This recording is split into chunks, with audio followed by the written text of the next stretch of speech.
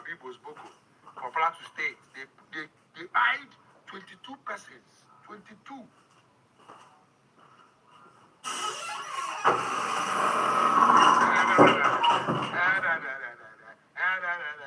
Pray for insecurity in Nigeria.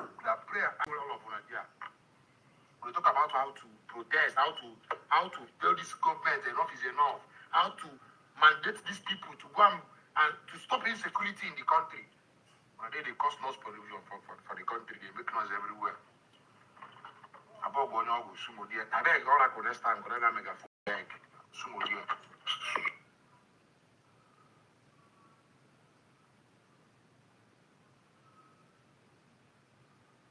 Beyond any reasonable doubt, nobody can argue that this is facts. But all these things that people are doing, come on. And you people have kept these people for like 9 months. Clearly, you people don't have evidence. And DIA, this is it. It's a shame. Well, these people are going to court soon. Let's have to come down and court. No, I'm even interested in it. When I saw this thing, it triggered me. I said, our defense intelligence with this. This is our defense intelligence. This is our defense intelligence. So you cannot look for the origin of that speech. The person that forwarded it, because the man's phone is with you. The Colonel General Ibrahim cannot retire. His phone is with you. You can do a forensic. You can carry his SIM card, go and meet the network provider, let them bring all the calls that the man has made. You can pull out his bank statements to see how many times and what the money has been used for. Any welfare that has been sent to him by other cadets that were after him, other of his boys, all the welfare that has been sent to him, you present it. Then how the man has been transferring the money, you will bring it out. But all these kind of things, people are just looking for somebody to pull down for this show. I'm disappointed. Yeah, I'm disappointed. I'm really, really disappointed. Please, let this man go. Nah, at this point, this is shit. Let this man go. You have nothing on him. It's clear. It's obvious. It's clear. Let General Ibrahim Ghana go. Let him go to his family. That man is almost 80 years old. I'm just frustrating the poor man so that I'll see him on face. If there was a coup plot and you have the main suspect who is Konemaji, just the way you arrested him in 2020, how I wish short as now said this 2026 is not a lie. Because like General Ibrahim Ghana correctly said, he said if you suspect an officer for coup plotting, you're not even supposed to bring that officer back. So why did you bring Konemaji back?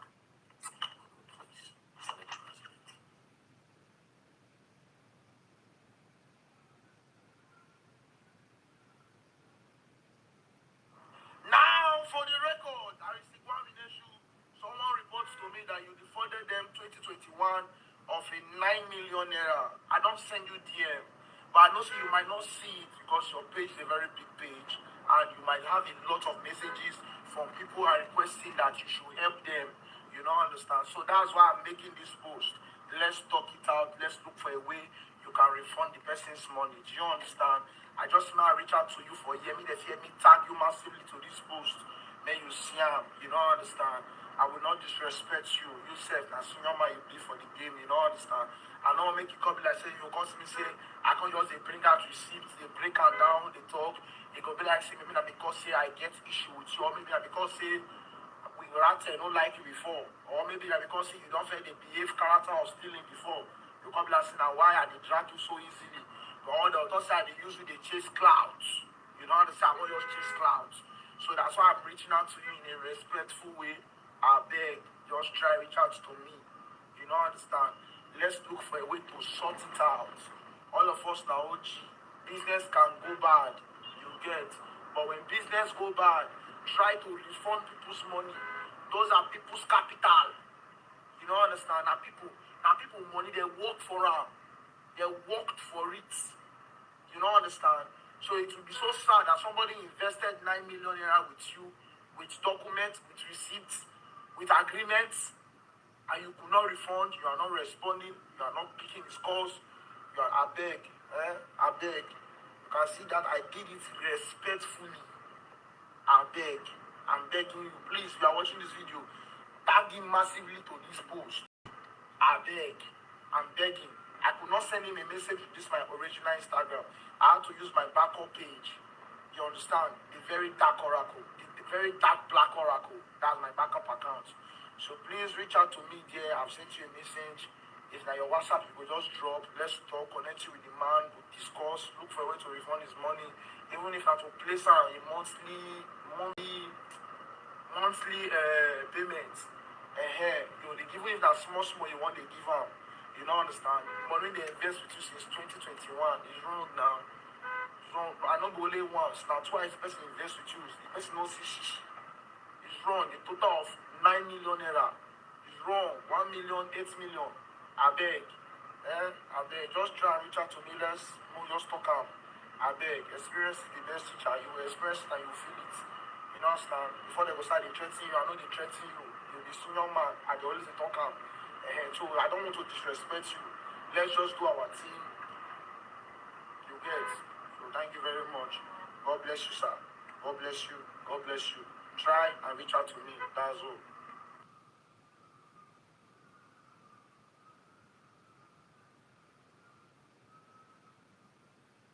You get what I did here? I never want to believe you can never make research.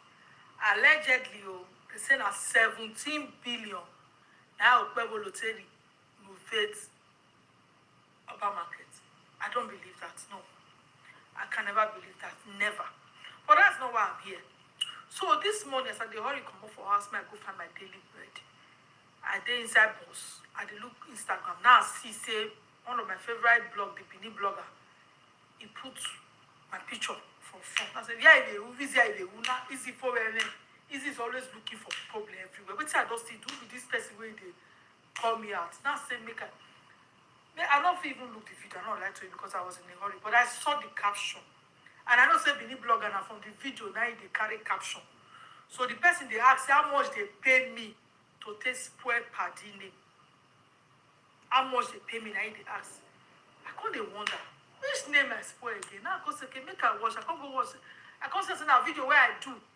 For Asari, where they talk say, you know, after where if you don't know, use most of the time, it's I do on your movie, which I'm not lying. Even Obaseki was a case study. I said about I talk about Obaseki now. Obaseki now a party in maybe. Imagine you buy or party pack and tell, but because of their guilty conscience, because they know that what they talk now true, the consent and the consent in boys make one attack me. What I talk now way bad. I they create awareness for my people. Now, particularly know whether he marry use on, whether he get loyalty to Benin people, whether now use on, because according to what me I hear, they say party is more use on than they do. I don't know. But the boy say party don't do a lot of good things for Benin. Me, no say a lot of good things. No, they mention the good things. And now I mean not like now. At least that's not they don't say a lot of good things. Now they mention the things join now so that we go they know what he don't do. When I call out NDC for giving non-indigenous tickets, all of you were clapping for me. But because I talk about party now, because I'm the APC, they against me. What I do? I'm only creating awareness for my people to know who they are going to vote for the next election. If they agree in a party, who am I to say no? I'm not only one vote I get. I don't get more than one vote. Any years or yata. Any another camera with message to easy who pay you. So that everybody they pay person to. I don't understand. So they will still pay me to create awareness for my people. Because many people are begging and what begging here do any. Ya my money, ya my no money. You know, pass a kitchen you mau ya me. And now there is. I had to more gain in this one self. Heroic. Then mana Supreme Court verdict with my Tony. I was a king how me my money use. Because I don't buy any cow man quick. So because I can't throw light on my people, say see this person where they PC where they give us a rep for where do I be now here. Now so person I mad so I or be happy video. And now you have any case of rep, you don't have your use on why we were here because okay where is Doma, but to mana help to go away, Mama, that's in my head because most of them are in the banner. We are also going to careful where anything can over her kind. If you have one, you have Yona, and you have a cancer can wedge, and you are go here and half when. No, I mean, sooner. A party like that to one where and Benatara, only politician one where any go like that to one. He saw you. I forget now. Victor, I didn't speak. He was there. I didn't speak. I don't forget now. People, other people, they listen to me. One of us. So, how many politicians don't come out for a dog don't talk? Say what see. Apart from we those where they united, we go bless all of you. How many of you don't do video content counter with the matter? Oh, I go away. Oh, I go away. Will be reset to me. Okay, do not tell me. If you are ahead, then let them hear what I say. I will video. So I did not come online to fight party. I only want to create awareness because when one who are in control, where I want to never who can you tell me no say. Can they work here in no snow? I really are there to your hair. No. Before you know it of Johnny there way. I don't know, but it is left for you to tell us we know. You're not somebody like that. You stand for us. You are with us. Anyway, what do I call him out? Why you calling me out about where how much they pay? No one pay me. Man, when I don't pay, I too love it though. Not be saying I try so. I just for my inner mind, I just wish I don't go feel be like paradise where everybody go to live. We go get security go there, food go there, housing go there, healthcare go there. We all they live our life. We all they sweet us. Now what thing I dey wish for it don't be that. And for Nigeria at large. At least if they work out freely. For here, like, if work out 2 a.m., 3 a.m., I know they face anybody, they follow me, come for back, they go out here, or they stroll, they go. I know they face a person go poof me. When we go to live that kind of life for Nigeria. So that is why I'm always talking, because we are surrounded by enemies in here, though. That's just the truth. They will even join this boat or even fight us. They know. But we are capable. We are capable. So Anita, I'm not the talk everything I talk, they carry on back, I talk it in my video. So there's no need saying whether they pay me. Nobody can pay me to bring down an adult person. It's not possible. I be woman of integrity. Integrity they cry for where I did. So I just do things out of love where I get for Edo and for Nigeria, and not because of anything where I want to get in return. So that brought me to that video. I beg you in the name of God. I know they fight party. I don't know him before. In fact, I've never heard of him before. Now this one I tell you of him. Because if that person they do work like when I talk, I suppose don't see the work we don't do. I have never heard of him. Now this APC primary they do not tell you of him. I'm telling you the honest truth. Maybe the time I for 10 years from her. I for where I for 10 know. Now, when I did Nigeria, when we want to try to visit the Commissioner for Education, now they say he was once Commissioner for Education. We not see him. So I don't know who he is. I'm just hearing now. So I know they fight party. I beg. Now we will buy scenario now. Imagine now, because I okay the man. I say no man, they go okay the man. Anyone where do I see me follow? Yeah, me nita. Anyone the bunje. One year to the bunwa. Imagine over here go away ne. Wagi akpe buwa. Well, don't you wagi ujo. Wagi ujo wa. That is why I'm doing this video. Now we'll go.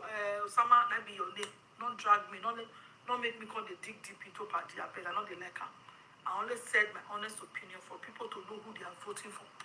And not me that it will start. When campaign starts, every politician, all of now, whatever, we go bring all of them come out. Make people choose. Make people know who they vote for. Some people just vote. They don't know who they are voting for. And that one, I take it upon myself. I will do it. Then I will also give them platform to talk if they want to. And if they say I too small, so they don't fit talk, problem not there. But my people must know who they are voting for next election. Thank you. Bye.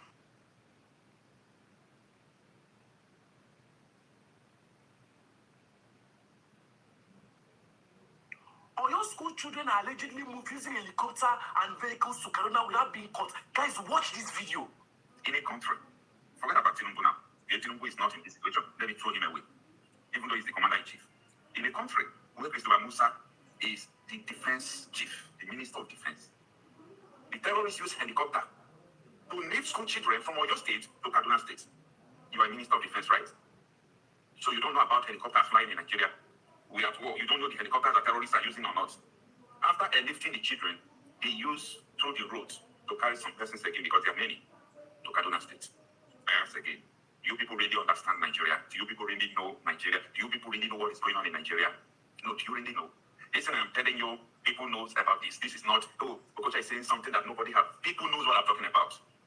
No, they will not talk about it. They knows. The terrorists lifted these people. Oh, God. You see, there was a day military went to confront these people. Like, I can't imagine what happened that very day. I believe, this is an assumption, okay? I believe that before those military personnel approaches the terrorists, because they know their location when they were in Oyo State, even now in Kaduna State, they know their location. So when they were approaching, I believe inside that, called the terrorists, the military are approaching. Go after them first. That was why The military that went there could not do anything, and they killed one of them. If not, they would defeat them. When the vigilante went to confront them, the vigilante said that the only reason they were unable to rescue these people and finish these terrorists because they killed some of the terrorists when the vigilante people went there. And the vigilante members, none of them sustained even injury. They did not kill any of them. This is because there is no insider source who is telling them that the vigilantes were coming, this or that. So that was, the vigilante said that it is because of superior firepower. You know, the gun lasted close to 30 minutes to 1 hour. And with pump action, the vigilantes, they are not like the whole community people. So with that pump action, 8 rounds and extra rounds, they could not match the continuous firepower with the terrorists. If not, they could have defeated them and rescued the people. So kudos to the vigilante officers. Now, they have shifted or they have carried these people to Kaduna State. These people are in Kaduna State now. So what next? What next? These people, they just don't forget that they know about do with the rest people. They travel to Oyo State with helicopter. They said that they are going for a delegation. They want to mediate. They want to know how to release these people. But up to today, they have not come back to tell you what transpires. They did not come out to say, oh, this was how we went, this was... Because these people are then to Sharia. Either you give Oyo State back to Sharia or not. Listen, this was how these people captured Kwara State. Kwara State is a full-blown Yoruba state. A full-blown Yoruba state. They kill their kings. They suppress the people. They install their own king. And today now, they are, in charge of almost everything there in Kwara State. So I want people to actually understand what is going on. Not because this video that I am doing now, not because it is going to change something. Not because it is going to change something. I know it is not going to change anything. But it's important people understand what is going on. Nobody's talking about it. Tinubu feels so concerned. Your people are being kidnapped, beheaded, transported from Oyo to Kaduna. See, Nigeria is run by terrorists. You can't tell me otherwise. In a country where the terrorists use helicopter to lift people they kidnap from Oyo to Kaduna, and the rest people they use roads. Meaning nobody has been monitoring these people. There is no intention to rescue these people whatsoever. Look at the Prime Minister of UK resigned. He resigned because people are saying immigration, but people did not understand. He resigned because he saw that Islamization in UK is now in another level.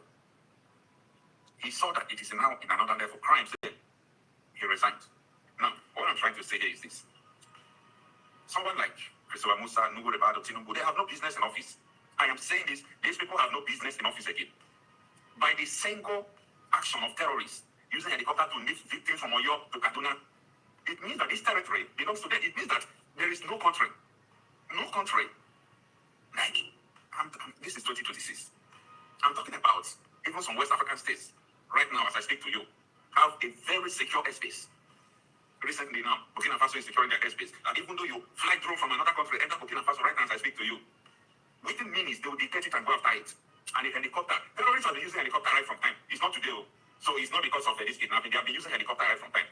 But I understand what these terrorists, they don't own the helicopter. The government owns the helicopter. People in government own the helicopter. The government knows everything. The primary responsibility of the government is to secure lives and property of the people, of which these people don't have interest in securing your life. Where do we go from here? Is this not a serious matter? Like, when this thing is happening, are people supposed to be talking about election? That is the question. Are people supposed to be talking about election at this moment? Why would you be talking about election? Why? Election for what exactly? Don't you see what happened in Ekiti State? How many people fought? How many people were ready to die? How many people were ready to face these people head to head? They collected money and, they back off. I pity what is ahead. I pity us. I pity us. Now tell me, in school, these terrorists storm, they kidnap people, they behead people. Are you going to tell me that what is going on is just a terrorism activities that is beyond the government of Nigeria? If you believe that this is beyond the government, you are dumb. Like, you don't have sense. If you believe that what is going on in the security situation in Nigeria, if you believe that it's not just a normal thing, you are very stupid to think like that. The government is colluding with them. And if you now understand that the government is colluding with them, do you still believe in the same government? Do you still believe that the same country one day will make things better? Another question I will put forward to you is this. Since 1999, that Nigeria entered into this so-called pseudo democracy, have you ever seen any year, have you ever seen any year where the country gets better? Tell me. Right from Obasanjo to Yar'Adua, to Jonathan to Buhari to Tinubu, is there any year that Nigeria gets better? Absolutely no. No. Nigeria has never become better in any year. And that is why I'm still telling you this, and I want you to save this video. You see, if you like, you have your own right to disagree. You must not accept what I'm saying. You must not agree with me. Anybody, I repeat this word, anybody that will become Nigerian president, things will get worse. Because a lot of people don't still understand Nigeria. They are almost 49 to 48% of Nigerian population. You know what that means? More than 100 million people who are supporting these terrorists. Well, you might say whatever you want to say, no problem. But these terrorists are just pursuing a simple cause: Islamization of Nigeria. And listen to me, if the House of Rep could come and say they want to amend the law for everybody to be under Sharia by removing the personal terms, you should know that they are working hand in hand with the terrorists in the bush. It's the same thing the terrorists want. Remember what Sani Yerema said? It is the ambition of all the Muslims in Nigeria to turn Nigeria into a Sharia state. By what? Not by preaching, not by talking to you, but by preaching with gun. You saw what Nakurawa was doing before yesterday. The villagers were complaining, please, don't let military to come and kill us. They said, no, we are in agreement with the government. They will not come. So they preach to the people, they do everything, and at the end, what happened? The government did not come, just as the terrorists predicted. Like, how do we get here? How do we get here? Before you know now, these people they kidnap, they can send them out. Because the government refused what they want. They refuse to pay their jizya tax. They refuse to grant them Islamization. They can send these people out.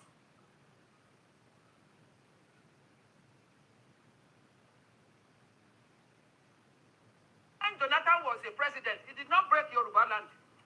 When Buhari was a president, he did not break Yoruba land. Now, when we have Yoruba as our president, when we should have, enjoy at least a pleasure from our man, we are now in showers, crying every day.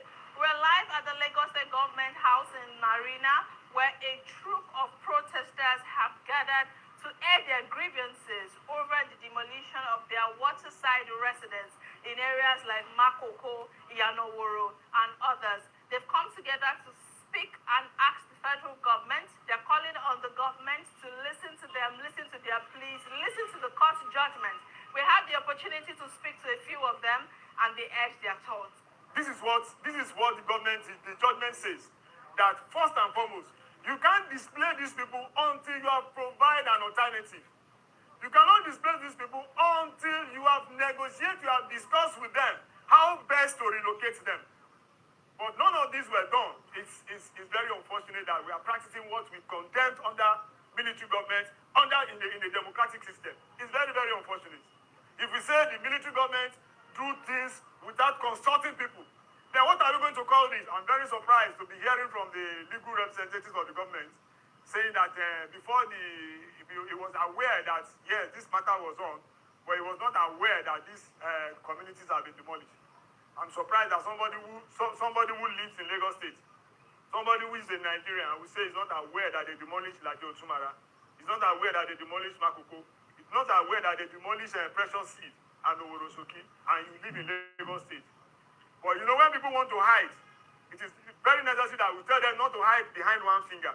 Because my mother used to tell me, if you hide behind one finger, it will not cover you. You need something bold to cover yourself. So I believe government is hiding behind one finger. Thank God that everybody here are affected. I am affected. We are not acting in proxy for anybody. We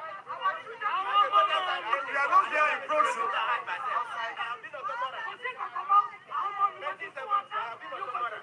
Families are no longer together. Father will say one side. I was with CDHRDA, Center for Defense of Human Rights and Democracy in Africa. The case also went to ECOWAS. I received justice, that they should be compensated. Sir, since then to today, a year plus now, we have received a judgment from court. Government failed to pay us anything. Now, during the demolition exercise, my wife, my children, and my father of 12, they all of them scattered. As I'm talking to you now, by the grace of God, I'm with only my wife, my children, they are not with me because of this situation. This act, it is barbaric, it is uncalled for. It is uncalled for, it is unfair.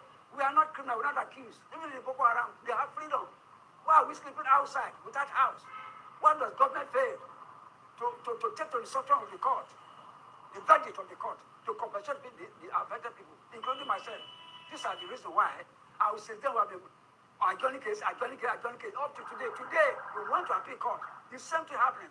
I'm an evictee. My wife is at land grab office at Alausa, sleeping outside under makeshift. Almost 10 years back, more than that. And one thing that I'm disappointed in is that when Jonathan was a president, he did not break Yoruba land. When Buhari was a president, he did not break Yoruba land. Now, when we have Yoruba as our president, when we should have, enjoy at least a pleasure from our man, we are now in showers, crying every day. children are now. Because everything is going worse every day. I don't know what we can do to solve. So we are begging him to please sleep and think twice about Yoruba kingdom. He's a Yoruba man now. You've heard it from the protesters. Many of them have one request. They are calling on the federal government to listen to court judgments and also offer compensation for the demolition of their properties. And also several of them have lost family members due to this. For Souk Digital, I am Sarah Owuswanta.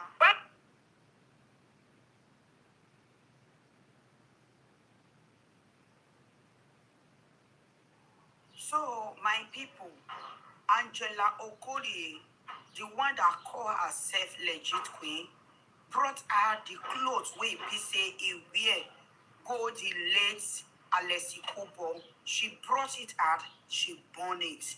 And she even put am to our face, make we see, and she put am on media. According to her, he say her grandmama, her grandmother, na him tell am say, make she burn the clothes. And Angela want do am. You know, to say make it do am for private, you can't do am for our face. So that make we see what we want to put. Angela Okorie, why are you acting like a biatch all the time? Why are you acting like a witch always all the time? Why? Why? Why are you acting like a witch always all the time? Even though your grandmother advise you, tell you, say, may you do am. Must you do it publicly? What is happening? Can't you do it private? Must you bring everything out in public? If we can't talk now, you will say everybody is pitching on you, and now you want some. Why it be say every time, Angela, you want to be trading in a wrong way? I never see one day on this internet space when be say Angela is being treated for a good reason. Now always in a clear something, in a win something, now you they trade. Even though your grandmother advise you, say may you do am, can't you do it? Oh, your grandmother ask you to burn the clothes. Your grandmother don't also tell you, may you also remove the wig, may you carry go, may you burn am. Angela, your grandmother also don't tell you, may you remove all the accessories when you put on your body, make you burn am. Something like your ring and everything, your eyelash and even your nails. It don't tell you may you burn am. Even go reach your pants. You know where pants go. You know where browser. Your grandmother don't tell you may you pour everything, may you burn am. Even the shoe where you wear, your grandmother don't ask you to do it. Even for where you hold for hand, your grandmother don't tell you may you put everything inside. Not be car carry you go. Your grandmother don't tell you may you even burn the car. Now what pay you when I want. Why are you disrespectful? The one that is no more. The person where you say dog buy. Why are you bringing disrespect to his name? Why? Why are you bringing disrespect to his own family? Why Angela Okolie? If you know say you don't want go the burial, as they invite you, you know fit to say you go. You not go fit to say, oh, you not go because say you senior rank. Why you not to say you not go? Where it be say your grandmother now tell you something indoor and you bring it to outside to come and do it so that when we talk. Because every time you have to treat for a something that is not even that is, I don't know what I want to talk on. You always they trade for your witchcraft something. How you did they trade? I have never seen Angela Okorie trade for a good something. Angela, have you not be singing again? You come on for Nollywood. You say you want to join musical industry. Musical industry. Since when you sing, they jealous me. Then any grace they pay them and the legit queen. You don't get any other music again. Music don't finish for your body. Nobody is writing music for you to buy and sing it. Nobody. Because now I am not be seeing you acting. Waiting you can't do it behavior. Waiting you can't do. Wagi una. You always want to be treated for something that is not even okay in here. Why are you doing all this, Angela Okorie? If they, as they advise you, this something not let you go, you not go suffer jail refuse to the invitation. Now all invitation, I person they go. Now all invitation, I person they go. No worry, I say your grandmother also say, me you burn everything where you carry go. Me, I see this as disrespectful. That's why I can see.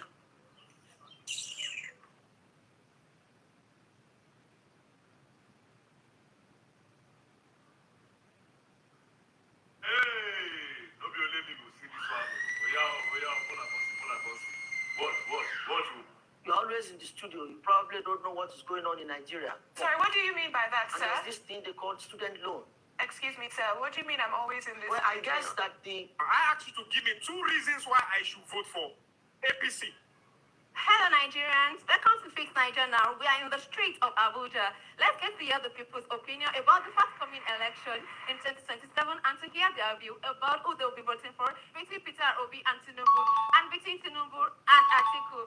And I'll measure 2 reasons why I will vote Tinubu for 2027. 10 reasons to vote Tinubu 2027. 10 reasons to vote Tinubu 2027. Grab your copy there and say, go give me money, fine board. I'll vote for Tinubu. I still choose Tinubu. When we are talking about political weight in Kano or in North Central, weight of Kwankwaso is a man I believe in. He has lost a lot of weight in Kano State. If I see Obi and Tinubu, I'll go for Obi. No reason. I don't go vote anybody because why? Number one, we know they get lights and we dey pay light bill. Atiku and Tinubu on the ballot. I will vote for either. If I see Obi and Tinubu, I'll vote for Obi. Ticket.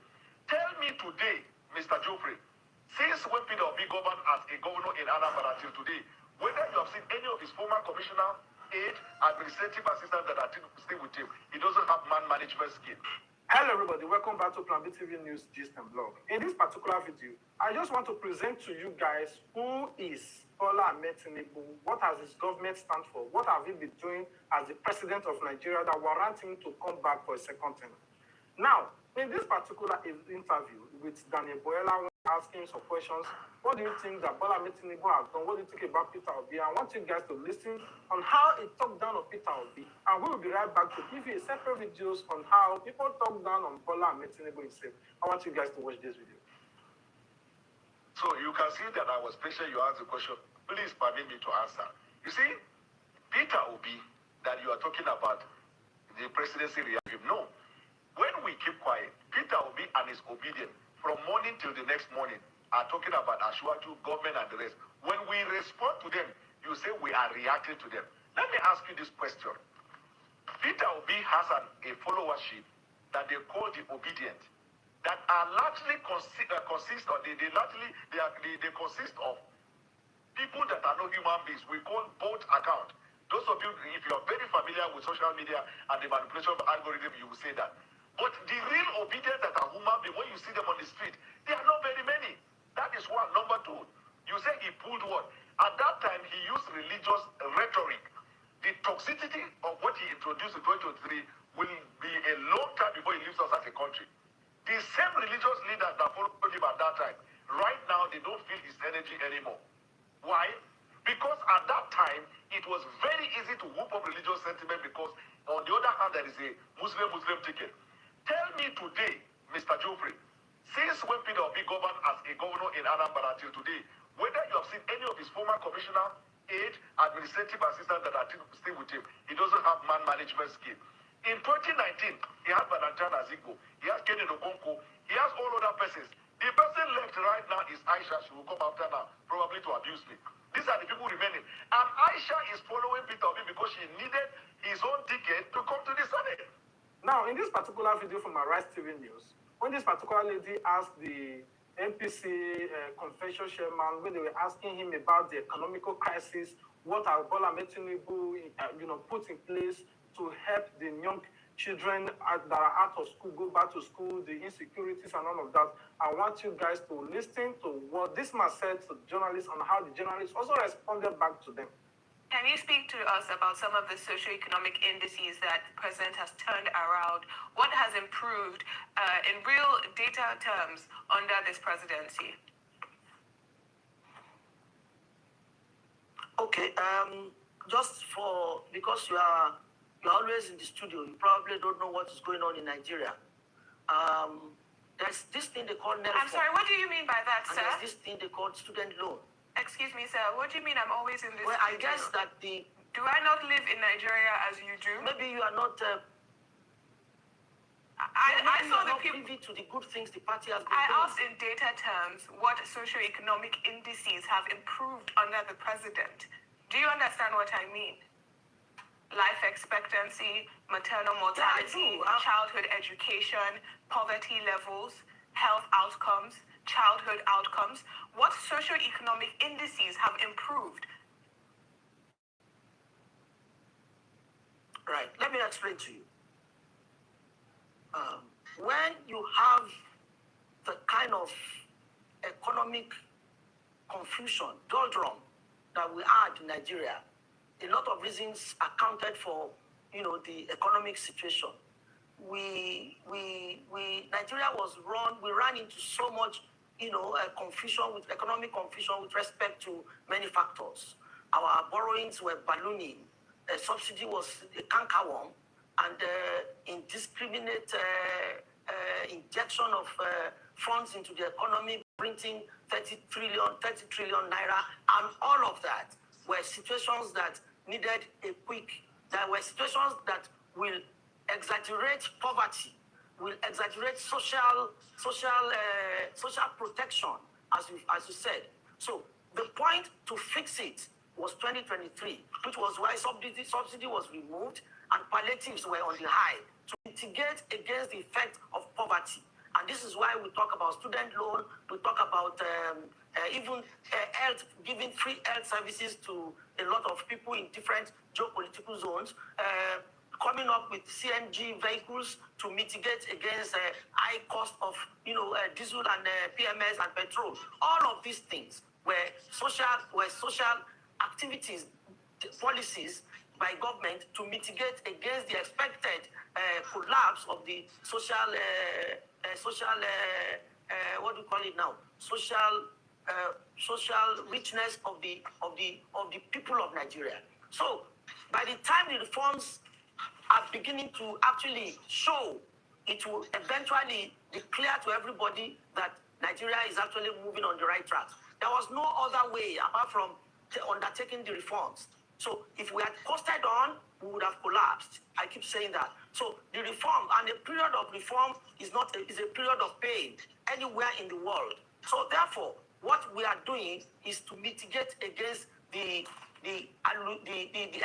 excruciating pain of social degradation.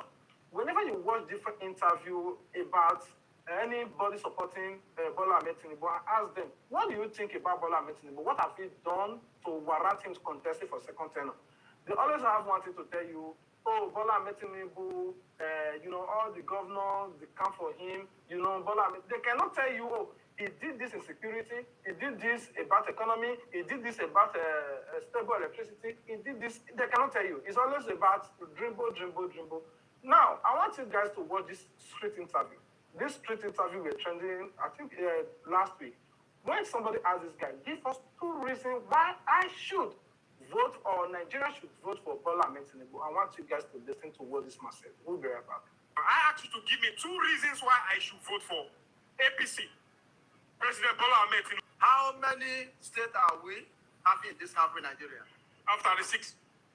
How many states are PDP states? Now, sir, I just asked you to give me 2 reasons why I should vote. I'm coming to that point. How many states now are PDP states? I don't know. Okay. That is a signal. You are still not answering my question, sir. That one is a signal. If a party is taking about 34 out of 36, what does that mean? That still does not answer my question, sir. Answer your question. You are telling someone that you are not doing well. You are telling that person you are not doing well, and you are still going to that person. Is that one reasonable? Okay, that is to tell you that either directly, that Tinubu is doing well. If all of you are now going to his camp, that is to tell you he's doing well. All right, sir. To end this interview, sir, you've spoken so well, sir, and I want you to give me 2 reasons. Just help me to highlight this. 1, 2 reasons why I should vote APC President Tinubu in the forthcoming election. And if I'm convinced, okay, I and thousands of other youths will vote. Yeah. Reason number 1, I've just stated reason number 1, that everybody is going to him. If everybody is not going to him, that is signaling the fact that he is good. That's reason number 1. That's my reason number 1. Everybody is defecting to APC. That's not rational enough, sir. It might not be rational to you, but to me it's irrational. That's why I gave you that distance of 36 marks obtainable, and somebody is going to get 4. That person has passed. I Are you following? That's my reason number one. Now, my reason number two is this. Now, if in economy there's something they call availability of close substitutes. If this thing is working for this, if I could not get this thing must be a substitute for this thing.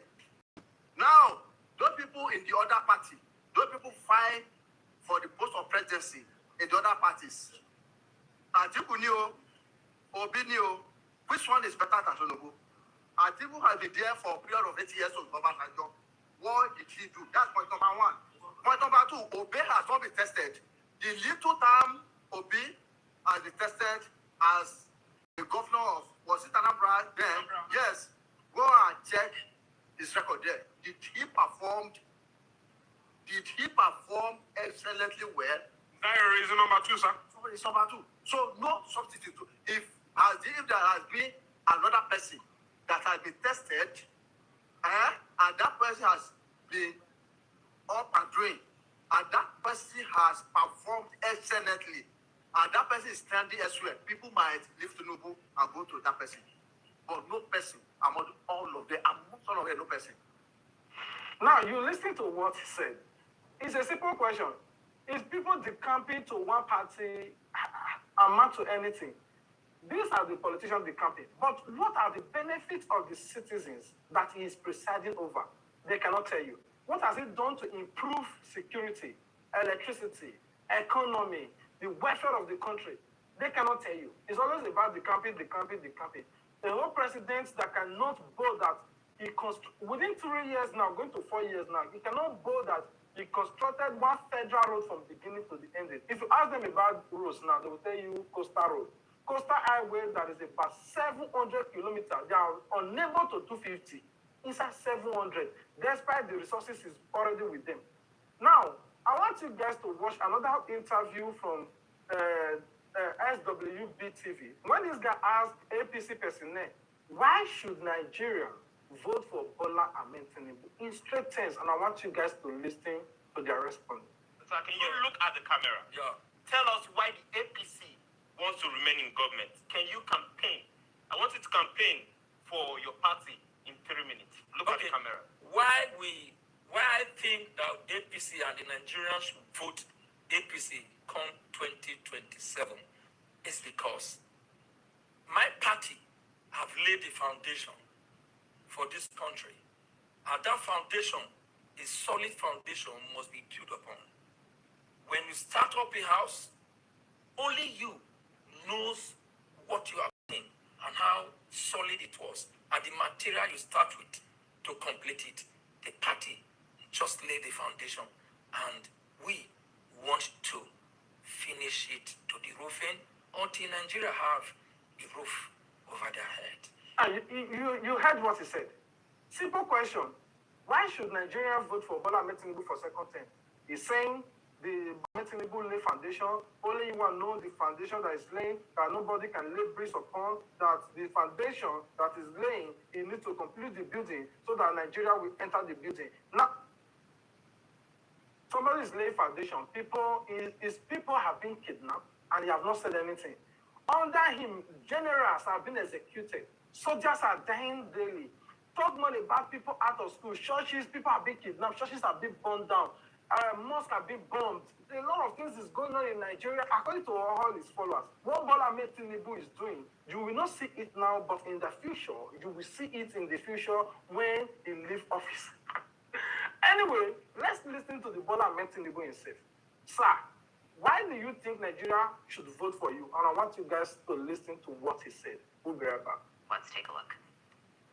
You are playing to the hand of rejects, including my own enemies, who want to use insecurity to get rid of me. I'm a very stubborn politician. I just refuse to go. And I will campaign for my second term. He refuses to go. I'll take one reaction from Nello, who says the focus should be on the lives being lost, not the second term. Insecurity isn't a political tool used by enemies. It's a daily reality for Nigerians in the North and the South. If the security is fixed, then no enemy can get rid of you in the first place. Defending his his approach to borrowing, basically saying that people need to relax because borrowing isn't leprosy. Let's watch. If we have to borrow money, we borrow. It's not borrowing is not a leprosy. We just have to work hard to be able to pay for it. If we gotta do it, we gotta do it. I'll take one reaction from Chizom on X, who says, Tinubu says debt is not leprosy. True. But what Nigerians are asking is simple. If borrowing isn't the problem, where are the results? Under Tinubu, the nation's debt keeps rising, but citizens are seeking deeper into hardship. Prices are up, jobs are scarce, and businesses are struggling.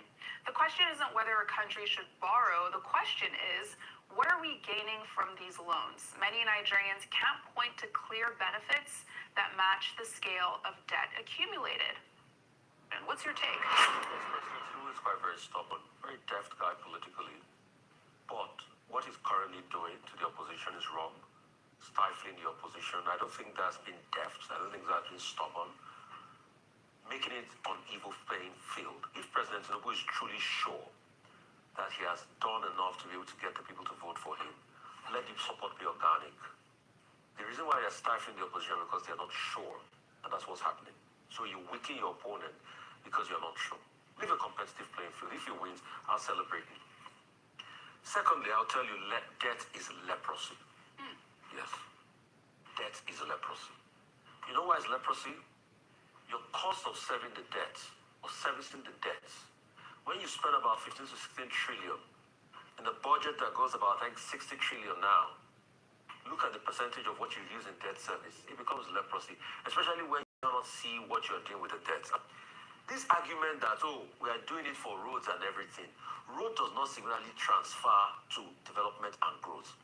What I said yesterday is the HDI, investment in healthcare, investment in school, capital appreciation, opening new opportunities, making ease of doing business very mandatory for these areas. These are things that can really open up an economy. And President Tinubu is not doing that largely. You are beginning to see uptick in numbers of people suffering. Capital mobilization is poor. Okay, look at this morning. I went to buy fuel 40,000 naira one of my cars. If I depended on minimum wage, he couldn't even give me 30 liters. It was about 29 liters.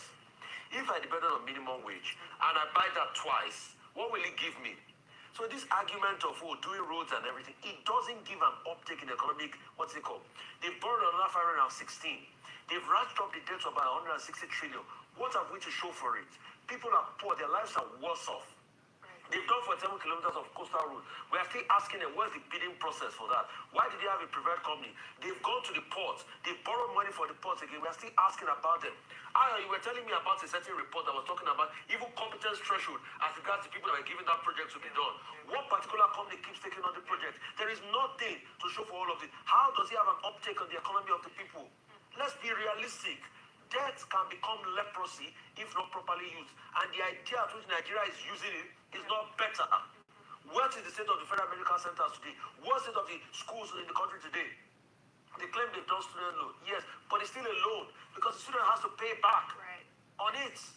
Absolutely. Let's call a spade a spade. Absolutely. And debt is leprosy if it's not properly used. And we are losing it in a leprosy way.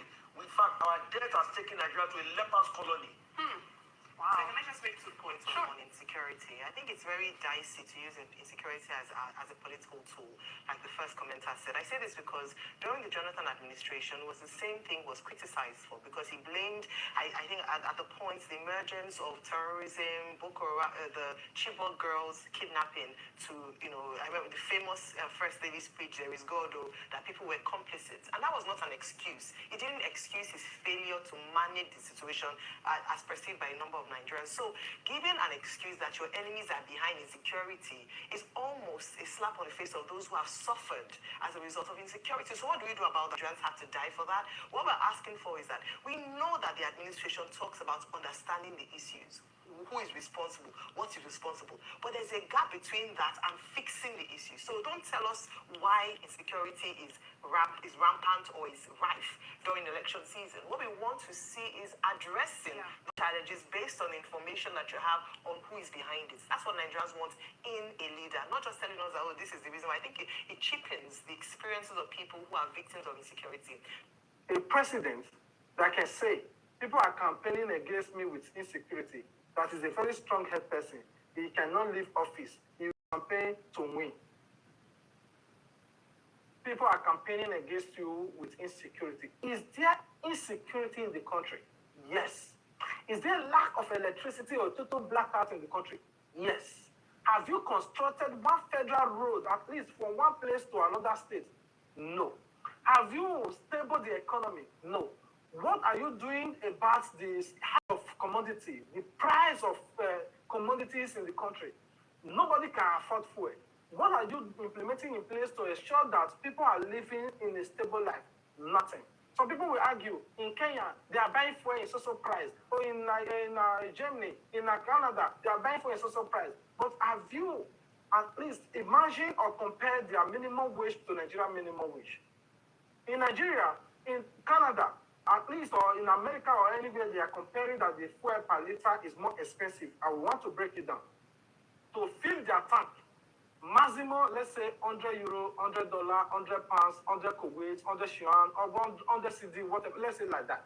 If their salary is about maybe 1,000 plus, or 2,000 plus, as the case may be. But to fill their tank, let's say €100 inside that 1,000 plus for their salary. But in Nigeria, your minimum wage is 70,000. To fill your tank currently, you have to borrow 30,000 to add to your 70,000 to make it 100,000 to fill your tank.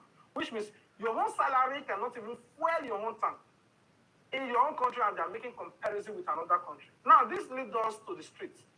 Why all politicians are saying what's on their mind? Let's go to the streets to ask the common Nigerians that are being affected by this government. Who would you vote for between Bola Ahmed Tinubu, Atiku Abubakar, and Peter Obi? And I want you guys to watch this street interview. We'll be right back. When you are talking about political weight in Kano or in North Central, if you check the terrain and the movement of governments or the movement of governors from other party to APC, it's enough to show you that the weight of Kwankwaso is a man I believe in. He has lost a lot of weight in Kano State. It will take the message of God for him to regain back. And now he's moving from one party to another. Now imagine people who have followed him to ADC. Now he's moving to another party. How do you expect him to keep moving? He has to define his destination so that people can follow him. But for now, time is counting against him. Well, it's not the issue of sonship here. It's the issue of democracy. And I'm sure and fully convinced, when you check down to the southeast, we have a lot of people who are positively minded and supporting Mr. President Tinubu. And I know they are going to rally around him to make sure that he delivers the dividends of democracy in Southeast.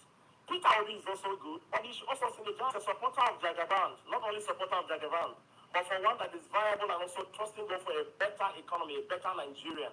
I want to believe that with what Jagaban has put on ground is enough to give Nigerians calculating speed to arrive at the defined destination. Jagaban is doing well. We are not afraid of any alliance. People like Kwankwaso, Peter Obi, they are also credible people. But why don't we synergize together and cooperate with this man and give him a positive energy so that he can deliver the dividends of democracy to Nigerians? We are not looking for people. We are looking for people who will drive in the dividends of democracy to every looks and chronics of Nigerians. And Jagaban is doing his best. Come 2027, Jagaban will be in power. Nothing will stop him. You watched the first interview. This is another interview from a different channel, and I want you guys to listen to what they also said in the streets about who will they vote for among these three strong candidates. Hello Nigerians, welcome to Fix Nigeria Now. We are in the streets of Abuja to hear the people's opinion about the forthcoming election in 2027 and to hear their view about who they will be voting for between Peter Obi and Tinubu and between Tinubu and Atiku. Let's go crack the person. Let's enter the streets to hear the people's opinion. Madam, don't worry, I'm going to Peter Obi. I won't go to. More change another party. More South go help us because we know that Peter Obi fit change this country. 15 pound Atiku. If Peter Obi, you know, if Peter Obi is better man about Tinubu, we just continue like that. We don't know how the thing will be. Notice with me about this regime we are in. So I will vote Peter Obi. Let me know, Peter Obi and Okoso, whether they will help us, Tinubu and Atiku. Well, that one, I will say, is unto God's sign. We will try another person because the one we vote, we did not see any good thing. I will vote Atiku. I see Obi ahead of all of that. If I see Atiku and Tinubu for ballot, it's really going to be a tough decision because I really need to take it very clear and honestly, I will go for Tinubu. So instead of Atiku, I'll still go for Tinubu. And Atiku, I believe Atiku will be worse. I will go for Peter Obi. So if Peter Obi no dey, if Tinubu and Atiku dey the ballot paper, who you go vote for? To continue with Tinubu. Continue with Tinubu. Yeah. So you go pick Tinubu over Atiku. Yeah, I think Tinubu is better. Atiku has been tested while he was in PDP, was part of the government. We went into problems. Now, looking at Peter Obi, I think he's a no-go area choice. He's a man that has not been tested. He was just a governor. And Nigeria is not a local government issue. I will not try Tinubu again. Honestly, I would like to try Atiku again. If I see Obi and Tinubu, I'll go for Obi. If I see Atiku and Tinubu, I'll go for Tinubu. Peter Obi and Tinubu. Now Peter Obi will like, men just come. Atiku and Tinubu? Yes. I will vote Atiku. If I see Tinubu and Atiku, I will see both Tinubu. If I see Peter Obi and Tinubu, I will see both Tinubu. Atiku and Tinubu. I see Tinubu, I will vote for Peter Obi and Tinubu. And Atiku Obi now. See Atiku and Tinubu on the ballot. I will vote for either. If I see Obi and Tinubu, I will vote for Obi. I vote for Tinubu. I still choose Tinubu. No, Atiku and Tinubu, no. They should rest. Peter Obi, now I go choose. Now, the person where me, I don't like it for my life, Atiku. Then they under Vice President for Obasanjo, what he do for the country, nothing. I only tip the money, go cost them.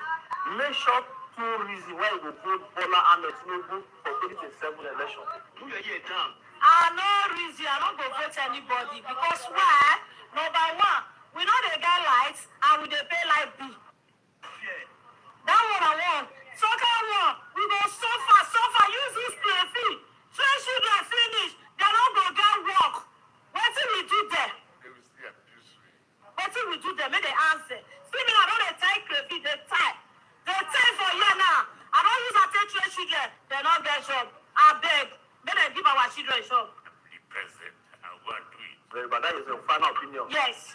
Government, you know, I don't hear them more. On our change system. Where are the children with the great Yes. They don't get those papa wey don reach to die. Now they go give job. That is very bad. Yes, make they don't give all the old papa. Make they give young children. Make they for they get work. Not all the old people. Make all those old people, make they resign. Make they resign. Yes, make they give youth work. Only they can be wetin we get for the town. And the gaga wey we get, they go collect it for their hand. You know good. Soldier they collect, police they collect. You know good. All those kind of things they're not good. Make they change.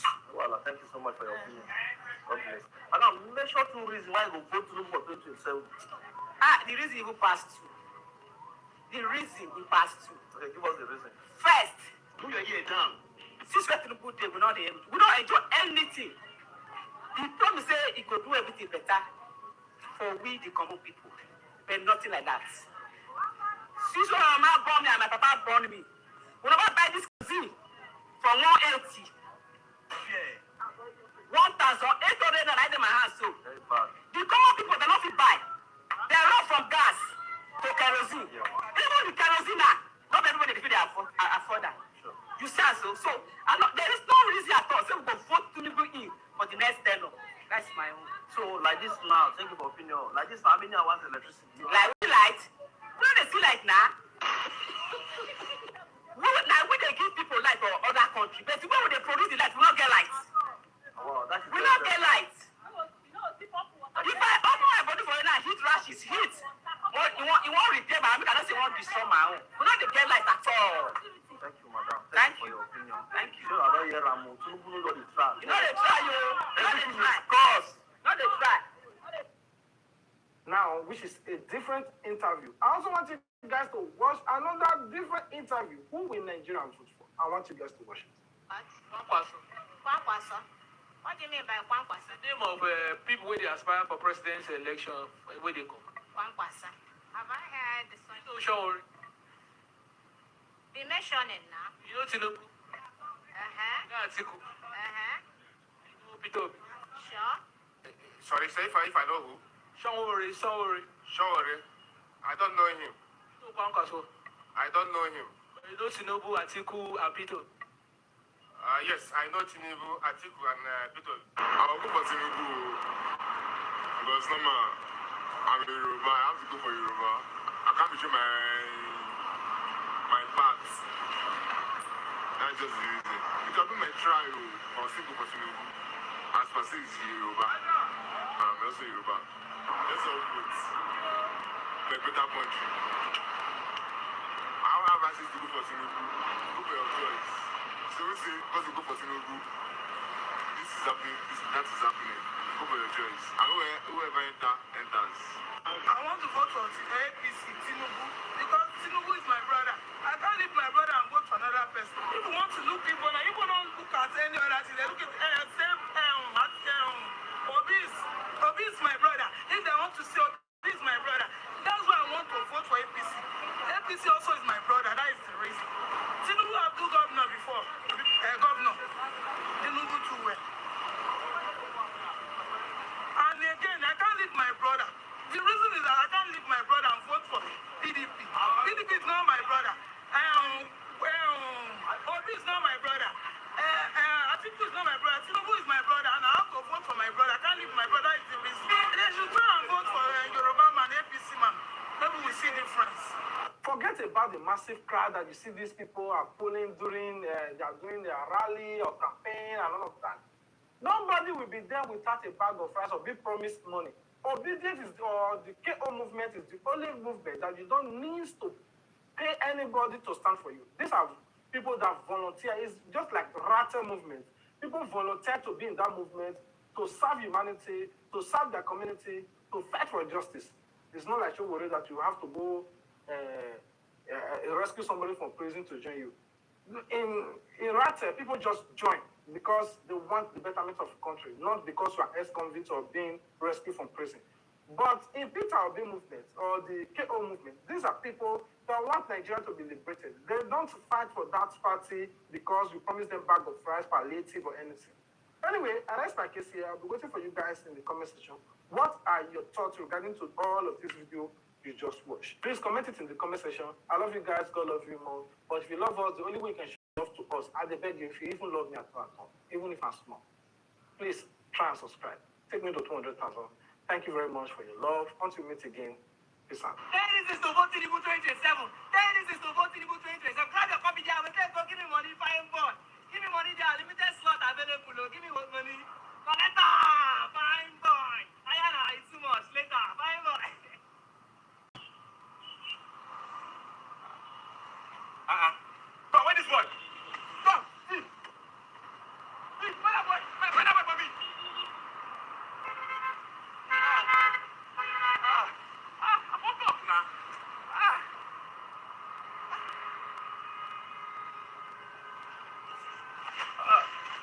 As usual.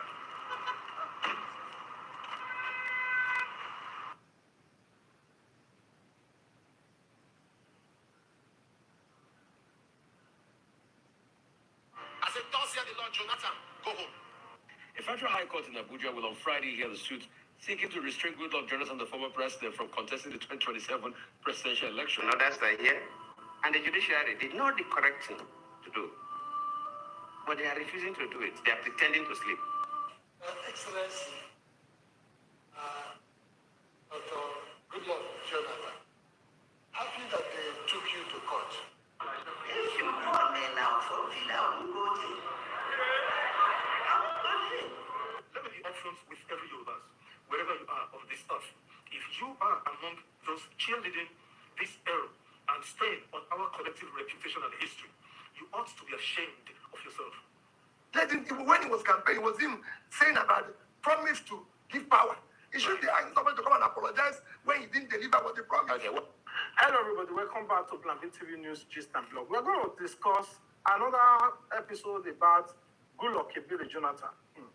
If you have not subscribed, please, I beg you, just guys should take me to 200,000 subscribers. I have been begging, please.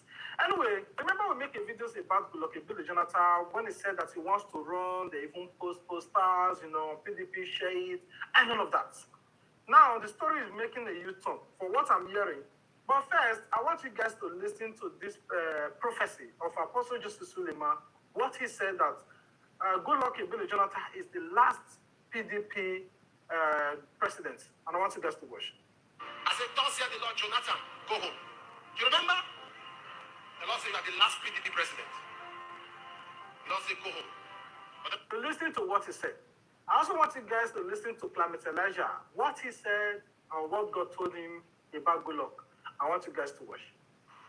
If Jonathan comes out eventually, which I believe that he will not come out, but in case, it will be a tough time for Atiku Tinubu. Obi is not in the calculation, no. But it will be very tough for Atiku Tinubu. It's a very serious thing. This is just a warning that they must strictly watch about. The reason I'm showing you all this video, because finally Goodluck have released a new statement. But before then, I want you guys to watch what Rufai Hosseini said about Goodluck Ebele Jonathan, especially now that he wanted to run, or he wants to run, and they took him to court, and what the court said. I want you guys to watch. Welcome to yet another great edition of Quick Takes. Hear this. Just as a group of young Nigerians went, mobilized, and went to Goodluck Jonathan in his office to say that he should run, he should run, he should run. Hear this. A federal high court in Abuja will on Friday hear the suit seeking to restrain Goodluck Jonathan, the former president, from contesting the 2027 presidential elections. Peter Lifu, the presiding judge, ordered the hearing notices to be issued, and people were to file their responses. The suit was filed by John Mary Gideobi, a lawyer who is asking the court to declare Jonathan constitutionally ineligible to seek the presidency again. They prayed the court to issue an order to restrain Jonathan from presenting himself to any political candidate party as a candidate. They sought an order, being INEC from accepting or publishing Jonathan's name as a presidential candidate. And this is listed as a first defendant suit in a suit marked FHC ABJCS 2102-2025, while INEC Attorney General are joined in this case as second or third defendants. So this is what the plaintiff is asking. Is asking the court to determine whether, in view of the combined provision of section 1, subsection 1, 2, 3, 137, subsection 3 of 1999 Constitution, the first defendant is eligible under any circumstance to contest for the office of the President of Nigeria. He argued that Jonathan has exhausted the constitutional limits allowed for a president, having completed the tenure of late Umar Musa Yar'Adua before serving another full term after the 2011 election. So what they're saying in very please, and when you look at it, there was a judgment recently with Aida Atiwa that talked about the fact that once you've been sworn in more than once, 2 terms constitutionally, you cannot run for president. So, on the quick take today, the big question is, people are saying Jonathan should run. There is this court case also coming up. How will he fare? Big questions on quick takes. Now, Goodluck Ebele Jonathan is one person that everybody respects. But before he contests, before this election and all of that, I want you guys to listen to the speech he gave last year about this politics, about elections, about APC, about Bola Ahmed Tinubu, about everything that's going on in Nigeria. I want you guys to watch. What is happening in Nigeria today regarding the situation in River State is like an Indian proverb that said that if somebody is sleeping, really sleeping, you can easily wake up. You find it difficult to wake up that person.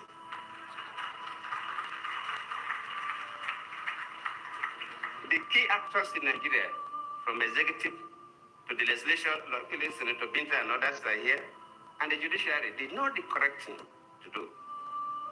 But they are refusing to do it. They are pretending to sleep. And waking such a person is extremely difficult, because the person knows the right thing. A clear abuse of offices, clear abuse of power, clear abuse of privileges, cutting across from the 3 arms of government, from the executive to the parliament to the judiciary. And I always plead with our people that whatever we do affects everybody. Where a government functionary can dictate to judges what judgment they will give. No man brings his money to invest in that account because they are taking a big risk. So whatever we do affects everybody. And if we want to build a nation for our children and our grandchildren, no matter how painful it is, we must strive to do what is right. Now, with the way he speaks, with the way he talks, the young Nigerian believes in him, not for him to run again, but at least to be an inspiration to those that are running. But thank God, I don't know how he ended up in this church, but I want you guys to listen to what this clergyman said to him, that they thank God that the court ruled him out not to contest because he would have dealt with his own integrity. I want you guys to listen. Excellency,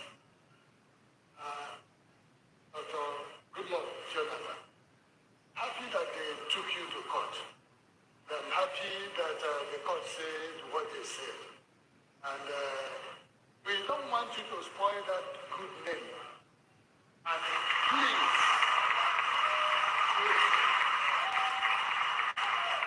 if I see you in private, you still say this. Please, keep off for now. Let them just play it. Be the senior citizen that you should be. And please, we thank God for your life.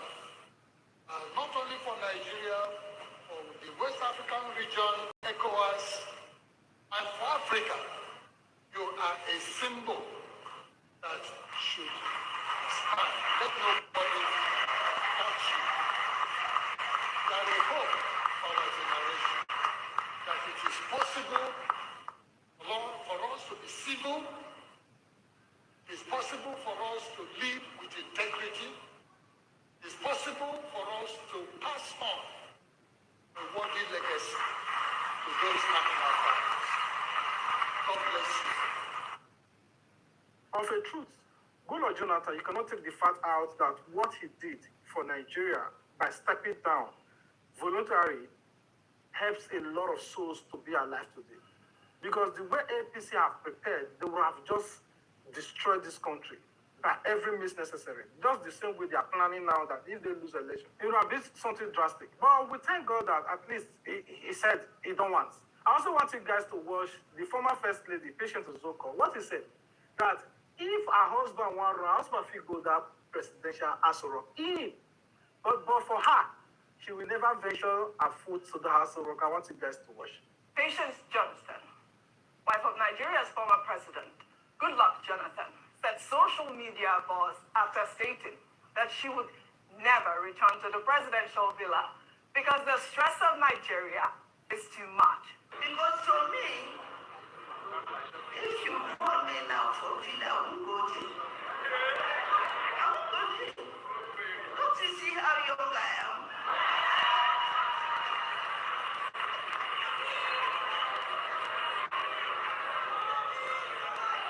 Because the stress is so much. The stress of Nigeria is so much. If God managed to bring you out of it, you should glorify God. And thank God for the Lord's doing. Because it's marvelous in his eyes. He has taken you there once. Why do you want to go there? I won't go.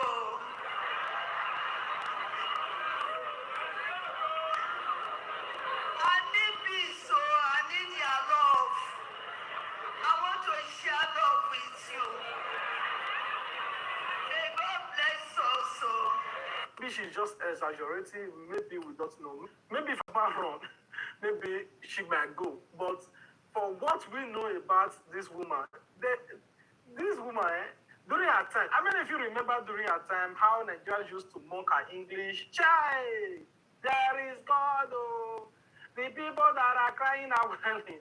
Now only you want Wakako. They were making mockery of her and her husband, and they did all kinds of things. And Nigeria was not even as worse as this now, compared to the recent alleged First Lady. Anyway, let me just play a short clip of the current First Lady, what she's trying to do, according to Bode George. I want you guys to watch.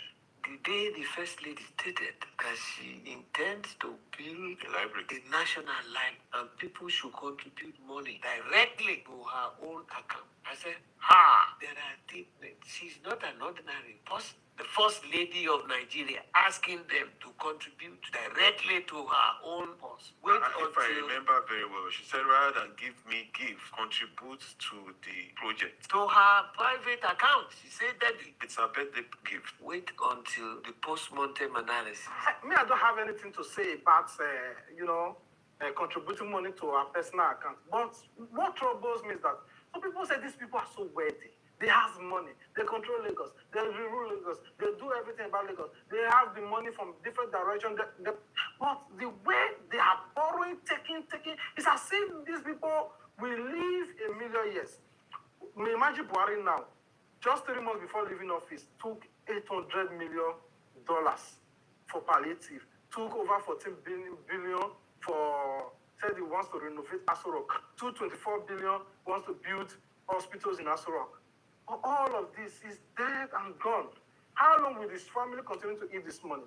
For his family to protect that money, his son is now running for Senate for clemency's sake, so that in case APC lose the election and another political party enter, they will not go after them.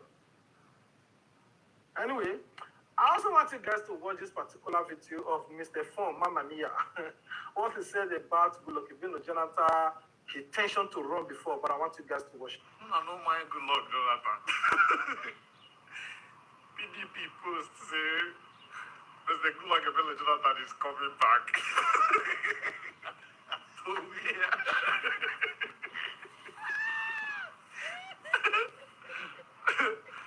When I don't come back, when I hold power. And now when they don't collect power. This is like that come and they walk. The person will collect power from on our hand, we will not get power. Now I won't collect power from his hand, we didn't get power. We don't know my I can tell you categorically that this whole gimmick, Lord Belly Jonathan is working for Tinubu. No, there's nothing there. Only Tinubu know waiting people will be to him. We make them they fear this man like that. Only Tinubu and APC. No waiting their eye don't see for where people will be there. No, the real result where people will be get 2023. We make them they fear this man like because it's not ordinary. I have never seen incumbents strategizing, planning against opposition with no whole power and structure like the way they take the plan for P2B.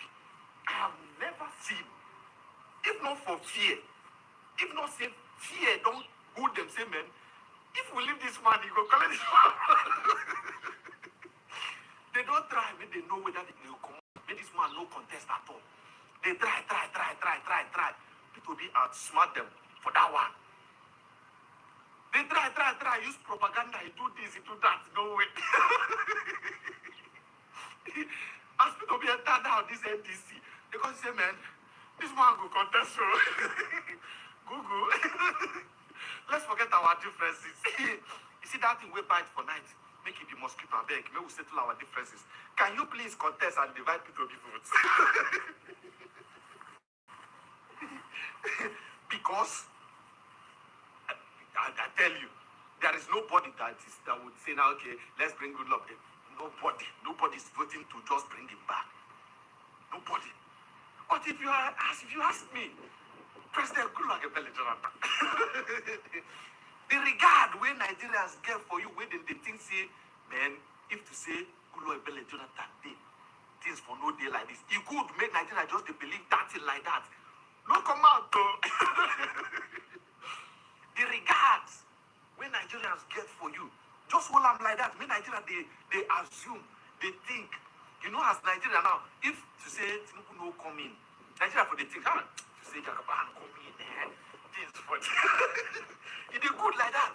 You don't already get that respect. People international don't they respect you. Just carry that respect, go inside. Allow it to be and Jagaban do this to man to man. And listen to what he said. Anyway, this is where I'm going to be heading the video today. I love you guys. God love you more. If you love us, the only way you can show your love to us is to comment your thoughts about this video you just watched. Don't forget to subscribe. If you do, turn on your notification bell so that you wouldn't miss out our future uploads. I will not let you go without asking you guys questions. What do you think about our former president, Goodluck Jonathan? Do you think that he should run? Do you think that he should step down? Now that he's in PDP, how is he going to support Peter Obi? Do you think that he should look for a way, even if he did not come to NDC, but he should look for a way to support Peter Obi, to rally around for Peter Obi, either coalition or just the normal partisan support. So what are your thoughts about all of this that is going on? Please let us know in the comment section. I love you guys. God love you more. Until we meet again. Peace out. Now, whereas President Goodluck Jonathan was allegedly weak and incompetent, but his beatified legacy is anchored on his famous refrain, "My ambition is not worth the blood of any Nigerian," end of quote. By this simple utterance of Goodluck Jonathan, and also for voluntarily relinquishing power, Goodluck Ebele Jonathan earned his seat in the pantheon of decent and honorable leaders of the world. Can same be said of Yoruba's new idol, who before the glare of the world is destroying every sacred institution that underpins a society that is governed by laws and justice. A man with such debauched vainglory, who requires a symphony of psychopaths to titillate his oversized ego and self-worth with a useless chorus of mendacious inanity.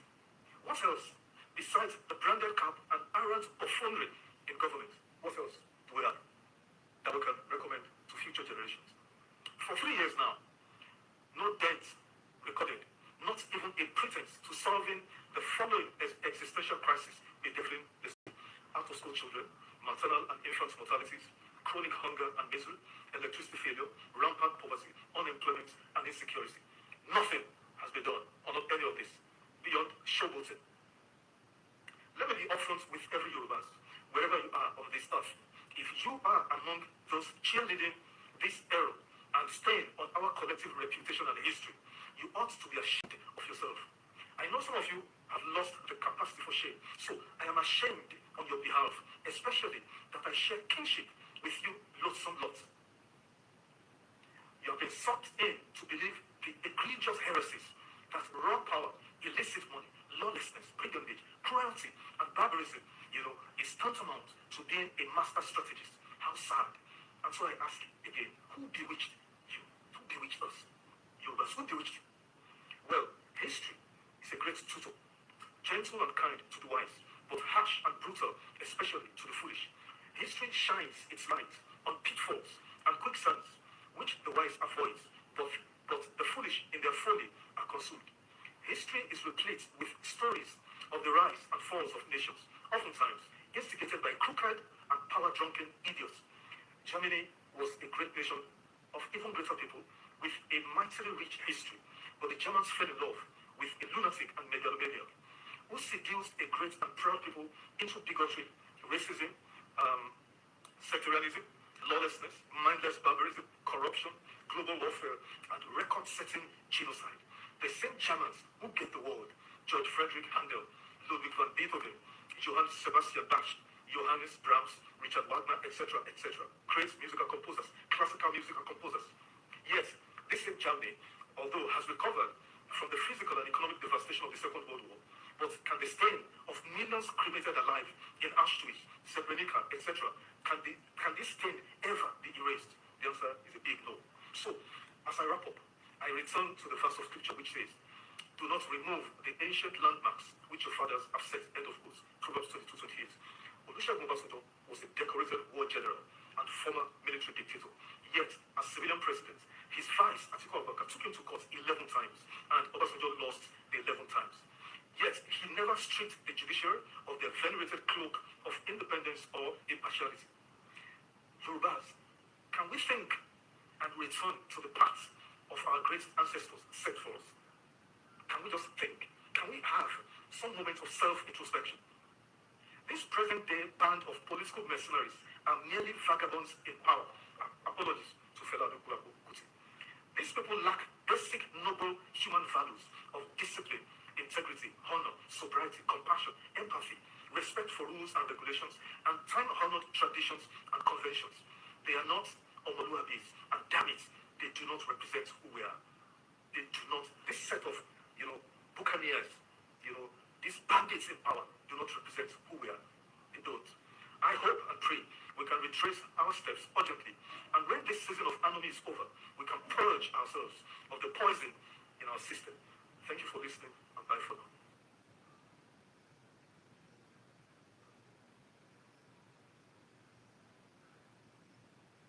So now this man don't join the voice as the Sultan of Sokoto has declared zero tolerance for blasphemy. He insists that there is death penalty for insulting Prophet Muhammad. You demonize the Sultan of Sokoto, who is one of the leaders of Muslims, especially Muslims in the north, who accept him as their leader because he's a descendant of Osman Dan Fodio. Sultan of Sokoto knows where the terrorists are. The statement by the National Council of Islamic Affairs, headed by the Sultan of Sokoto, is a shame and a disgrace. Now, what crimes have Muslims committed? Look at the ongoing genocide in Gaza. It has never happened in Italy. Before was very hard. Oh, one is above the law. I want you guys to watch this particular video with me from House of Chamber. The secrets that this pastor revealed on everything that the Sultan of Sokoto and the movement of this Sharia law in Nigeria. I want you guys to watch it. The Sultan of Sokoto has declared zero tolerance for blasphemy. He insists that there is death penalty for insulting Prophet Muhammad. So, if you insult Prophet Muhammad, they will kill you. Before this video ends, I'm going to tell you why Muslims don't want Prophet Muhammad's true identity to be revealed. And I'll also show you why what they call insult is not actually insult. It is actually the life of Muhammad, because the life of Muhammad was documented. So at the end of the video, I will tell you why Muslims want to kill you for insulting. They call it insult, but most of the people are just saying the truth about the prophet, because all these truths, they are in their sacred books and they are in very authentic Islamic sources. But before I tell you why Muslims want to kill you for insulting Prophet Muhammad, let's talk about Christianity a little. You know, in Christianity, our Lord and personal Savior Jesus, a lot of persons insult him, and we pray for them, we love them, we show them love. The reason we show them love is because we know their eyes are closed, their eyes are not open yet. So you see, in Christianity, we love even if you insult our prophet. We reach out to you more, and we try to help you see the light. If you read the Jewish Talmud calls Jesus a bastard, an evil man, a sorcerer, a magician, and a fool. If you read Yevamot 49b, you see Jesus was called a bastard because he was born out of adultery. I'm reading the Jewish Talmud to you so that you see how people, faiths, have insulted Jesus. If you read Shabbat 104b, Jesus was called a magician and a fool, and Mary was called an adulteress. If you read Sanhedrin 43a, Jesus was guilty of sorcery and apostasy. If you read Gitin 46b and 57a, Jesus was sent to hell where he is punished by boiled excrement for mocking rabbis. Do you see the kind of insult that is here? Even the one that they said Jesus is burning in hell in excrement, like in sheets, in poo-poo. But yet, Christians will read things like this and we are full of joy. We even rejoice more because we don't have anything to prove. We will not kill you for insulting our Lord, because our Lord is the Prince of Peace, and he admonished us, he told us to love our enemies. And that's why we don't even see you as an enemy. We just see you as somebody that his eyes are not open yet. So in Christianity, violence is not part of our tenet. Killing people up and down is not part of our tenet. But we cannot say this about Islam. Now, let me show you why Muslims want to kill you whenever you speak the truth about Prophet Muhammad. And the funny thing is, these truths are in their Quran. They are in their sacred sources.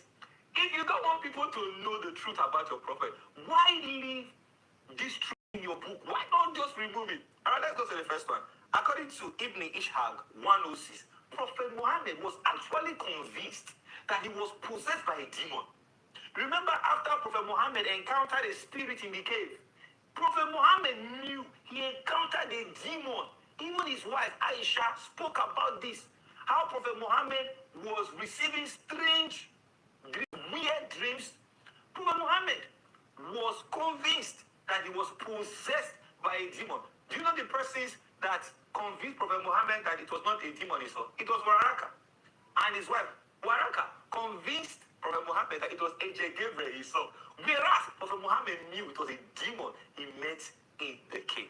The second one, according to Bukhari 6982 and Ibn Ishaq 106, Muhammad tried many times to commit suicide. After Muhammad was possessed by a demon in the cave, he tried to commit suicide numerous times. It was because his wife Khadija was trying to save her husband from committing suicide. That's why Waraka now told Muhammad that it was not a demon, it was Angel Gabriel he saw. Quran 33 verse 50 speaks about how Muhammad had sex with his slaves. And this is supposed to be an upright man sleeping with slaves. You will never hear something like this concerning Jesus. In Ibn Ishaq 464, Muhammad beheaded hundreds of Jews for trying to defend themselves once they realized he was eliminating them. But once the Jews found out that Muhammad was eliminating them little by little, he beheaded hundreds of them. This is also found in the book of Tabari 8, verse 27.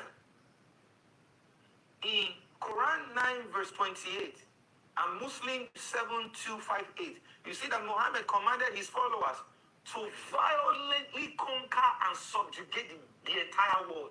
This is why Muslims are doing jihad. This is the instruction from the prophet they follow. All right? If you read Bukhari 6161, find out that Muhammad bought slaves. He sold slaves. He owned and traded black African slaves. This is a man they call a prophet. If you read Bukhari 7142, Muhammad called Ethiopians raising heads and claimed that Satan was a black man. Muhammad was also a racist. Ibn Ishaq 675 to 676. You see there that Muhammad assassinated people for criticizing his religion. This is crazy.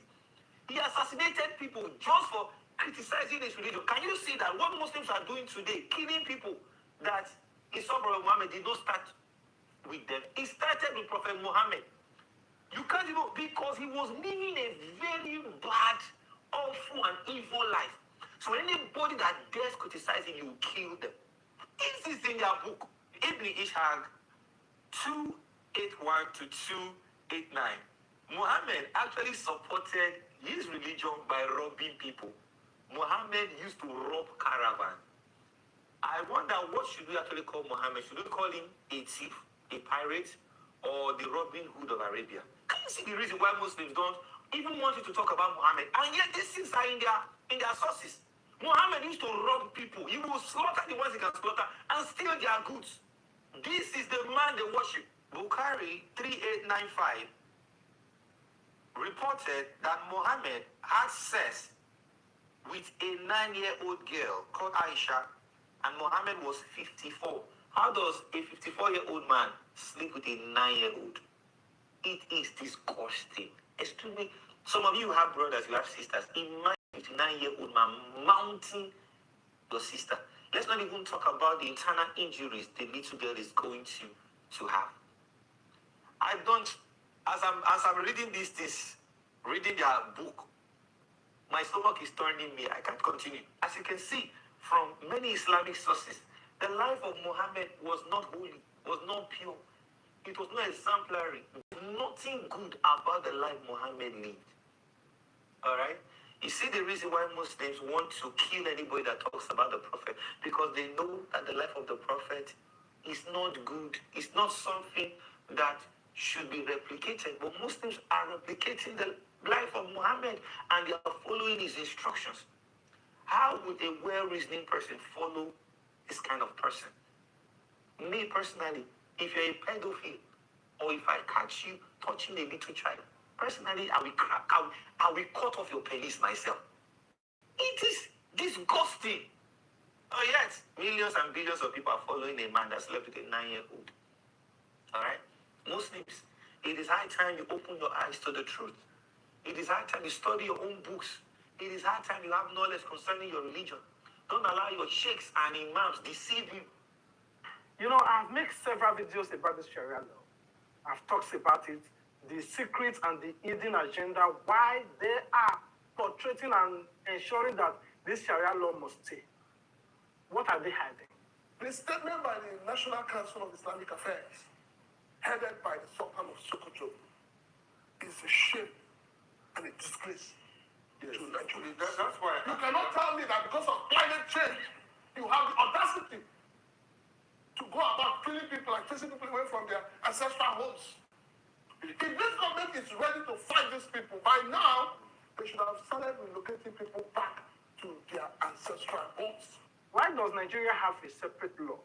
One to govern the Muslim and another to govern the entire Nigeria.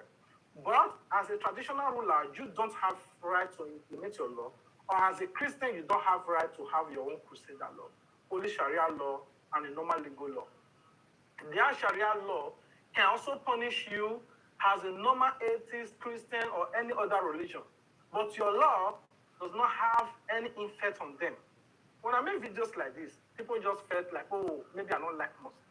I have a Muslim person working with me. I have a Muslim staff working with me. That tells that not that I hate them or I chastise or despise them, but simply because I want a better society, a better Nigeria where there are fairness and equities, where everybody can strive equal. Nobody is more Nigerian than anybody. That's my goal. Or no religion is more superior than any religion. Right to practice whatever you want to practice and not imposing your own religion on anybody. What is the purpose of the Sharia law? They will portray it to you is to ensure to put the Muslim on check so that they will not go against their religion by drinking, by womanizing, by robbing, by committing all kinds of atrocities. That's what they will tell you. But deep down, that Sharia law will establish to ensure that the secret of the Muhammad is not found. And even if it is found, you decide to speak about it, you'll be executed. Practicing other religion other than Muslim, and you live in a certain community or area, you can be executed. Not directly like, hey, we are Muslim, I want to do this, but by using the same Fulani, Al-Qaeda, ISWAP, ISBAN, Jihadists, ISIS. These are the people they established to ensure to carry out the effect of Sharia law in Nigeria. Go and look at any other country that they don't have the Sharia law. Go and look at Ghana, the Republic. Go and look at other countries. They are living peacefully than Nigeria. If Nigeria is a Muslim country, I understand Sharia law can stay because it's a Muslim country. Everybody lives as a Muslim. But Nigeria is not for Muslim. It's multinational religion. Everybody practices their religion according to the constitution. But unfortunately, they are not having it. And they are implementing it and forcing it on everybody. Codedly, not publicly. That is where most of them don't understand. Anyway, what are your thoughts about this particular video you just watched? Please let us know in the comment section. What do you think about the Sultan of Sokoto, who repeatedly, his name has been coming out repeatedly, like Shaigumi? The people that are enforcing this ISIS Fulani, on Kodo, allegedly, all these Fulani, hated them. They are not sponsoring them, but they are defending them with utmost right. Every time they speak, you see them that they are trying within their best to protect this Fulani herdsmen, all the kinds of terrorists they are doing. That's why you see Nuri Badu, National Advisor of Security, is telling you that nobody has rights to touch this Fulani because they are their brother. Can you not say that because your brother commits a crime, is no longer your brother? They are our brother, we can rehabilitate them. Nigerian military, defense headquarters, telling you that Boko Haram can be rehabilitated. So they have right to rehabilitate them. You cannot tell them that they are no longer Nigerian. But no government in the Southeast cannot be rehabilitated. Biafra cannot be rehabilitated. The secessionists must be executed and eliminated away from Nigeria. But other terrorists that are terrorizing Nigeria, terrorizing everywhere in Nigeria, can be rehabilitated because they are Muslim. You see Nigeria. Nigeria can never join together. There's no how they're going to do it. Not because other religion don't want it, but simply because some people felt that their religion is more superior than every other religion. Anyway, what are your take about this particular video you just watched from House of Shamba? What this man said? I will rest my case here. I love you guys. God love you more. Until we meet again. Peace out. Bye.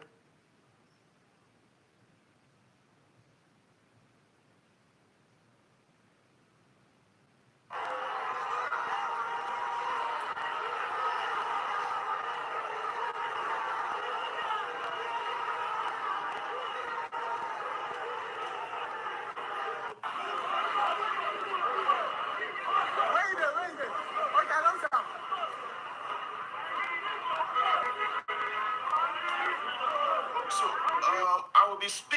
money as the Spirit of God gives me the utterance. You see this protest of VDM here, this VDM protest, Tinubu wants more of it. In fact, the presidency likes it. I'm talking about Tinubu in particular now. But you see, the challenge with Tinubu is that he can't talk. He cannot express it because the power that installed him in that position forbid him from doing anything otherwise. The power that has been, the power that wanted to Islamize this country will not allow him to talk. Probably they will come after him or come after his families. Like I said, as the Spirit of God gives me the utterance. They must have showed him the line of history and how, they control the powers in Nigeria. How the former presidents yielded to their instruction. If you look at Goodluck Jonathan, for example, Goodluck Jonathan was removed from power. Go and listen to his speech. You will understand. He had to surrender. Go and look at the way Buhari controlled the country. Go and look at the rate at which the jihadists, unleashed terror on this country, and nothing was done about it. They could not control Obasanjo actually because that guy was mad. He's a madman. Sorry to say, I'm just being sarcastic here. He was once a military man and a military warlord. So they waited until when he completed his tenure before they came out. In fact, Boko Haram came into this country 2002. That was during Obasanjo's regime, but they couldn't do anything. If you look at the way Abacha died a strange death. Why? Because this guy refused to yield to their instructions, refused to work under their boundary conditions. In fact, I like Abacha because he refused to Islamize Nigeria. That is why I like him. That is why I just like him. At the time, you see, his best friend, Muammar Gaddafi, came all the way from Libya. He told him, he admonished him, Islamize this country now. Just Islamize this country. Abacha refused. In fact, during Abacha's regime, the Sultan of Sokoto was chased out, far away from the government. They don't have any stake, any influence on the government, as we have it today. But unfortunately, the man died. Abacha died. He died a strange death. So let me leave that aside. What VDM said here, listen to it. Please, sir, that is why we are saying enough is enough.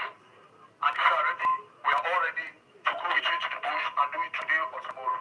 Because these people, the moment they push you and you are not able to push them back, they have been studying them for the longest. They will claim the land. Very soon, they may start asking you for levy. Nigerian youths, what VDM just said is the surest way out. There is no any other way out.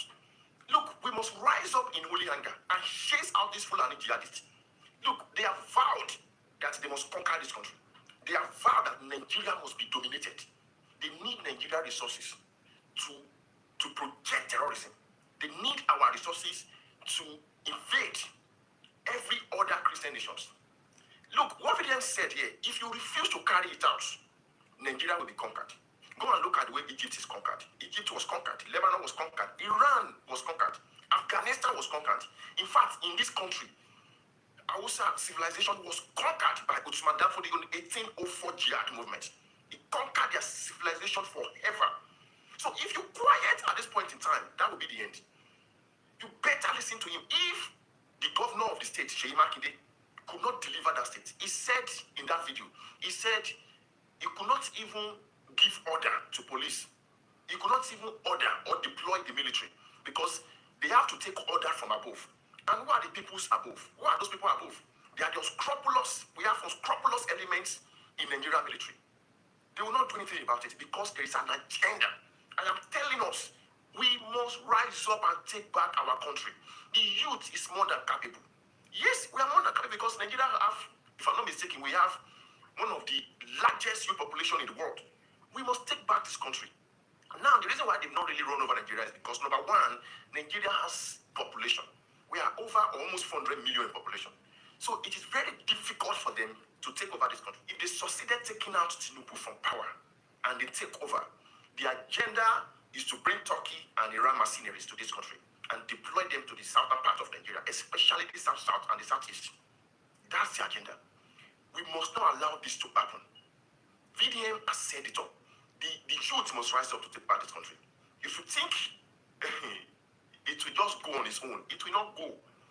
They have backings. I was listening to Sunday Igboho a couple of days ago when he said one of the Yoruba villages that invited him or something. So he went to that village and he discovered that the Fulani jihadists have taken over the country.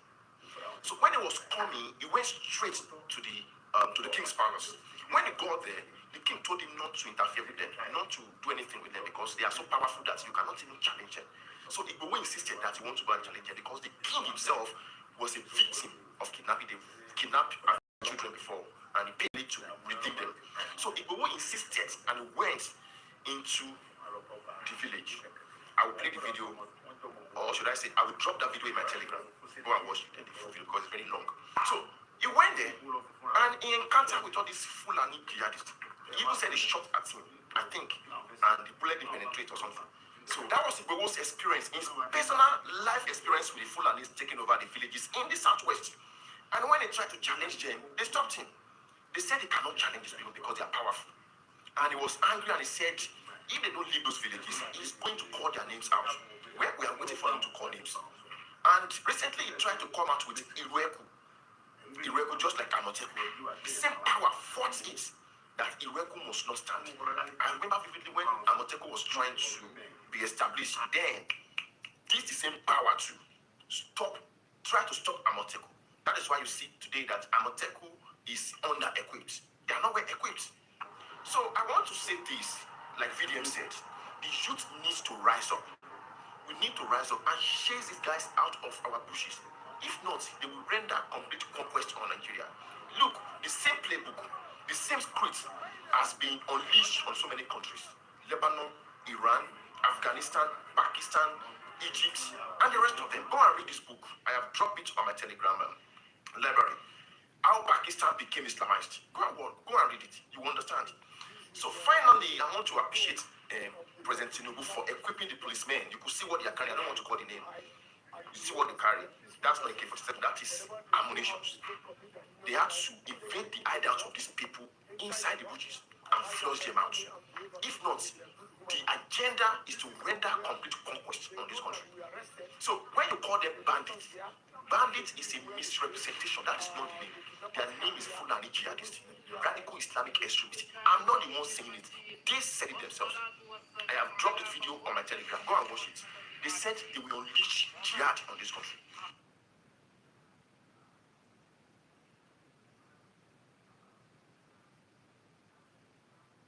Congratulations to Nigerians. Congratulations to Nigerians. Our country is getting better. Our NDLEA agency, they are really doing a good job. They are really doing a good job. Not every time when they talk bad about the security agencies, not every time when they talk bad about them. Sometimes if they do good too, guys talk about them too. Congratulations to us. Our NDLEA agencies, they are really doing a good job. Take a look at how this canine dog sniffed out hard drug from this vehicle. I don't even know if we get canine dog for this country. I don't know if we get canine dog for this country. Not until I saw this video. Our NDLEA agency, when I really they try. You know, easy. If only other security agencies can sniff out kidnappers and bandits that has been terrorizing this country, Nigeria would have been a safer place. Nigeria would have been a better country. If only other security agencies can work like this and sniff out bandits and kidnappers. But now God will save us. This is to all those drug traffickers. This is to let you guys know that there's no room for you in this country. There is no single room for you in this country. Our agencies are active. Our canine dog, they are very active. If you do anyhow, we are going to sniff you out. If you do anyhow, you will see anyhow. Our canine dog is going to sniff you out. You don't understand. But my problem now is say, this suspect, the one that is putting on white, why is he wearing nose mask? It's not. How can a suspect be wearing nose mask? I mean, is this a content? Is this a content? It better not be a content. I refuse to believe that this is a content. Kudos to our NDLEA agencies. You guys are doing a good job. Keep it up.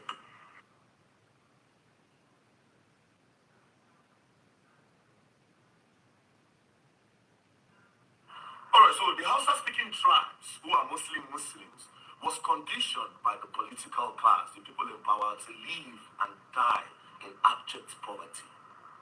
These people have been conditioned and been structured to live and die in in abject poverty. They will never know anything good in their lives. And this is the structure that the people in power have put in place for the longest. They did this thing because they want to continue having control over political power. And what is political power? Political power is numbers. And this is why, no matter what they do, they will always get less than more. Please tell me today, what is an Hausa man good for in Nigeria? First of all, these people are born. When they born them, they start teaching them how to beg. They don't want shit. When they are born, about 60-70% of them go into learning how to become beggars as children. It's not like that in the West. It's not like that in the South. It's not like that in the East. Children are being asked in this other region of Nigeria. They will ask them, what do you want to be in future? You hear pilots. You hear pilot, you hear engineer, you hear electrical engineer, you hear different things. The children in the north don't have this luxury of even deciding what they want to be. They become beggars. That's what they are born into. What is an Hausa man good for in Nigeria? Megadi, it's man. Megadi, that's what they are good for. What is an Hausa man good for? Shoemaker, that's what they are good for. What's an Hausa man good for? King. Obioma, mobile tailor. Have you ever seen an Igbo man doing shoemaker walking up and down? Have you ever seen a Yoruba man going up and down? How many times have you seen an Igbo man being a gate man? Even in the eastern region, in the western region, they go and they say, who is the best for gate man? So all those outside people, they are very honest. They bring them. Meshai, Mesuya. These are all what these people are good for. This is a structure that they will never become better. They will never have an option. Now, these children that were born into begging, they don't beg for themselves to eat. Even what they beg, if you see those children with rubber plates or those children asking you for alms, when they gather that money, they take it to their malam. Then the malam, in return, give them something from what they begged for them to survive. I'm coming, I'm going somewhere. Hausa-speaking tribes, go and ask the men in Jos, what are they good for? Jos men. There's no option. They drink, they do mega. Hausa-speaking tribes. Benue, the same thing. Benue men are known to be megas. It's men. Their girls, their women are mostly known for being house helps. The Hausa-speaking tribes was structured in Nigeria to never tell people that their population can change the country. They don't have access to education at an early age. The adults don't have access to big companies, to industries, because they didn't learn anything when they were growing up. But it's something that they have access to. They have access to guns. They have access to grenades. You know who gives those to them? Those AK-47s. You can buy AK-47 in the north. There are videos of a man that said he bought one guy that he caught. He said he bought 60,000 naira for AK-47 and they buy bullets for 1,000 naira. The politicians supply them all these things to terrorize the country. But they will never supply them anything that will make their life better. Now, they don't even know better. That's another thing. These are, like I said, you give them to people, you drop them in the streets, they learn how to beg at an early age. Then when they learn how to beg for a long period, then when they become adults, they become self-conscious a little bit. But now, they don't know any better. It's not as if they went to go and learn how to do handwork. That's another thing. I said in the other part of Nigeria, as a small boy, they will not beg. They'll still go and learn how to do. They'll still put out for mechanic. This side, they don't do all those things. So somebody that did not learn anything growing up, as an adult, is just sitting down somewhere. Somebody will just come and tell him that, I have guns, let's go into kidnappings. Most of the terrorists in Nigeria are from the Hausa-speaking tribes. Most of the kidnappers in Nigeria are from the Hausa-speaking tribes. The bandits are from the Hausa-speaking tribes. There is a reason for all of these things. There is a reason. There is a reason for all of these things. This is a political structure that is meant to keep them like that for life. And you know why? Because of political power. Because the North, the Hausa-speaking tribes, they decide who becomes the president with their votes. So these politicians understand this. That is why they can never give them something good. They have to keep them in abject poverty. They have to keep them in a condition where they will beg to eat. So that when these politicians come with bag of rice and 5,000 naira and tell them, vote for this person, they will not have an option than to do that. And of course, because they are Hausa speakers, and because they are from the north, when this political class, the one that went to school, when they bring any other person and say, oh, this one speaks Hausa, this one is close to you, these people are not even educated to know that Igbos exist, Hausa, Yoruba exist, Edo exist, Efik exist, Delta people exist, Bayelsa people exist. They don't even know all these parts. They are not educated enough to know. They only know that the person that can associate with us is the person that speaks like us. So the politicians can never give them something good. This is why all the northern states are being terrorized, because this is the structure that has been put there by the political class to control the country. It's deliberate. We will never give them a good life. See Lagos, if you go to Lagos, you have companies. If you go to Edo State, at least you get oil, people they do it. If you go to the Niger Delta region, there's oil. If you go to the east, businessmen. If you go to the north, disaster, beggars, Almajiri. That's what they know. They don't know any better. Structure. That's what they did to them. These terrorists you see, these kidnappers you see, these bandits you see, they don't know any better. These are people that were taken advantage of politically. They don't know no better. Why am I saying this? The North needs help.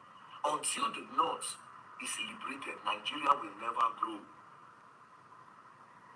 If northern Nigeria is not liberated, North Central, if all these places are not liberated, Nigeria will never grow. And what am I trying to say in this video? The Ariwa influencers, you have to start preaching to these people that this is the condition that have been structured for them. Thank God we have social media now. Only that man is sitting in one room, started in one room. Today, he has millions of followers and he can send his message to millions of followers. I can post now and say, let us congregate there. Thousands of people will come outside. We have an opportunity in this generation to help ourselves. We are not enemies. These politicians are successfully turned Christians against Muslims. Turn Hausas against the other people. They lie to them that, oh, they are the ones that have the power. Hausa man will tell you that they know politics. They know politics. Well, the elites know politics. The one below don't know nothing. I said the Hausa-speaking tribes are not good for anything based on what the political class have made it to be. That is why, when I talk to you, if you meet an Hausa man that speaks good English, you are usually surprised. No lie. When you see Hausa man, wait up and they call speak English, you go shock. No lie. Then you take it somewhere, like, oh, I met one Hausa guy. Oh, the Hausa man where go school, they go school finish. You see, it's a structure. I remember when Ali Nuhu starred in an English movie. Ali Nuhu, a Hausa movie actor. I swear to God, we surprised when Ali Nuhu would speak English for the English film, Nollywood film. We shocked. Ali Nuhu, he speak English. We were surprised because we didn't expect anything better from him. You see, the markets that have been sold against the Hausa-speaking tribes by these politicians is bad. We have to cleanse them for this country to be great. If you decide to, let me tell you how empty the North is. Let me tell you how bad it is. I said the only way to consider those people as human beings is because of election. After election, anything that happens to them, they don't care. You have to understand this. If today we say, may Nigeria divide, the West is going to survive. The East, the East will survive times 1 billion times. The South region will survive. But you see the North Center, they will not survive. Not only Abuja will survive. They will not survive. They don't have anything to survive on. Yet they have the manpower. These people are honest. honest people. The Hausa-speaking people are honest people. Northerners are the most honest people in Nigeria. They are very, very hardworking. They are very loyal and very honest. But what do they get in return? Banditry, terrorism, bombing, because the politicians made it so. And like I said, their children are born to become beggars. Al-Majiri. That's what they are born to become. And it's not their fault, because they don't know any better. We have to bring them closer. If you have a platform, this is the generation that can change things. You have to bring the Ariwas closer. You have to bring the Hausas closer. You have to bring these people close. If you have an opportunity to give orientations, that's great. We need to do these things. Else, this country will perish. And the people holding Nigeria are the growth of this country. Until they are liberated, we will not go anywhere.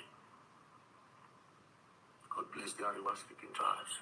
God bless the Hausas. God bless the Igbos. God bless the Yorubas. God bless the Efiks. God bless the Ibibios. God bless the Niger Delta. God bless every part of Nigeria.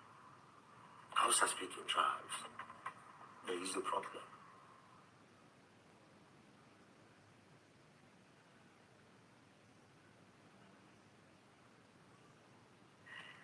We were outside on Sunday. Happy Father's Day to all fathers in the world. And as you know, the UK Rattle team always love to carry out activities that would help to reach out to the vulnerable, the aged, the less privileged, and the homeless, and many other categories of people. And basically what we do is to give hope to the hopeless, to stand with the weak, the oppressed, and to make life better. So we were outside on Sunday. I want you to watch the video attached to this and see how we did. See how we were received and see what went on. Thank you. You can make a video.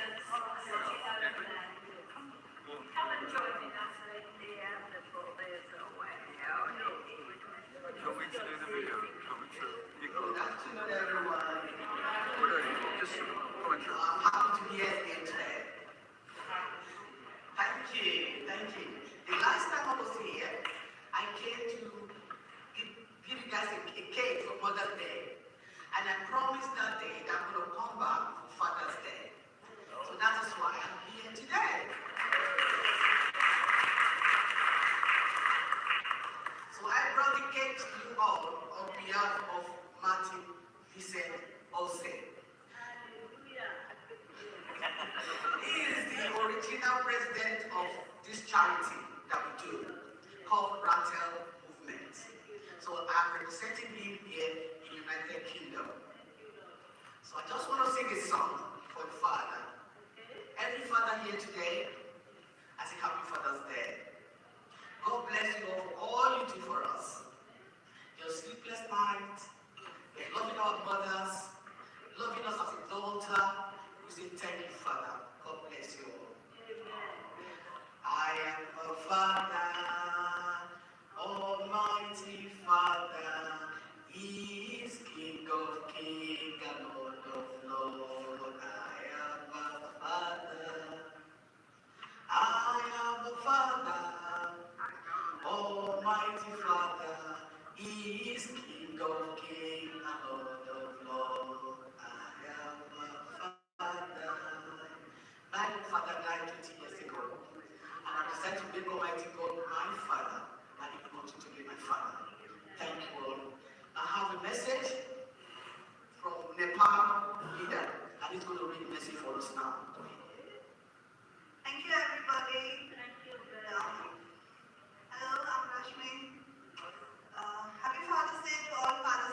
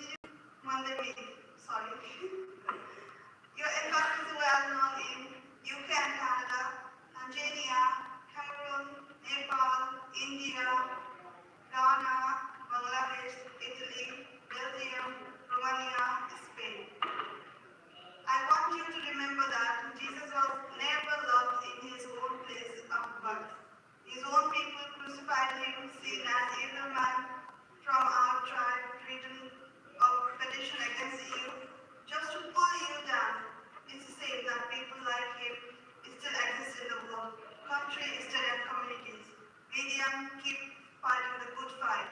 God bless you, Martin, Vincent, Austin. With or without them, we love you so much and we follow your paths. Thank you so much.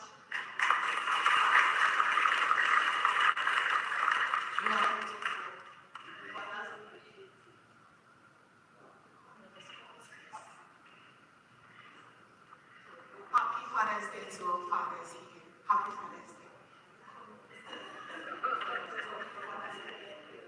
Just say happy Father's Day, everybody.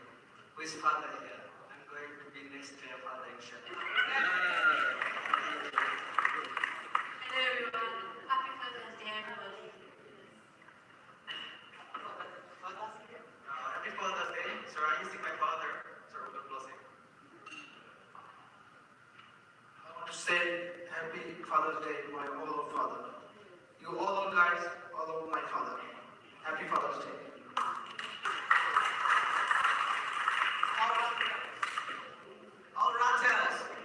All rantels, continue to do the good work. Continue to show love. Anywhere you go, show love. No matter who you are, your color, your race, your age, we are one before God. We love your fathers. God bless you. God bless you.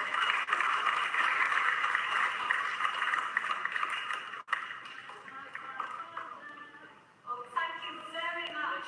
Now, they've brought a delicious looking cake here.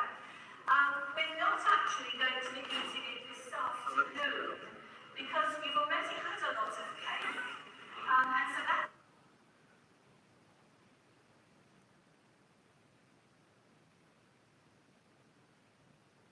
presidential candidate, trying to say that with Kestama having resigned over questions about accountability, loss of popularity, confidence, and all of that, leadership failure, he also said that President Bola Ahmed Tinubu should follow that example and also resign.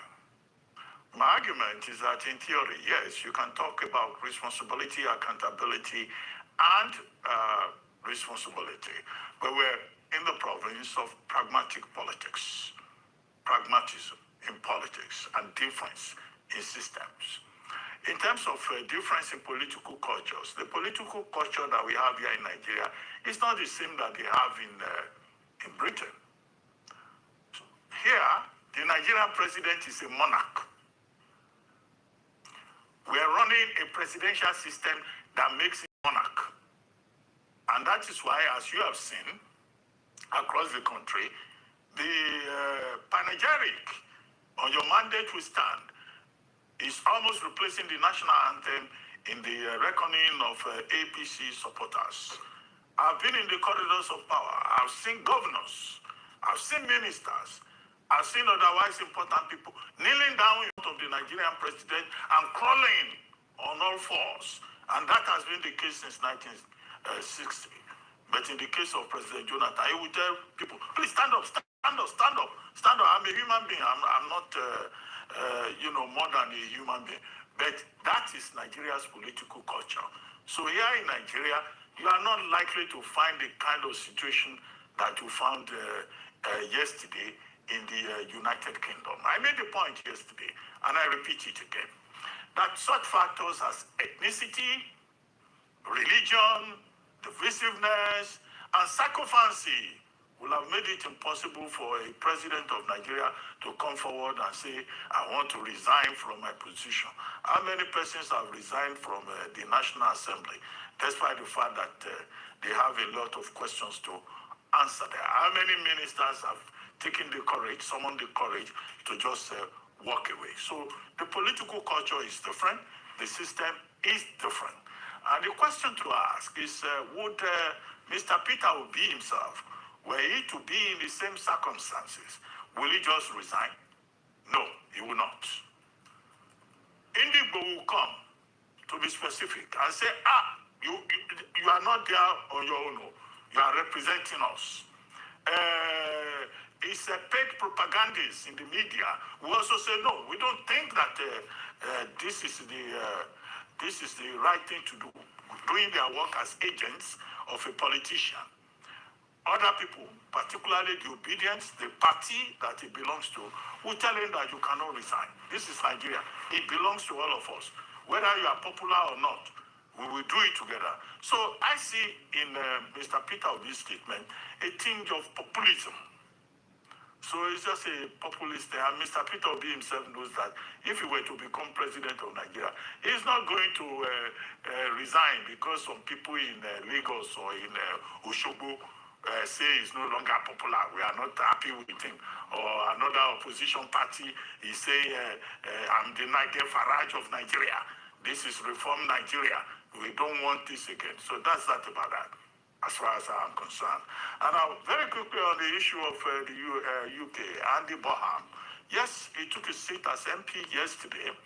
Yes, I was raising the question yesterday that, yeah, it may look like a coronation, but there are other elements in the Labour Party who are saying that, no, they need to test his political ideas. But he has, you know, the majority of Labour MPs behind him.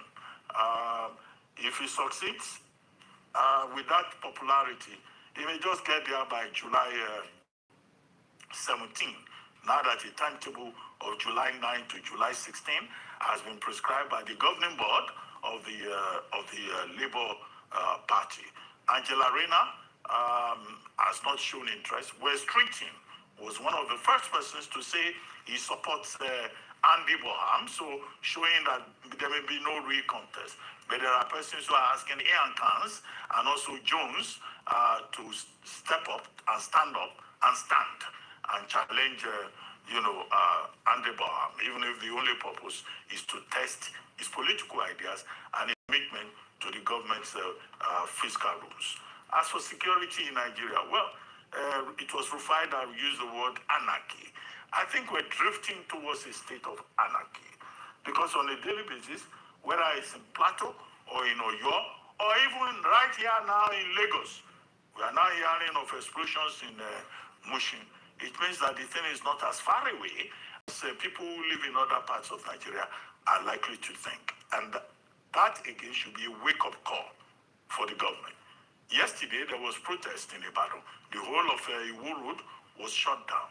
The people, are calling on government to stand up and act and protect the people. The IGP says, no retreat, no surrender.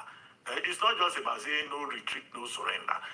We should measure government's performance, police performance, security performance in terms of deliverable, observable, measurable outcomes. And it is in that regard that the Nigerian government appears to be failing. So the federal government says they will plug access to finance for kidnappers who collect ransom. Well, that's one of the measures.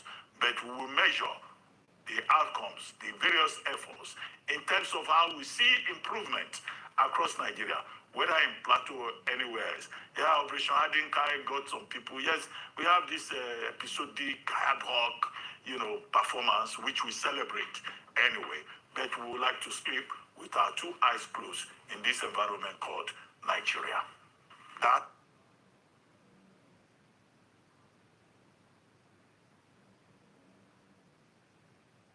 I don't mind of politics, I don't steal. What do you think is your greatest achievement as a lawmaker in Sowore Constituency 1? I'll say power. If you look at Sowore 10 years ago, it was a horrible place to live in. Today, electricity is one of the best you can find anywhere else. Also is having an open door policy. We will all die one day. We are not here forever. This I am saying to all of us politicians. We are not here forever. You are in that particular place for a reason, not because you are better than the next person. Trust me, there are way better people than you. Do you think you play the politics right? I'm not sure. I ask myself, if I leave Ashiwaju and I go to Obi, what is different from Ashiwaju and Obi? If I leave Obi and I go to Atiku, what's my difference? Am I more, let's cut the deal, let's do the deal and let's go? Or am I more, come, let me give you some money, let's see, like the Putin style? We have to define our own style of democracy. Let's have a 30-year plan, for instance, and say, for the next 5 years, let the West rule. The next 5 years, let the North rule. The next 5 years, let the Central rule. Yet, we're already following through a particular plan that leads us through 30 years. I'm just giving an idea. I'm thinking, okay, who is the next savior that can remove Ashiwaju from what he's doing? Presently, I cannot see yet. This is a man that knows that he doesn't have more than 40 years left. Politicians already realize tomorrow your boss or whoever is your head can turn on you at any point in time. The problem is that immediately they get out of office, they become very smart, very sensible, very philosophical, very inspiring, very motivating, very nationalistic, and they become quite aware of the situation, the dynamics of power, the problem that the political class has caused, and the kind of politics that is being played. Suddenly, I'm not even here because I think I do not want to join in the bandwagon of people that want to say that Desmond Elliot may not have done well as a representative of his people. I'll leave his people to determine that. If they are educated, if they are politically exposed and educated enough, they could tell if the man has done well. But I'm more concerned about his political choices now. He's not more nationalist. He's not even thinking that it's possible to have a rotational power system. Suddenly, a man that would not allow another tribe or that would support. And I say that clearly, not because I have him on tape where he may have accepted that other tribes should not have voted in the last election, but that he was a key member of the House of Assembly. Somebody that has been there for years, as at that time, over 8 years, so to speak. And then yet, he could not address the fact that the people were being bullied not to vote. He let it slide. There were no recorded videos of him campaigning on the floor to saying that whatever happened, people that perpetrated such evil should be brought to book. It meant that he enjoyed it. So suddenly, there is a nationalistic mindset to believing that we could do power rotation. And that has been a problem. And that's why Ruben Abati had opined in his book that he wrote after he left power that there are some form of forces in the Aso Rock that may be controlling what may be and what may not. But Desmond Elliot did not go to Aso Rock. Suddenly, he can sit and have conversations. Again, I do not want to access his time as a representative of the people, but I can access his conversation he's having now. And look at this, how he's gaslighting to say who is the next savior. It means that, again, like I've always said, these people recognize that there have not been results or solutions for the Bola Tinubu's government. So what they intend to do next is to gaslight the rest of us to believing that no savior is coming. As someone said, if the Tinubu that I believe so strongly cannot help Nigeria, no other person can. That is somebody telling you, first acknowledging that Tinubu has failed. And look at Desmond now, suddenly opening up to conversations that look like he now sees better. That is always the problem. They will keep their ears and eyes locked, tone deaf, as some people will call them. And then suddenly when they leave power, they become open to conversation. They begin to want to have engagement with the people. They now begin to see through that they have, first and foremost, they cover themselves, they guide themselves with psychophants and mediocrity, like the Edo State governor would do. And I've seen a lot of persons now saying, the best governor. Psychophants say, but we'll let it slide. We are not here. We don't do this because everybody is doing it. We will correct the wrongs when the time comes. Oh, because a matter went haywire, because a conversation went public, then the governor put in no lies. Acknowledge the fact that you have done what you need to do. But is that enough to be to say, oh, the best governor, all of the critics don't cry. This is psychophant. This is the problem with the Nigerian political system. Too many psychophant praise singers and mediocres around someone like that. So Desmond has surrounded himself as psychophant. Him too has been psychophant to the speaker, psychophant to Femi Gbajabiamila, psychophant to Bola Tinubu with a lot of noise. And now he had all declared. Sense is coming back. But don't trust them. Don't trust them. They are never your own. All of this is to create another agenda to continue to connect with the people. Because of course, they are never ending. Power, they say, intoxicate, absolute power intoxicates absolutely. The next goal is to go to House of Rep, maybe Senate. He's already liaising now. He's trying to look for a soft ground. He wants to garner goodwill, garner attention. Look as if, he's not speaking on behalf of the people. Suddenly, you think that the Igbos, the Northerners can rule this country. Suddenly, Desmond, really? And then he said, if I leave Tinubu, which person? Leave Obi, leave. It is about you. You have an identity, sir. You have an identity. Have you played political identity? You that signed a document without reading. You that did not check if that document was to sell your people, sell your constituency, sell the state or sell the country. You said because you thought, oh, you can calm down, you have lost it. Again, should anybody ever trust you with power? Is that person that should be the problem? Because you agree that you signed the impeachment or the reinstatement without going through. You don't have a mind of your own. You are talking about identity. You desmodel it. You suddenly have identity because you're out of power now. Your eye don't clear. You have become very inspiring, very inspirational, very commonsensical. You now begin to act like I almost said the prime memory. Bruce, go even that one said.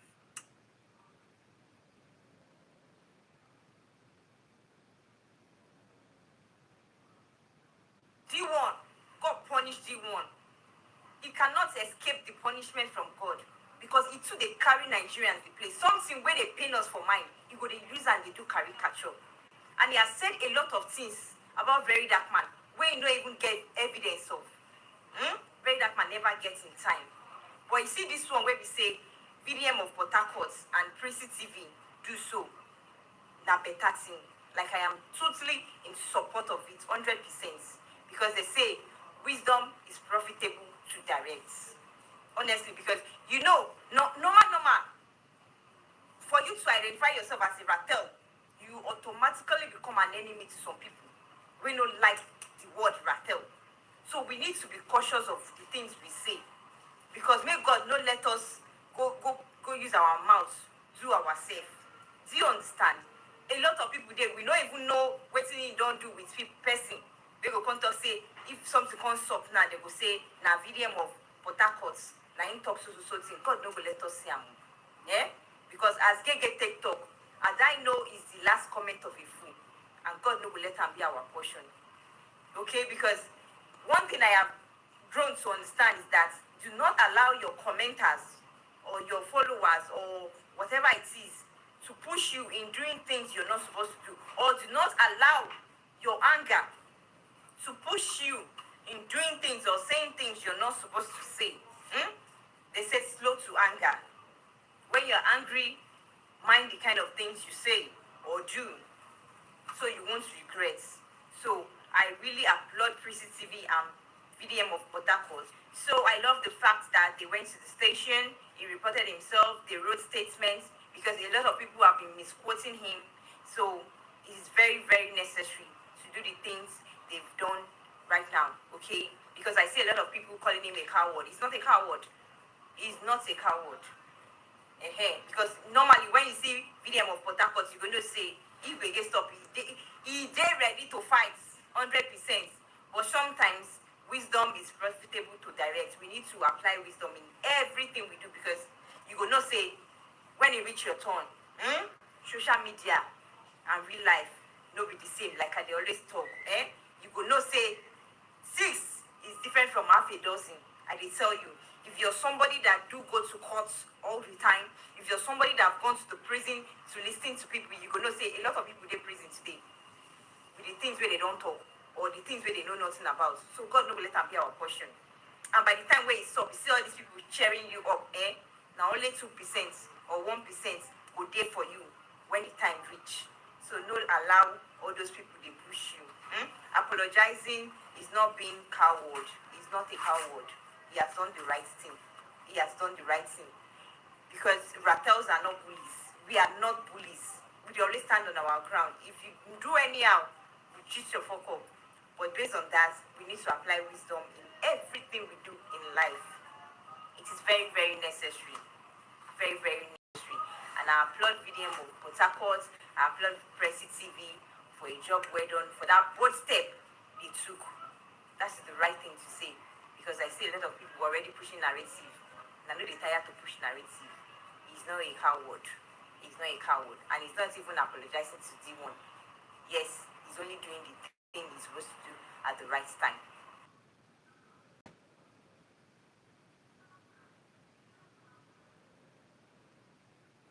No, VDM is somebody I loved him. I will go wake up for morning, I go tweet VDM for president. That time the police used to arrest him every day like radio thief. I would post. I carried him on my head. Just imagine something should just happen and you are shocked. Somebody that you love so much, somebody that you look up to so much. Like, I just got confused. Now, imagine his mother or his sister was killed. Okay, if at all. Now, she now has children. Won't you even fight for compensation for the kids, at least? And now, there was already a fight for money when there was never even a money conversation. That's what's even busting my head.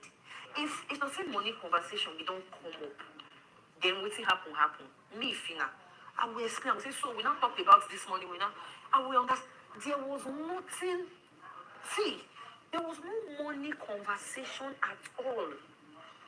I was just crying, saying I want them to fly her. I want them to remove her from that hospital she was in Lagos because the thing just happened now, that period. I want them to bring her to Lagos. Let's fly her. That was my major concern. A lot of people that were in that one room, it was in one room.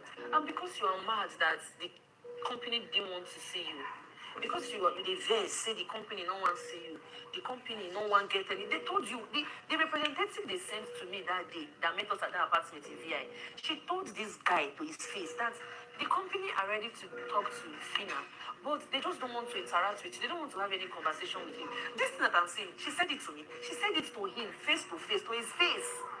And he was just laughing. It was just... The next day early morning, you called me. He said the same thing and said, oh, you understand? And then I don't... I'm trying to understand. If he has an issue, if he feels the company were being corny, he should have faced the company like, yes, why you don't let me come? When I didn't call the girl, she's grieving. I was grieving, for God's sake. Okay, let's check it from this angle. I'm tired of explaining. Let's check it from this angle. I was grieving. I'm going through a lot. And it's not as if they told me to tell him. They told him to his face. They were there. The representatives that came, they told him that, okay, see, we're going to attend to now, but the company don't want anything to do with you. Now, if you feel there was something funny or corny, it is not on me because it was there. We were both helpless. It was... Why I'm saying all of this is because I don't like that. My sister didn't get the attention it should have gotten. And at the end of it, I was now regretting. I should have stood by myself, made the video. I wouldn't have listened to him because, VDM is somebody I loved. I loved him. I knew we would wake up for morning, I would tweet VDM for president. That time the police used to arrest him every day like radio thief. I would post. I carried him on my head. Just imagine something should just happen and you are shocked. Somebody that you love so much. Somebody that you look up to so much. Like, I just got confused. Hi everybody, good morning. So, it's been a lot going on and it's been a lot of manipulations, lies and all of that. Okay, like I said, I'm still saying what I'm saying, but that's not it, right? When we're having a battle, when we're having an online battle, alright, kindly let us do it if you are not scared. Till now, you've not provided evidence for anything. You've not denied anything. You've just been manipulated. You brought out an Instagram chat. Later, me and you are chatting. You deleted, you unsent all your own messages and posted a straight space. No, that's even okay. It's not even my problem. I'm not even pained about that. But what I'm saying is, at least if we're fighting, let us fight in peace and fight well. Stop sending your rats to report people's accounts, nigga. So my account has been reported this morning, and I'm literally trying to get it back this morning. Like, yeah, so see, I'm literally trying to get my account back this morning. Alright, so yeah. When I get back, of course, so just give me a couple of hours today, I'll get my account back. It's just funny because, you just have useless people that are very jobless that can just go online and start reporting people's account. But it's okay, type shit. I said what I said. Let's go to court. If you think I lied on your head, sue me. Exactly. If you think I lied on your head, sue me. Let's go to court. And stop on sending your message on Instagram. I'm being a man now. Post everything. Oh, manipulator indeed. Like, literally, I don't want to talk about you anymore. Like, I've realized. So, I've decided I'm just doing this now because my account was suspended. I've already planned that I'm not going to involve myself again, right? So, henceforth, if you have anything to tell me, if you think I lied, sue me, please. Thank you so much.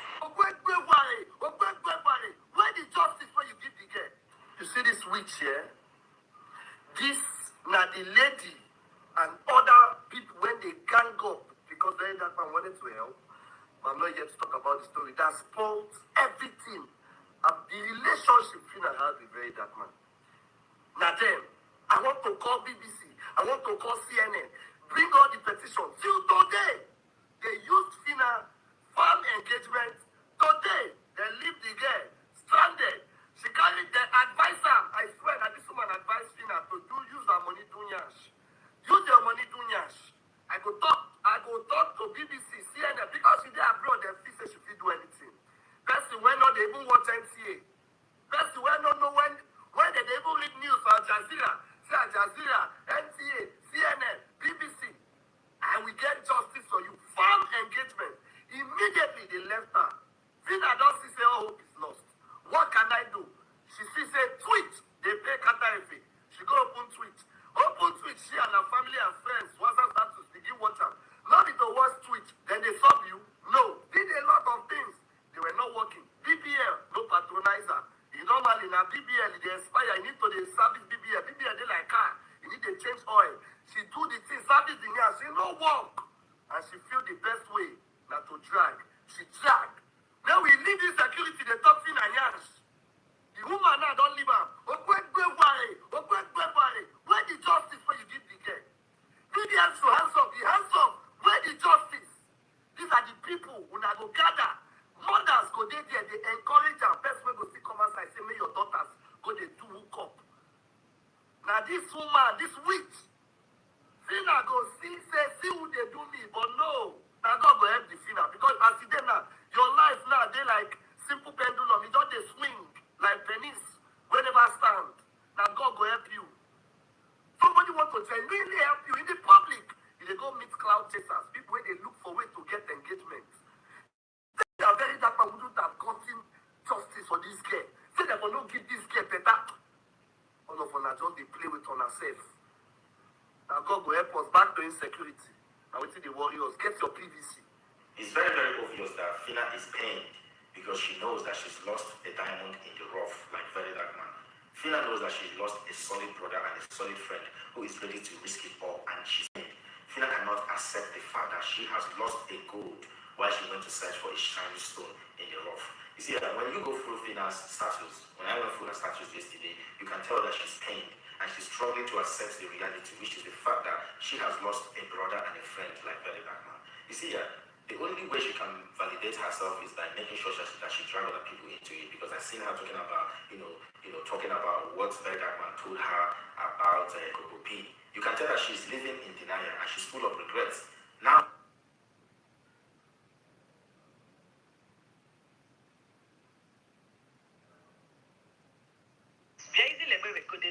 so you're still talking about this your book, this game. You're still talking about writing book of £120,000, almost more than 200 million to write a book on your sheet. So you're still talking about it. I saw the video you did. You said, thank you to the person put this one. Even like telling people if they still want to donate, they should donate. That you want to take your time and write this book, blah blah blah. Like, so you're still talking about writing this book, I pity Nigerians. You know, say Nigerians, we too have good mind. Any small, anybody who comes social media, you donate money, give. Now so una do blessing. Blessing now and easily, but what's the difference? Now same boat carry both of them. You are writing book of more than 200 million. And meanwhile, if you write the book safe, you go still sell the book, Abi, or not it go dash and free. Hi. Nigeria say if person they chop una mugu, Abi una know they see am. Una like this stupid girl. See what he they do. Person when they abroad though. Upon everything we don't do for this social media, he knows say because say you know they are abroad. By now, say if you don't go prison many times. Now she and Blessing see you for a do competition of who don't go prison many times. No, you there abroad, they do your thing. But now people where they suffer for Nigeria, where insecurity they now them go they donate money they give you, make you they use and they chop snake, they chop kilishi, they use and chop fish. And they go Italy, I want to go carry goat meat. Hey, you need goat meat, tell me your time. They use people money where they donate give you, they go chop goat meat. Well, now people want to donate give you. Because somewhere I said, now big time and any you be Omila. Even the best authors, they don't use that money write book. Movie, how much these people they use produce their movie? Cinema movie, or okay, let me leave cinema movie safe. YouTube movie, how much they use produce them? It can't be book where you want. Oh no, she. Mumu Nigerians, when I'm gonna go send. No, I cannot generalize because some people know what they do. Some people don't see through you. Some people know, so not some. Not be even all because some Nigerians say they have brain, they have sense. Onyoshi. As in the format, they just put this social media. Anybody will just wake up. Look, what is the difference? And you are castigating blessing. No?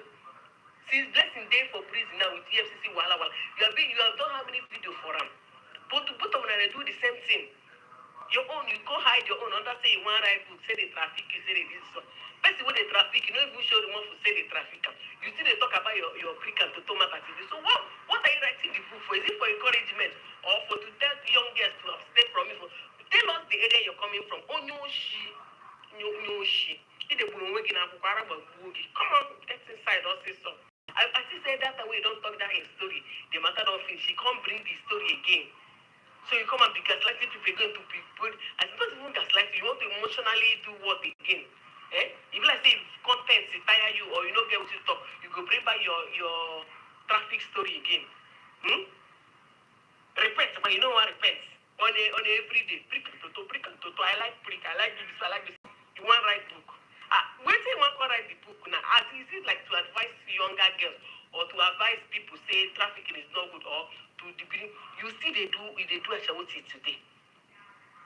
What it concern me if any mumu Nigeria where talk say money you don't believe for contribute for may donate money give you. May go use the money go Italy go buy goods meat. Onyara Unoshi. Omila.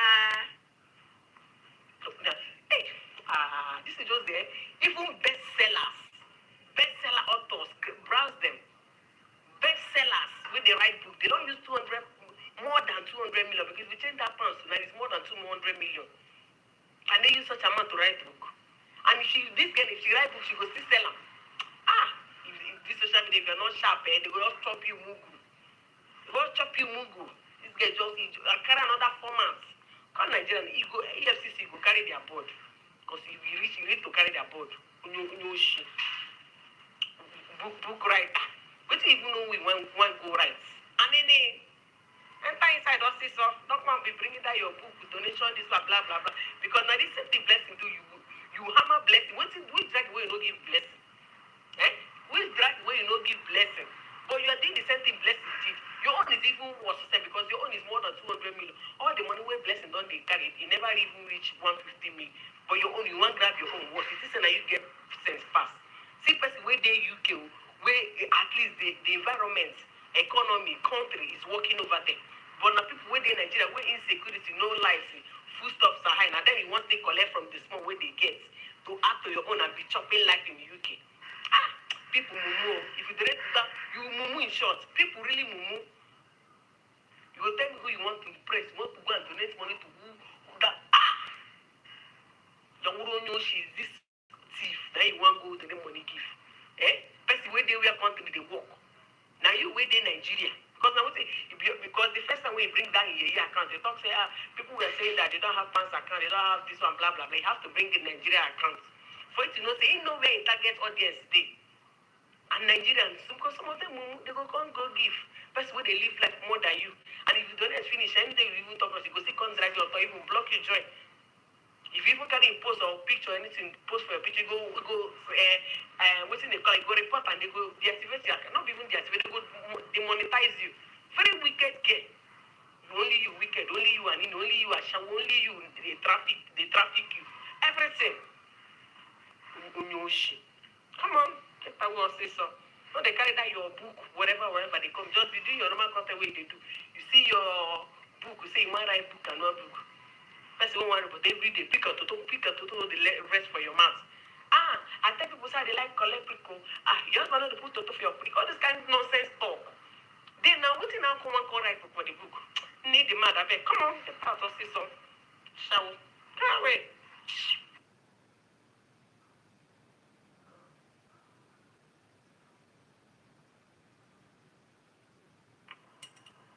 All right.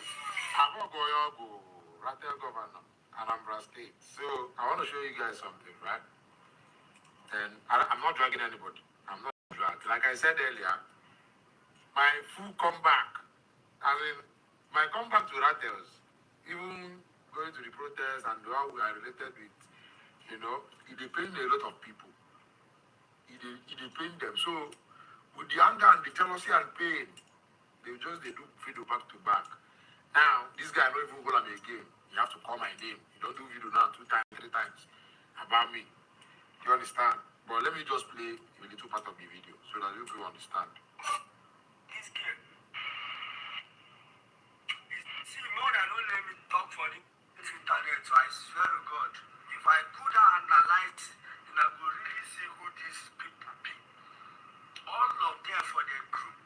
I know, like all of them for where distract or jeopardize this Shasha case. If I open my tell now, emotions, you understand? And I don't like damage control.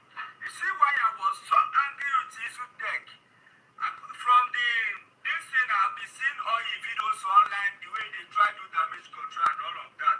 Issue tech, make I tell you, once a snake is always a snake. You left Raters, you left VDM, you left Rater movement to go and follow Sowore, do all your this in collect parents. Even that time you were busy trying. Alright, let me stop here. Maybe this is not too long. So I have now my brother. You said it was my video and one other person video. Now it's for Chacha case. We make them detain her, and we make the case still long reach like this. I now took my time to go to your page, to visit your page. You understand? In as much as I say, even person who gets me involved, when they're very close to Chacha, we say I need to spend the money say, for this case, for Chacha. Me, I don't send my money, my receipts, everything. They send my money. Even the happy way you they drag. You don't call happy names. But you don't even you don't do it one part of what happy do for this case. You understand? You own to create content and do videos. Now I have visited your page. You people can go and check. I visited this your page and I counted how many videos you have made as regards to this Chacha case. You also to use this Chacha case boost your page, make you get traffic. Yet you know they get the traffic where you define. I can't count videos where you don't do about this Chacha case. You have made 36 posts, 36 videos, different videos, 36 posts for Chacha head, for Chacha video, for Chacha matter. 36 videos. Now you don't make. So which time you couldn't use they do all these things where they always come out to play say they do for station. Now let me just hit 1 or 2 things, right? You are never in the police in the courts. You never enter court. You never the day when they go court, when they gotta get away, you are not in the court. You don't enter court room. I know they happen, everything when they happen there, I know. You own not to always go with your phone to quick to update or do content and posts. You have pushed a lot of you have said a lot of nonsense as regards to this case. Even the vendors where chat your friend, even the investment, they don't send me your videos like 3-4 times. And they tell them say no, but they don't worry about this. They say that people they just they vex, but they don't mind your videos.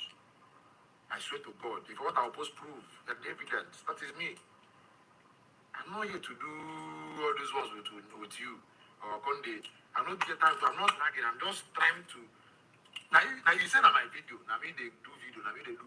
But you have created 36 posts as regards to Chacha's case. 36 videos, now you don't do. You don't drag happy. Now you don't face Isotech, but you drag Isotech. Hey, oh boy. Now because we can actually tell you the truth, right? Now because of some of your videos, now make me pause for this matter. I swear to God. Now me come out, now me make people know say they arrested this girl. Even I was on call, let me still play that for you. Make you know, okay, he did this for why they used to do this video. I recorded the call. I was on call with Chacha's sister. She explained things to me before police even detain her join. I still made a video about it.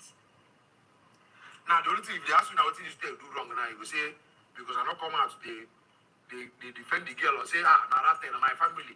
No matter what she do, she did right. Now, why they judge me now, say, I be snitch, I be this one, I be that one. Because I not support. I just hit the nail on the head to tell the girls, say, this one way you do now don't make sense. That is the problem. The same way when I take the drag Tracy TV. You have created 36 videos. Among all the people that come out for this case, now you don't create videos pass. Even Biggie, even Oracle, they never even create videos where you don't create.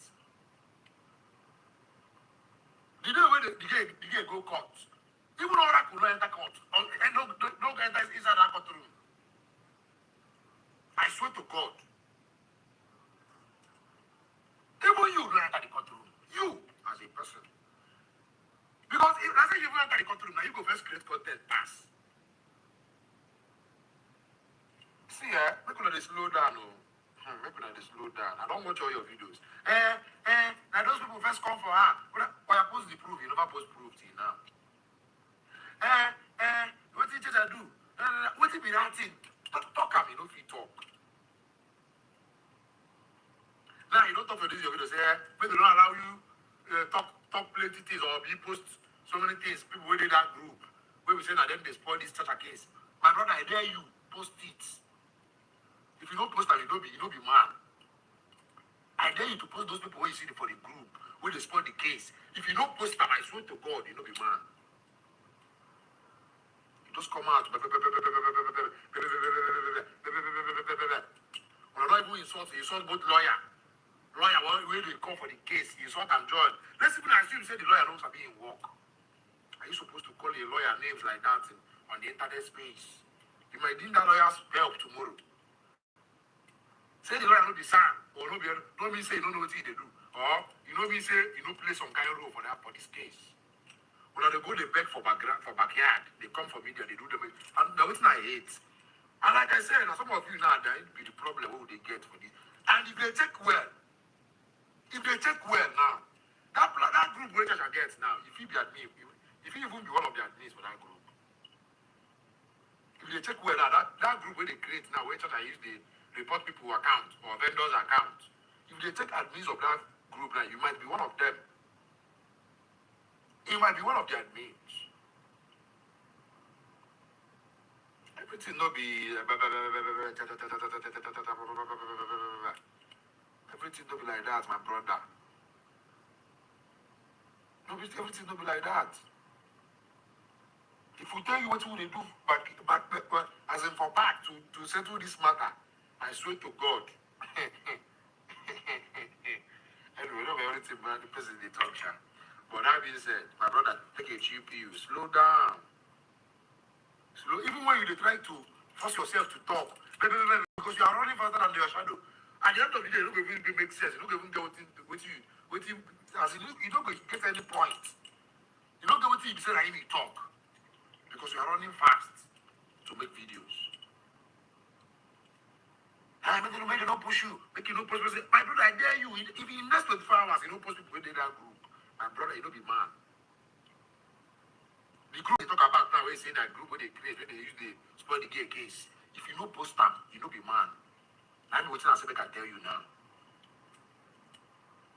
You have created 36 videos for such a head. 36. From the one where this matter starts, you have created 36 videos. The way they say I mean they do video. Go count how many videos I don't do about this girl. Go count them. I'm not sure I don't do up to 10 videos. What it be 10 videos? 1, 2, 3, 4, 5, 6. Call it 6 videos or 7 videos. Now I don't create. Or even call it 10. So I have to create video for this matter. I don't create 10. Don't keep saying at 10. We have created 36 posts.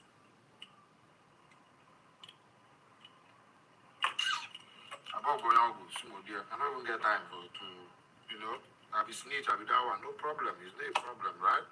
My home is say, I'm facing reality now. And I'm good with my presido. Not even you now, or anybody, if you make me come they shout, or come they drag it, or come they talk nonsense about rattles, or... Like I stated earlier, I said, 20 or 30% of people, they claim to be rattles. They are just here to spoil this movement. Because they're not going with the angle. Say, what even your speech or your talk, you even do like say rattle movement, get one kind big, now one kind of occultic group, or my brother, everybody can be rattle. Even no. If like all the Nigerians, the Nigerian youth fit on rattle, no. I will work on them. Once you have integrity and you know what you are doing, you are a rattle. And you will be rattle. If you do the one will not make sense, we will call you out because rattles know they cover evil. We know they back up evil. You understand? If any rattle member thief, we will try and say you thief, you be thief. You understand? Get that straight, my brother. Let me say, rattle do something, make you cover them as rattles, make you cover them up. I don't understand. No, now, call a spade, bro. China. When they do business, even before she start the call out vendors. That alone, she have no right whatsoever to put any vendor picture to drag the person say, this your price is high. About going out with some of them. If you don't post that group, that tells you where they spoil the case for the way they group, you know be man.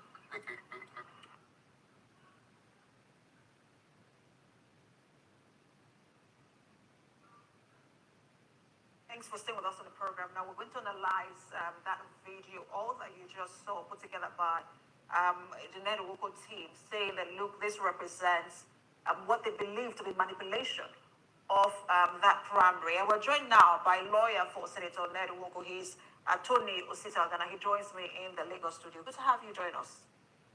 Thanks. So let's just get that. I wanted to, how do we authenticate, that video? Because I saw there amateur video, right? Which means that could have been picked from anywhere, that could have been picked from anyone. So how do we authenticate that? My question. First off, there are 98 wards in Delta North Central District. Another word for Delta North is Anioma, 9 local governments. Anocha North, Anocha South, Ndokwa North, East, excuse me, Ndokwa North, Ndokwa West, Ika Southeast, Ika Northeast, Ika South, Oshimili North and Oshimili South collectively makes up the Anioma Kingdom, Delta North. There are 98 wards. It's not possible in 1 hour, which is the duration of your program, to show what went round in each of the 98 wards. But what we've done is to show how popular NED is. The bulk of the video you watch is from Ika. NED is Ika. NED is from my neck of the woods, Anocha North. This is the Ujuboko, Amon Chubo. Ward 2, they showed it. You can see clearly that that one, even in areas that are supposed to be strongholds of our major challenger, our opponent, His Excellency, Dr. Okowa. Dr. Okowa is from Owalero. Oh, there are many Owas in that area. There's Owa, Owoyibo, there's Owalero, Owufien, there are several of them. The one only in Owalero, where he is from. Expectedly. Hey, the man has been governor for 8 years, he's been senator for 4 years, he's been commissioner for 4 different ministries over 8 years. He's been there. So at least you consider to him his town. But in the other neighboring Owa communities, he didn't win there, and the reason is simple. Everything he did, he concentrated in Owalero. The fire brigade, the university, the tarred roads, even their farm roads are tarred with solar lights. The bulk of Asaba in Oshimili is not tarred. Flood is ravishing Asaba as I speak. Ditto, Okwana, Ditto, Nichubu, Ditto, one of the largest, two of the largest towns in Animaland, Ibuzo and Uburuku, that's why you have the bulk of the population. Senator, Dr. Okowa, His Excellency, didn't do anything for them. In his 4 years as senator, and his 8 years as governor. I don't take my word for it. Google it. We've been a senator before. The word that I've mentioned Anima, I've been talking now for less than 5 minutes. I've mentioned Anima more than 10 times. That word never was uttered by Senator Okowa. Check the hands out of the National Assembly. The traveling was there. He didn't agitate for state creation. The incumbent senator, my brother Prince, my brother lawyer, my brother golfer, Ned Nwoko, that did all that. Now, I consider there's a crack in the wall of APC in Delta. And let me tell you what caused the crack. Ned saw what they were doing and said he didn't want to be part of this. So he left PDP for APC. Of course, he couldn't have left like that. There was a meeting, several meetings. I attended a few myself. Promises were made. As soon as he left, panic struck the quarters of the governor, His Excellency Sheriff of Boriwari. And I'll tell you what, if you analyze the result, and don't take my word for it, anything I say, double check on Google. Sheriff is governor today because of an Nigerian vote. He ran under PDP. The PDP senator where he comes from, the PDP candidate for Senate where he came from, didn't win. North Central. It was Senator Dafinone. The day of APC, then. The day of it was always been APC, never moved. It was Sheriff Anokawa that came to join him. He was one that won Sheriff Senator Zone. The incumbent senator from Delta South, Senator Joel Onowapo, original APC member. He won the PDP candidate for Delta South. It was only Ned Nwoko that won for PDP at the time. So you can see that this rejection of Okowa didn't start today. Okay, so I want to, you said a lot of things that I want us to unpack. Please. One of them is that you have said that the senator, the incumbent, the incumbent won 97, right? 97, out of 90, hands down. It wasn't even a close thing. But the results been announced puts the senator way low. It puts him at just a little over 2,000. Just hold on. And then the former governor at over 100,000. Are you saying that party officials, the results that they have, they don't know. These are party officials sent by the national headquarters. They don't know what they're doing. Two things. The result announced by who? To be at the start of this video, you warn the audience that what they're about to watch is sponsored, which is true. It's from my camp. The result you had is also sponsored. It's only the APC at the national level that can officially declare who the winner of an election is. Our president, Asiwaju Bola Ahmed Tinubu, it's only him that they gave the certificate of return because the opponent on the other side considered, and so there was no point holding on to it. But they gave him his certificate of return. As I speak, APC National have not given any senator in Nigeria certificate of return. What you have heard, rumor, they say this person win, they say this person no win. Then what we have done is show you video evidence. That's one. Two, Senator Ned Nwoko is not a new person in Anima politics or Delta politics. He was in House of Reps in 1999.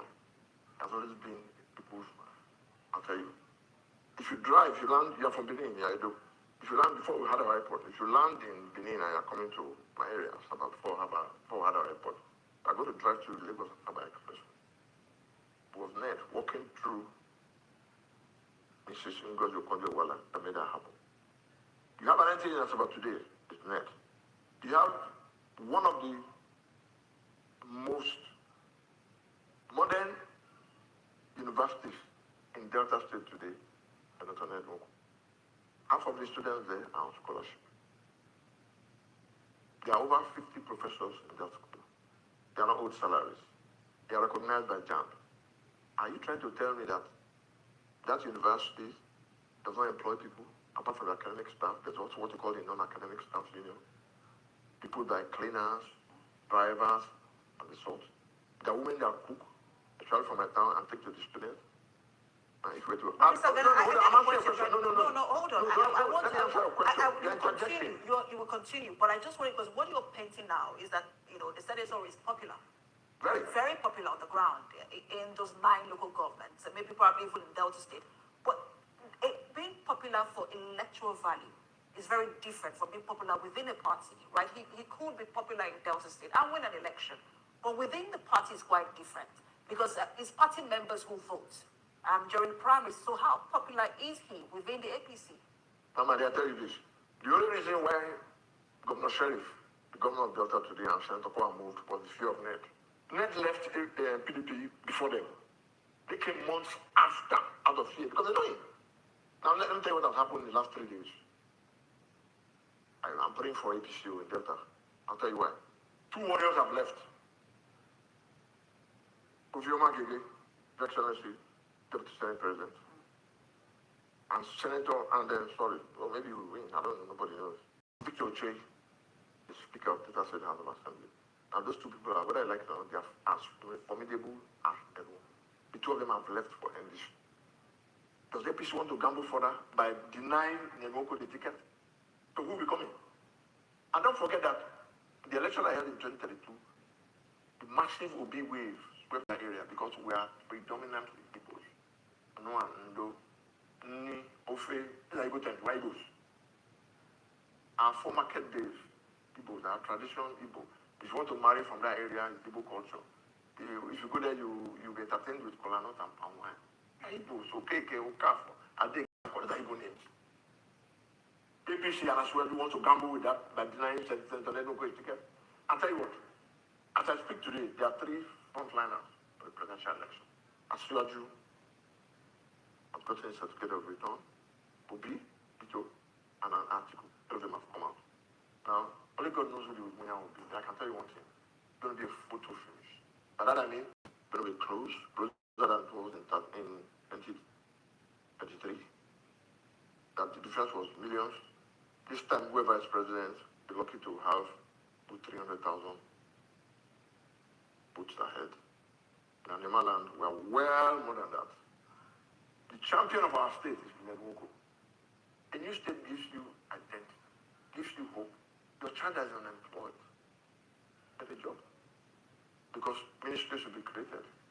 More local governments created. Every contract. People have been praying. I know about 6-7 families that have been praying and fasting for them. Not necessarily because of him, but so that the wings goes back to the house and gets off the state. And you blame APC for not having created that state. Some of our people, the elites, who are scared about net influence coming in, cleverly diverted the attention of people who are trying to talking about zones, to talking about why Ned likes beautiful women, to be talking about where the state capital will be. Oh, come on. Doesn't matter the zone you're in. The plan that you want a state and you get a state of your own. Have you gotten the state now? You wouldn't even have this call everything on command then. Why? Ned will naturally be the senator of Anitra Oshimi, my neck of the woods, my part of town. Senator Okowa, the former governor, will probably be a senator, or his wife, or his son, or his children, or he can go to the grave and wake up and then his family members to take over because that's the style of politics. Plunge. The thing doesn't, it's not a far-reaching thing. The point I'm making is this: men have done enough for our people. Now, what caused the major quarrel in Delta APC? I'll tell you. When he came in, of course, everybody knows that he's a billionaire. Where the next place is going to come from is my problem. I mean, it's not like you and I. That's the hustle and do whatever we do. But the point is, 4 things cause the problem. 1, they said, as long as they can remember, Ogwashiku Dam, that he started with Ngozi Okonjo-Iweala, the verticulation of the dam, the completion of the dam, that must do with water. I thought they completed. Please, can you complete it? Governor, Sheriff. There's no money. I said, don't worry. According to financiers, everybody knows that it's forte. Financial, the lawyer, first and foremost, but also a management consultant. It takes global. They said, no, they won't do it. I said, well, you're not losing anything. You're asking to put that money. Public-private partnership. He said, there's no money for that. There's a town in Anima called Upai. Upai supplies at least 33.7% of light to the national grid. Upai is in darkness. The only light they see is gas flaring. So you're reading out. You keep interjecting. I have to, because you're reading out. We don't have enough time, but I want to get as much questions as much questions as I can. Because you're reading out. First of all, let me just say that I would say we refrain from attacking personalities because the former governor isn't here to defend himself. But I wanted to also say, because the question I was asking is how popular is the senator within the APC? And I'm giving because one of you were talking about some of the things he has done. That made him popular. I'm asking you a question. People, but again, I'm talking about APC because one of the things they accused the senator of is that he did not consult. That he stayed away from the party. He wants things to go his own way. Just he says he's not a system man, but he didn't consult any of the local government leadership, any of the party leadership, and so that Okowa went round. Even though Okowa came 2 months after him, he went around, consulted, and so people said, look, this is the person we've seen, and this is the person we vote for. Maybe you don't know, let me tell you. You see, all these votes have failed. In 2023, when elections, when Senator Kowa, the governor at the time, ran election, he lost. Polling units, that means his drivers and cooks don't even like him. His immediate neighbor, see, I don't know if you know about politics. Politics is polling units, wards, it starts from there. He lost his polling units, he lost his ward, he lost his local government, lost his senatorial district in 2023. From 2023 to now, he has not done anything for the people because he has not been in public office. Let me be fair. Since he lost that election, we all know the quarrel that happened to him and Atiku said they regret picking him as running mate. That knowing what Atiku knows, that he will have picked Muke. If Atiku had picked Muke, the story would be different. I can tell you that for free because it was River State that made a difference in the election.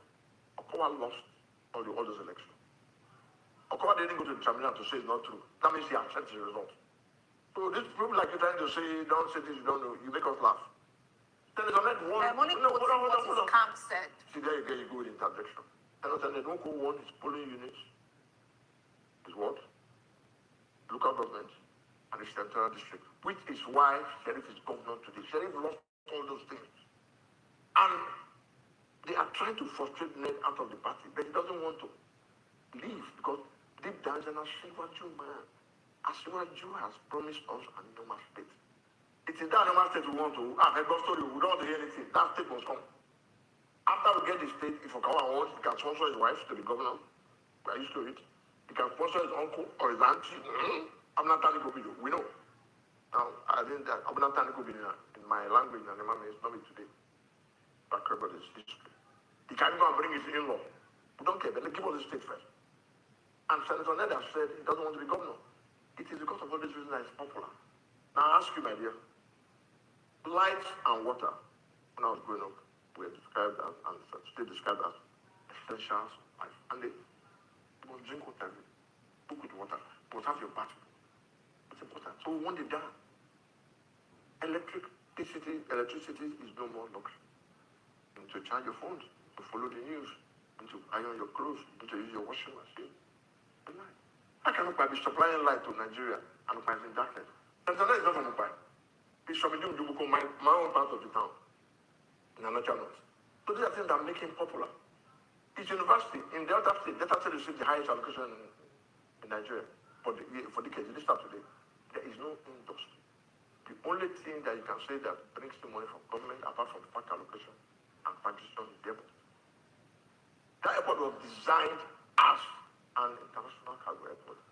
Today, that airport is functioning less than 10% capacity. Ibom Air, you've heard of it. You may have traveled on it a few times. Enugu Air, have you ever heard of Delta Air? Not just sitting there sharing money. And because they don't, the proof of the fact that they are sharing money is this. If you are not a family member, you cannot come. How would that be? Government is meant for everybody. The place was service. Then nobody make his money in politics. Indeed, there's no question as a role model. You make your money outside politics first. Then you now bring your goodwill, your wealth, and your contact to better the lot of your people.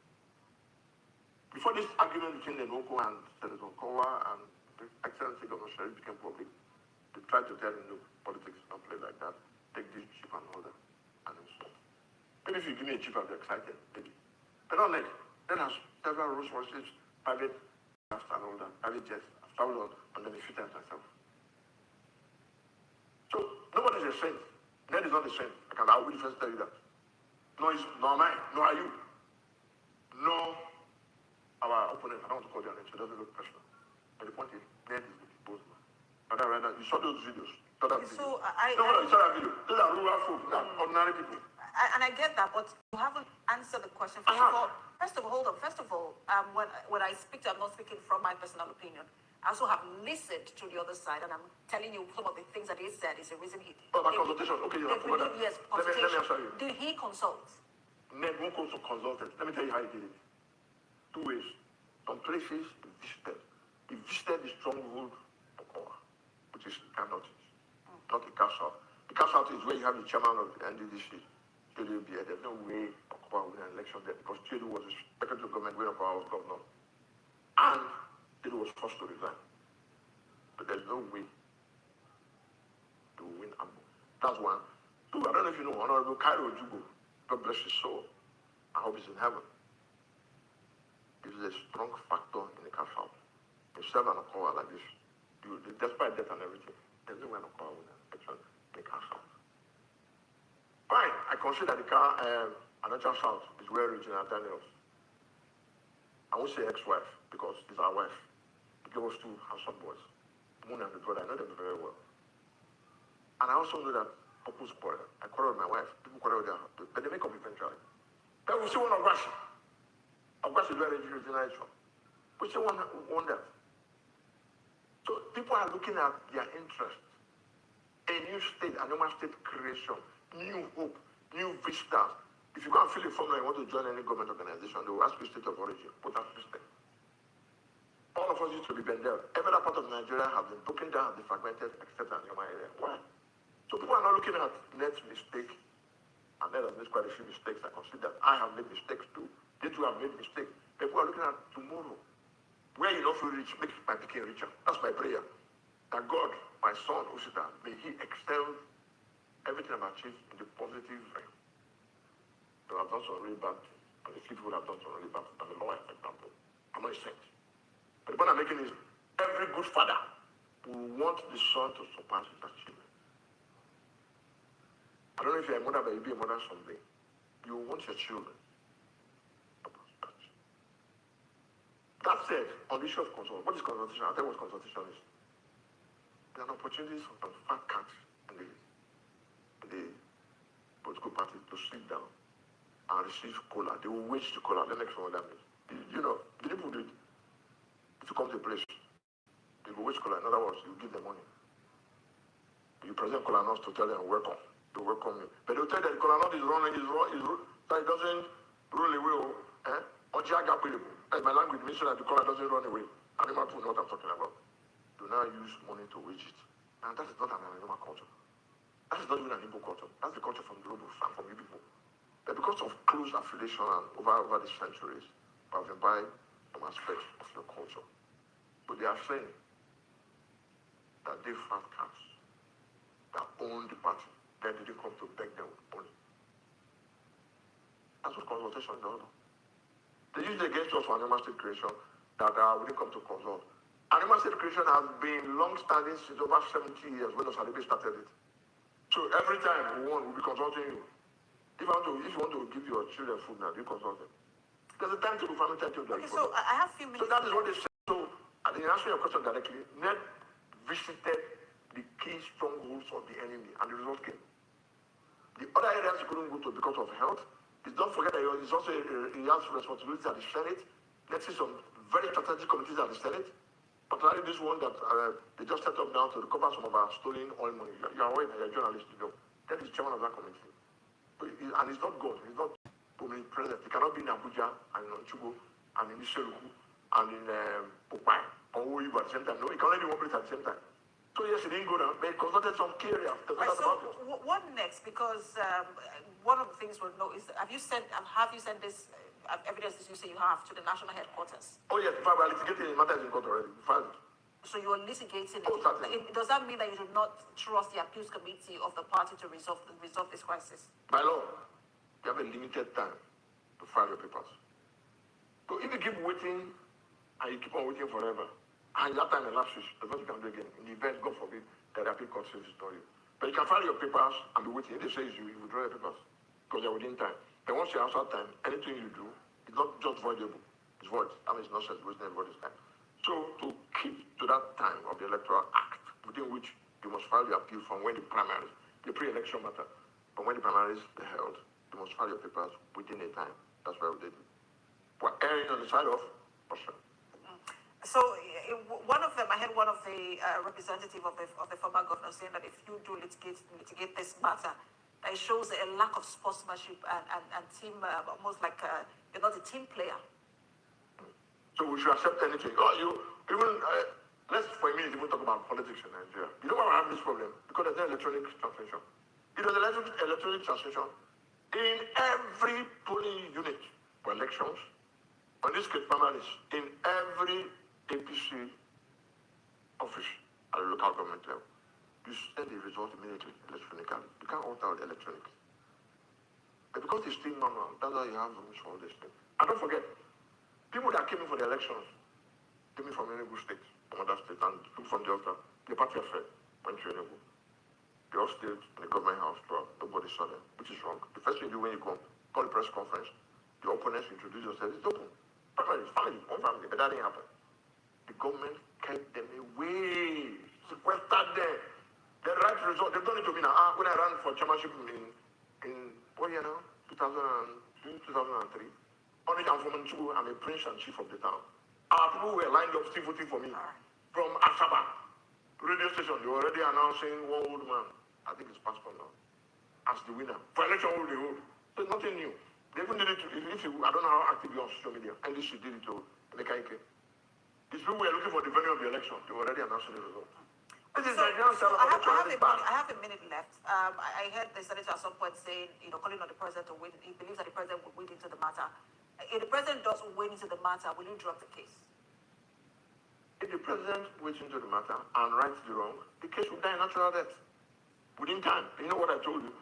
If you win within a time, because you file hoping that either they won't call the result or your opponent will run away with victory, file within time. And not just Ashwaju now, the apparatchik of APC, the chairman of the party, the lords, the owners of the party. If they decide that the right thing should be done, it should be done. And so anything that doesn't validate the senator as you believe to be the authentic winner of that election. You send the evidence, you send the video. And then finally, let me just end by this. Election is about representation. The problem in Nigeria is that there's so much attraction in public offices. If we remove the attraction, only people that genuinely want to serve will serve. So we appeal to Ashwaju Bola and the APC apparatchik to let our animal senator go back for the second term and give up the state. It is that state, it is that state we are waiting for. We do have to leave it there. I wish we have more time to speak on this, but that's anytime. Thank you so much for your time. Lawyer for Senator Ned Owoko, Tony Osita Ogana, thank you so much for your time.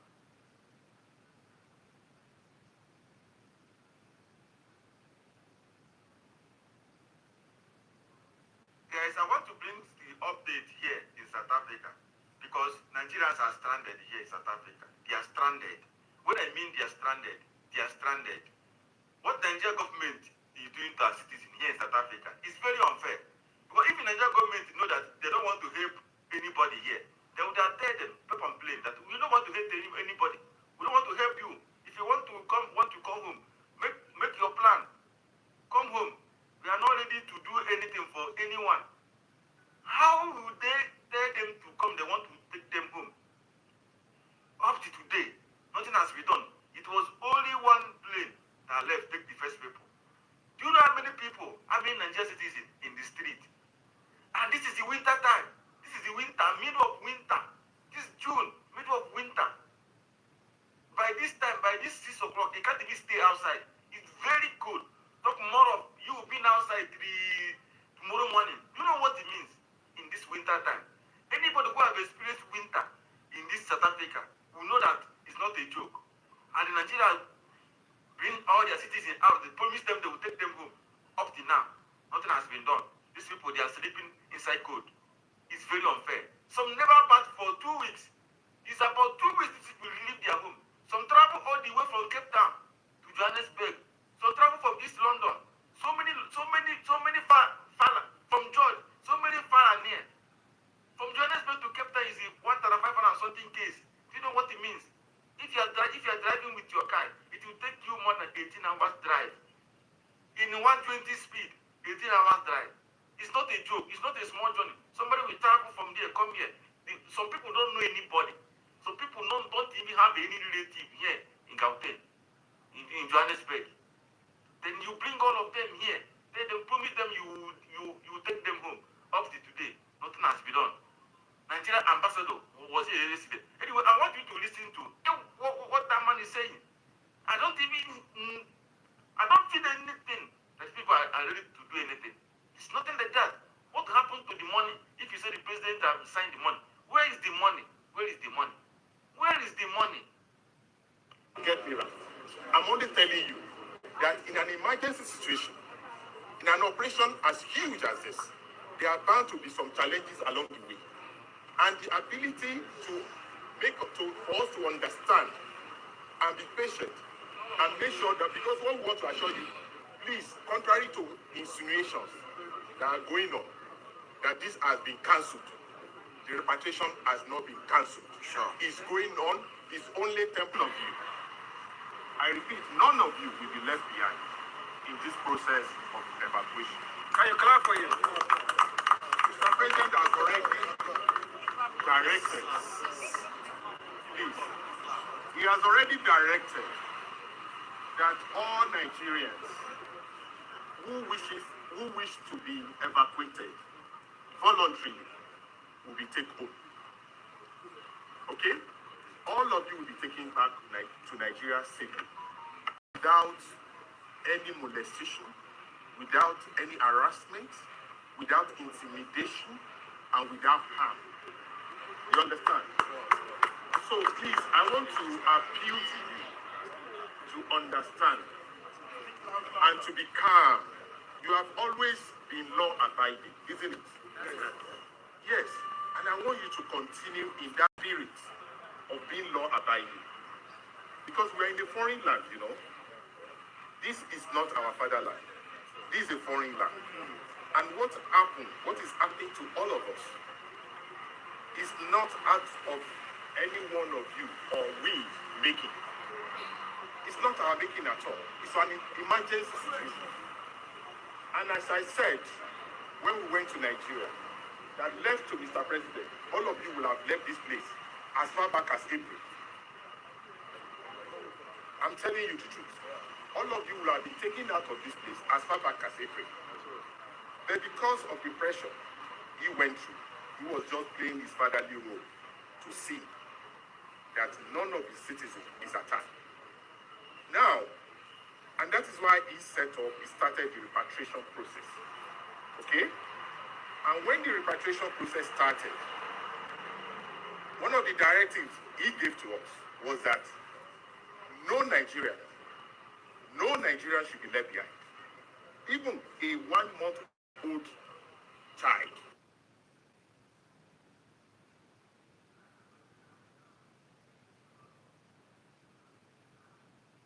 So some of the feedback that came from the Peter Abi Rufai Hussaini's interview on Rufai's personal podcast space was that, oh, the man is not intelligent and what have you. Same people who worship the Agbado master, the man that leaks the microphone, right? And it's unfortunate. However, I'm quite serious with this, very serious. What I have realized in recent times is that these guys want to create a categorization, like a uniform ideology or identity around everybody. They tell you, oh, no party is different, all of them are in the same mental situation, oh, it's not exceptional, blah, blah, blah, or he criticized without profiling solutions and all of you. And then I said, okay, maybe it's time to begin to address some of the concerns one after the other. Not because that they are right or they stand a chance to be right, but because they may have a chance to want to deceive gullible people. And this is one of those times, right? This is Peter Abi and Yemi Osinbajo in the running mates like vice presidential candidate debate in 2019. Okay, if you think it's so far, but I'm doing this particularly because I want to address the issue of fear subsidy. That is something very important because the uniform idea is that every presidential candidate that contested the 2023 election had wanted to remove subsidies. Why are we so keen on Bola Tinubu's removal of it? Is it because our candidate did not get to power and did not remove it? But they will not acknowledge or recognize that Peter Abi had shared step-by-step precepts of what should be done if the subsidy should be removed and what it should be reinvested into. And that's why this video is being created now. Let's listen to Peter Abi first, telling Osinbajo, right? Telling him as it were, it's a masterclass lecture of why subsidy must be removed when Osinbajo was with the government that believed that it must be sustained and defended. After that, I will take you through to another interview where Peter Abi and Rufai sat, of course, the one before now, and then spoke about step-by-step removal process of CS subsidy, what it should be invested in. And then they spoke about even federal allocations to governors and all of that. The video may be longer than usual, right? But it is very necessary. take out time and listen. And if we still have few seconds, I'll come and tell you something at the end of the video. Watch through. Ever. But if you have the petrol subsidy, it helps. Because the moment you remove the subsidy, prices went up from 86 to 145 naira per liter. And then there was cost-push inflation. Transportation prices go up, food prices go up, even rents go up. Everything goes up. While consumer spending is weak and while we're trying to develop the economy and develop the capacity of the people to spend money, I think that a subsidy, at least a minimal subsidy, is useful now. We must remove it as time goes on, but we can't remove it immediately. Otherwise, we will suffer the consequence. Well, what we are subsidizing today is inefficiency. If you get it right, the price will still come down. There's no way a country can have a budget of 340 billion naira for health, which translates to 5 naira a day for its citizens, and then pay 1 trillion for subsidy. There's no way you can have an education budget, which is the most critical component of your development, at 400 billion, and you're paying subsidy of 1 trillion. It is a waste. You need to reverse it, because you're not paying, they're not dealing with the engine that will drive the economy tomorrow. Everybody knows that even petroleum itself is a package economy. At the time people are developing a new economy and then you're not paying attention to that. What are you actually subsidizing? Look at it. Nigeria has one of the low car ownership in the world. It's 10 per thousand. So we have only 2 million vehicles and you're paying almost 1 trillion when you have 87 million people that are poor. You can't do that. It's totally, you need to reverse it. And I can tell you, if you do the right things, the price will come down. Because you're just paying for the delay in importation, the number of time cargoes stay in the port, and everything. We can't continue to pay for inefficiency in this country. I can tell you, if you can remove it, do the right things, the price of petroleum will come down. As President Tinubu's government, but you have not given alternative of what you will have done or subsidy removal, as regards subsidy removal, as regards floating the naira, and as regards other things that President Tinubu did to stabilize the economy, which were bold measures. What will you have done? Rufai, I was surprised when you said this is about Christians. They should have even said some things that I said. I did that was positive, or I said I was positive. But let me tell you, I've consistently maintained that I would have removed the fuel subsidy. If you go to my manifesto, it's there. Steps I would have taken to do it in an organized manner. There was nothing wrong in removal of subsidy. What is wrong is the haphazard way in which it was announced and implemented. Everybody knows that the subsidy regime was a solution of criminality, that there was a lot of corruption around everything, which needed to bundle that aspect out of it, do it in an organized manner. And since you're doing it for savings, we're told we're doing it because we don't want to continue to borrow to continue the subsidy. And the removal of it will be able to have available funds to be invested in critical area of development. With honest things. Gideon said, where is it? Where is he invested in those critical areas of development? They said they've given the money to the governors. That's what. No.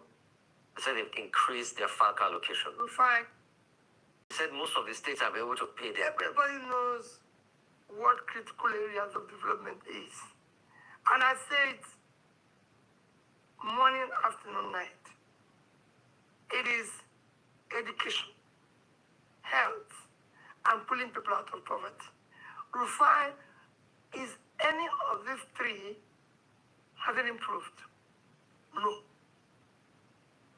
The Minister of Health said they're getting new primary health care centers. As regards education, they said they have done NEL Fund, where they give student loan to people. you know, as regards infrastructure, they talk about postal road and all Let that. me just finish before what I'm saying is, if you look at this, so you have removed this. People are paying more for fuel. It has escalated cost of everything, and we are not seeing where. The same thing with what you talk about, issue of naira. There's nothing wrong with floating your currency. There's nothing wrong in even devaluing your currency. But you do this when you have productivity. What devaluation or floating does is that your currency becomes, in terms of value, low. You attract investment. Your products becomes more marketable. But then where we are unproductive, you have nothing to sell. So it's a double whammy. In agriculture, in manufacturing, and everything, and do it gradually. So, but you will have kept on defending it until we wrap up production. It's not, you're not defending it. Yeah. Because even in the so-called currency, there were criminality as well. I came from a background of business, banking, everything. So I know everything that is associated with the criminalities and all these things, which you can actually be tightening while trying to do a gradual evaluation. How would you have increased production in a country that President Tinubu claimed that there was no money when he came? Well, and things were really bad and he had to take those decisive measures. How would you have increased production in a country where you have crisis at the farms, economic crisis, no power, no productivity and the likes? How would you have increased production? You just said it. That means you should face those things. Before you just said it. Why do we talk about example? Do you know these projects that will lead nowhere when we have crisis? Are you saying that coastal road is more important than securing Nigeria? But they say it will open up the country. No, don't. Why don't go there? The rules we have all over the country are no more durable. You fix those ones and use your resources to secure your country. Refine, then security is far more fundamental than road. Refine, will you prefer a road to your village when you cannot drive to your village? No, something you prefer. So let us prioritize what we're doing. So if you say our problem is insecurity, we can't go to farm, our problem is power, let's deal with those things. Let's use our resources. So now that you have heard and seen all of that, there is nothing more to add. You see, for me, I personally think that Peter B should stop talking. Right? There is nothing to campaign about anymore. He's made his points, he's put out his plans, his manifesto, his ideology, his identity. They're out there, his values, his commitment, his focus, they're out there. What we should be doing now is how to defend the millions of votes that will be coming to it. So there's need for a strategy room and not a talking room. There's no need for podcasts and interviews anymore. It's a strategy room with Nigerians on what should be done per time. We should be looking at precepts. We know that this government will work. How do we effect that government? How do we put that government in place? That's the most important thing. I take my leave.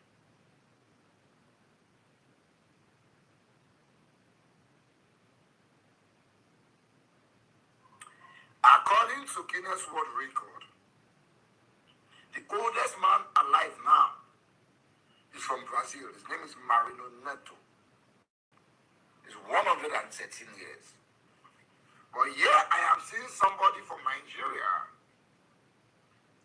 who was alive during the First World War of 1914. 1914 till date is 112 years in Dobby,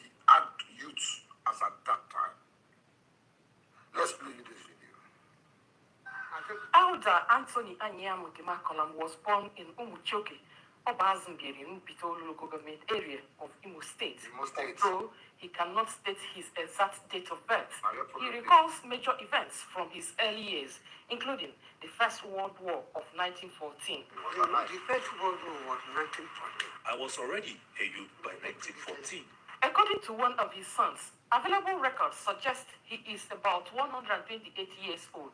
Okay. One of such records is a Christmas greeting dated December 15, 1918, written at the back of his photograph by a relative informing the family of the birth of a set of twins. Wow. Records indicate that Pa Anyam was already married by 1918, suggesting that he may have been born in the late 19th century. If so, he can rightly be described as a man who has lived across 3 centuries. I told my children I was above 20 years before I married their mother. They were calculating the age written by my father-in-law and arrived at 128 years. We are counting 108, 109, then upwards. Yeah. If you subtract 2026 from 1918, Yes. you will have 108. Yes. How old were you before you Got married? He said that he is 20 years. He has Above 20 reached years. 20 Okay, years. so put that 20 With years. a sense of humor, Anyam recalls his youthful days as energetic and adventurous. One such experience led to a fight, his arrest, and eventual remand at a reformatory school in Enugu. He says the institution later became a turning point in his life, helping to reshape responsible values and character.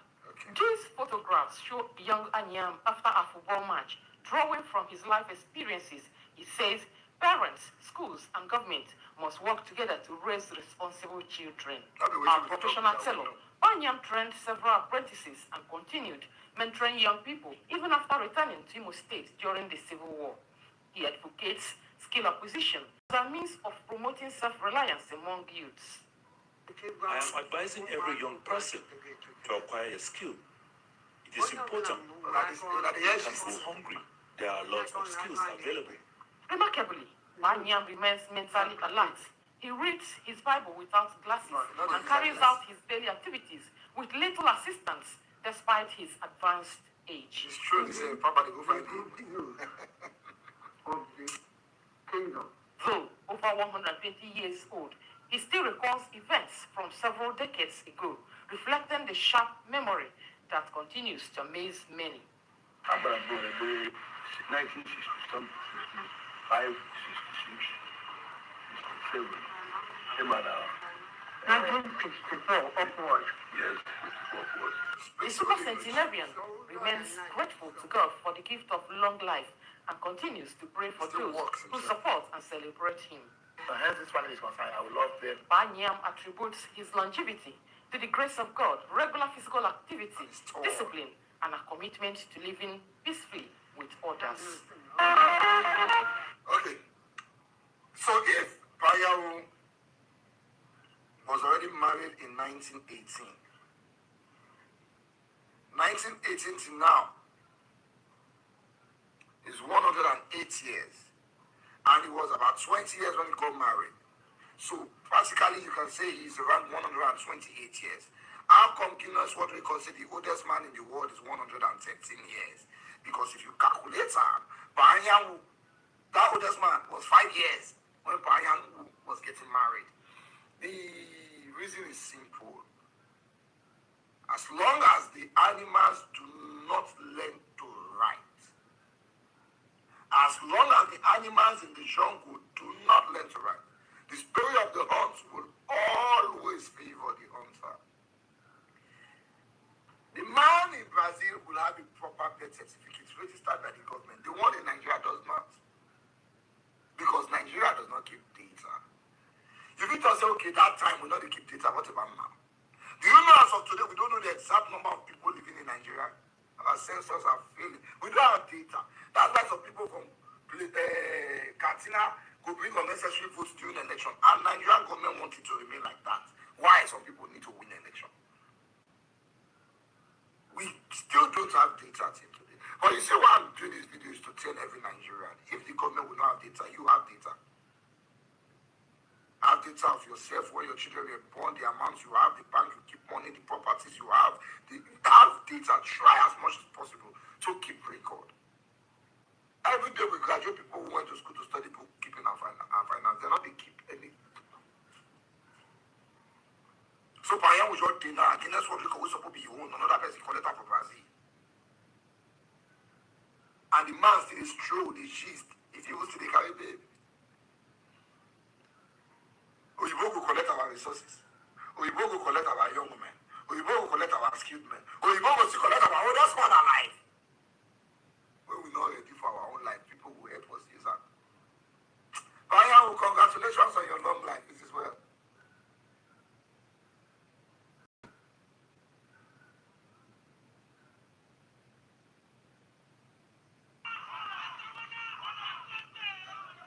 Our next battleground is Edo State. When I hear this non-living thing, they vomit. When I hear this over-fattened pig, when they shit from mouth, and I see the shit where they come out for a mouth, this haram of being. And I hear the way they talk. Your next battleground, na Edo State. You will never feel walk out from your car, enter your house or reach seat where you want to sit down. You know they feel walk out without support. You can't even breathe well. You never declare war on your obesity, your ill health to save yourself. You say, nah, I do so, now you want to come die. May they bury you put. Okay, I no go feel blame you. First, when I hear you say your next battleground, I can't wonder, say which battle this one don't fight, we win. We be saying that the next one I be Edo State so. Okay, which battle you don't fight and win? Who you don't fight? Which war you don't fight? Which war you and your people don't fight? Well, I don't blame you, Oga. I don't blame you. I don't think any reasonable Edo person will even blame you. I don't blame you. First of all, now the useless government who the British colonial government will give criminals like you relevance. We empower criminals like you, someone like you, you suppose rot for jail, or they don't harm you, or face firing squad for how many years? Now then we empower you. Now blame. Now the system. I don't blame you, sir. I don't blame you. Also, not be only you. As they empower you, now so they see empower some of our brothers here. Some people will say they are our brothers, so they see empower them here. But all those ones, they're mumu. So why you not go make noise when you know they hear about these people? These people know they talk. They don't know themselves. Truth be told, this idiot, what they do now? If they do it for the people, or if they pretend saying they do it for the people.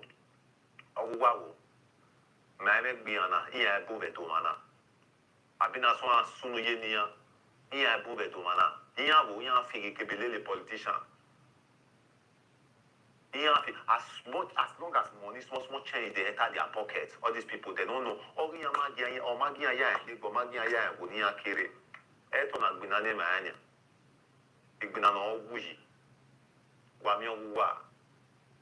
I don't blame you, sir.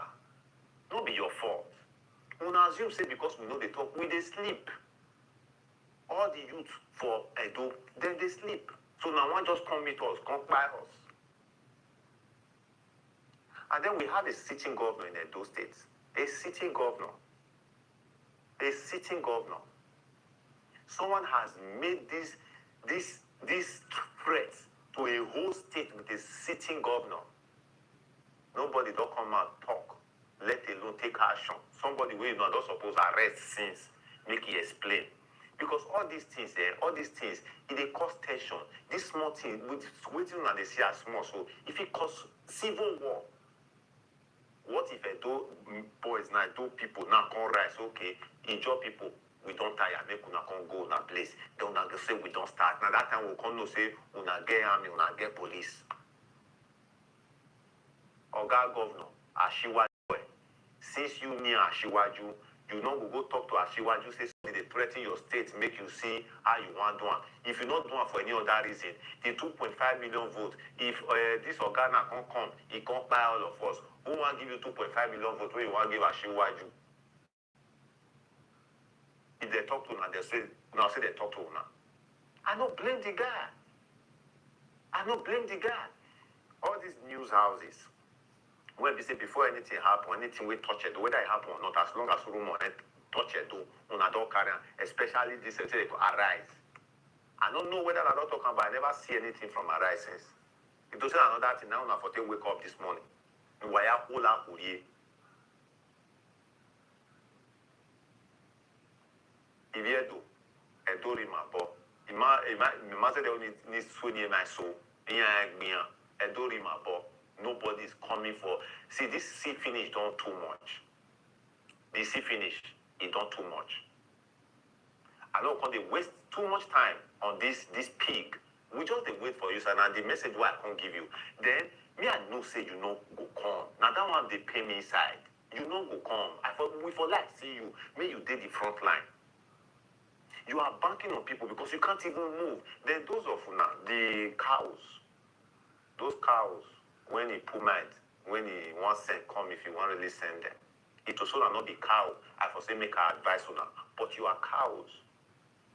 It also not be cow. I for advice on her. The first thing why I for tell una say, why una no ask una self? Or rather, before una even think, make una go ask. Again, the man will sit down here. Make una see the man will sit down here.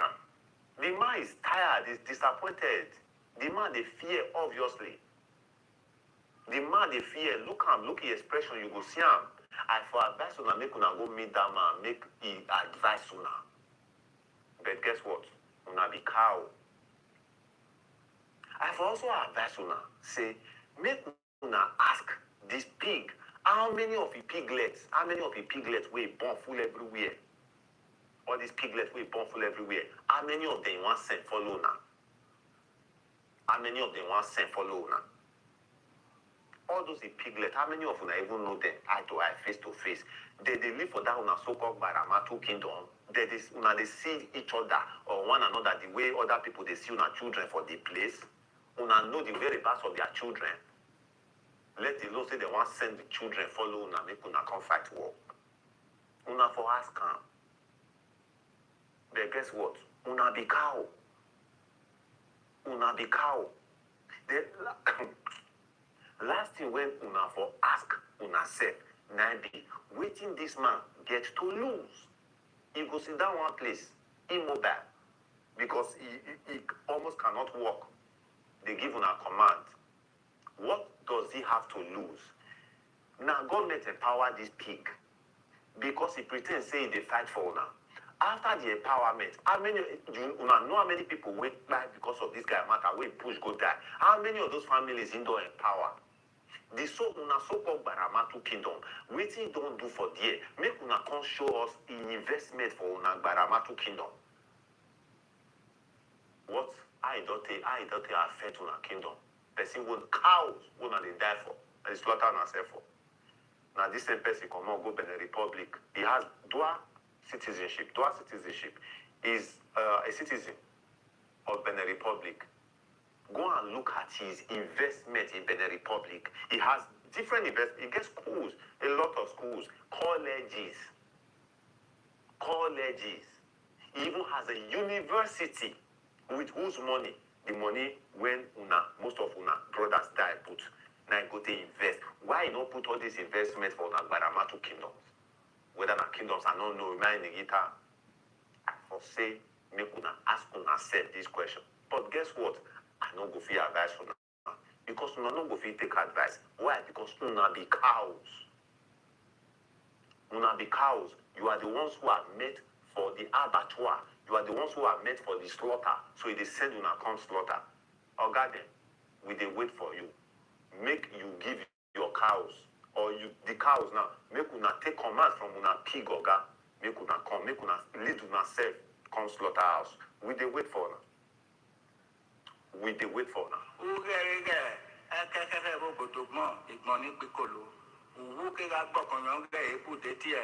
tó tẹ nuga yàrá àwẹ̀ òun gẹ́gẹ́ lẹ́yìn ni àgùnmẹ́ta mi gbọ́n gbogbo ẹ̀ ìwúrọ̀ pọ̀tà nẹ́dọ̀ ọmọdé ẹ̀yìn ni bẹ̀nẹ̀ gbọ́n nẹ́dọ̀ náà ẹ̀yìn ní tiọ́ gbèrègà sẹ́ ìyá yẹ kì í bíẹ́ nìka nọ bíẹ́ budù náà dẹ́ gbèrègà sẹ́ òun wíwì yàn.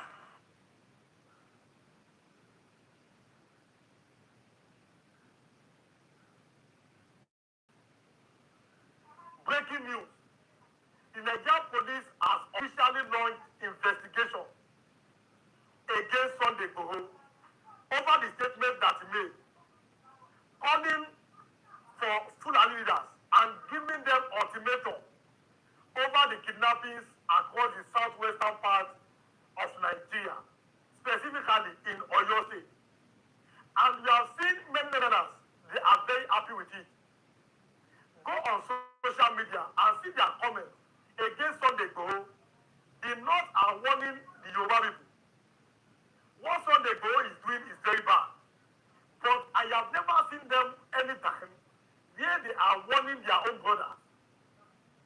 I have never seen any other leader that came out to warn bandits. I have never seen any protest against Boko Haram in the north. So why are you happy that the police have launched an investigation against Sunday Igboho? That information is right there on your screen from the Punch newspaper. Sunday Igboho gives Fulani leaders ultimatum over rising kidnappings. Police launch probe. So the police has confirmed, you can read it on the Punch newspaper, that they have now launched an investigation against Sunday Igboho.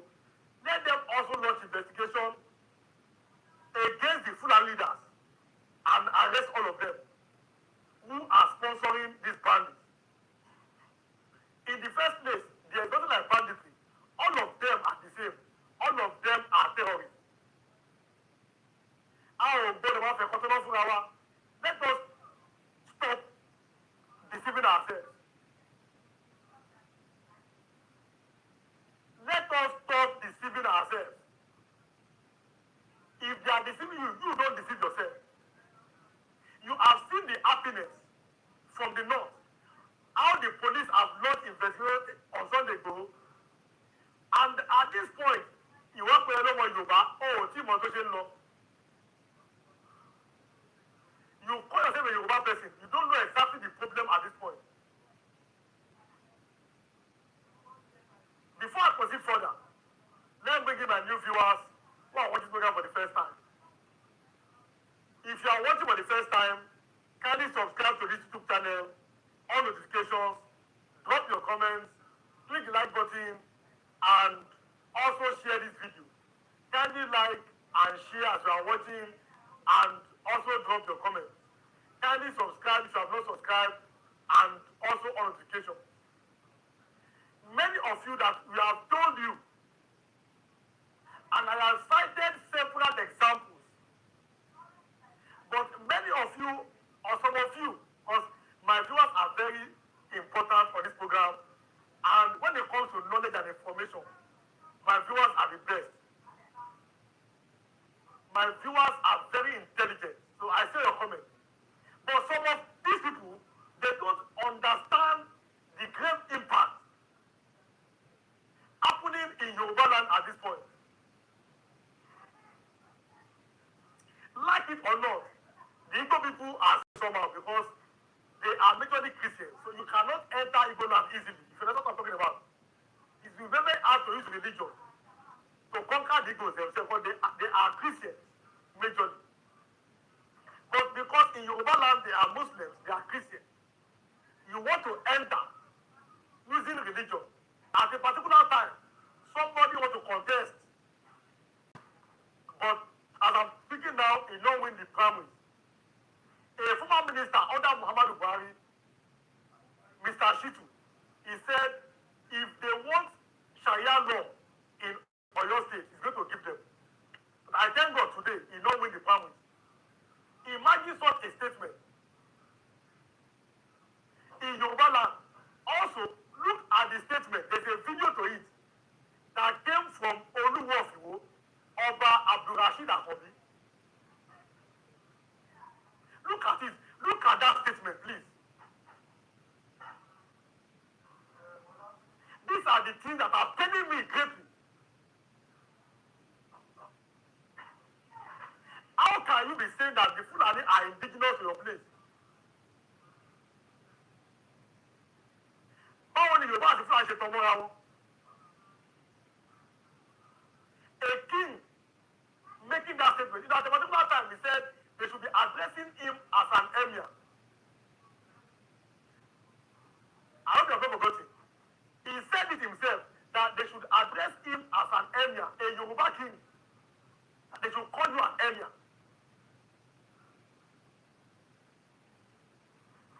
So these are the things I've been talking about, and I've told my people, you must go back to tradition. Before you choose a king, a Ifa, let the Ifa choose Yoruba king. You cannot be a king and say you want to be a pastor or you want to be a imam.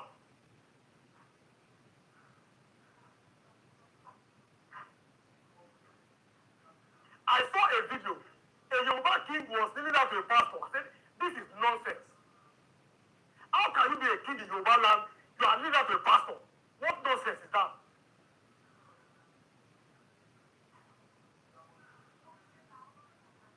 This is what I've been complaining almost every time.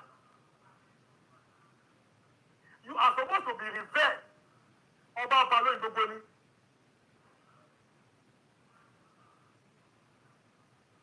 Now you have seen that the police want to launch investigation on Sunday Igboho.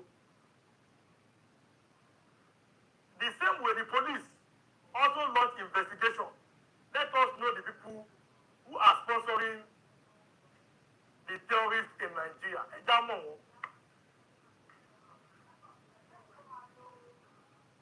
I have always supported the Nigerian military.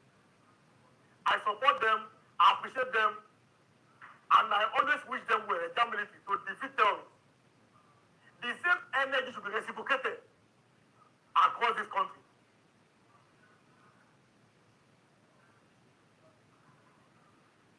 And you are with for my job.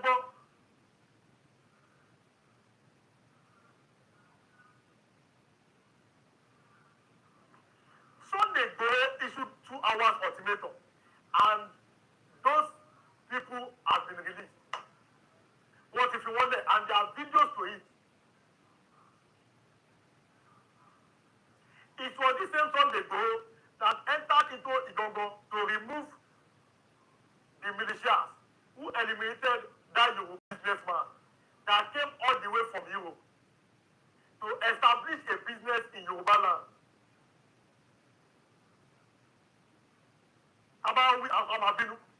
These are the things that I've been talking about. It pains me a lot.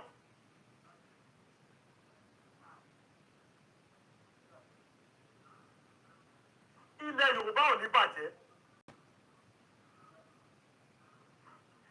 Àwọn alálẹ̀dẹ̀ ní jẹ́ kó bàjẹ́. The ancestors will not allow this land to be taken. I gave an example in College today that you have been eating something before they were bringing their cows into Yoruba land. Must you eat cows, or can't you have your own cows to rear? Enough is enough. It is high time the young people look themselves in the eyes and tell themselves the truth.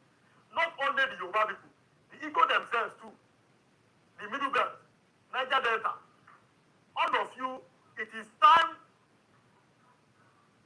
to see yourselves as brothers and not allow any betrayers amongst you.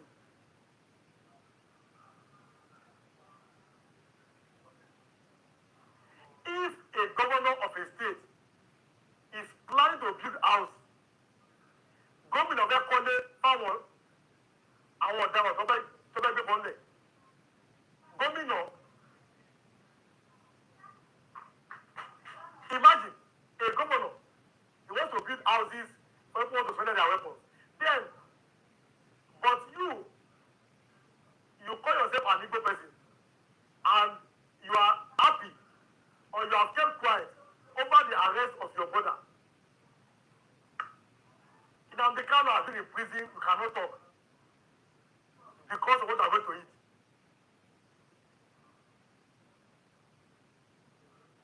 The only name that you bear is, oh, I'm an Igbo person, you bear Igbo name. But you cannot condemn what they are doing to your brother. That's the problem.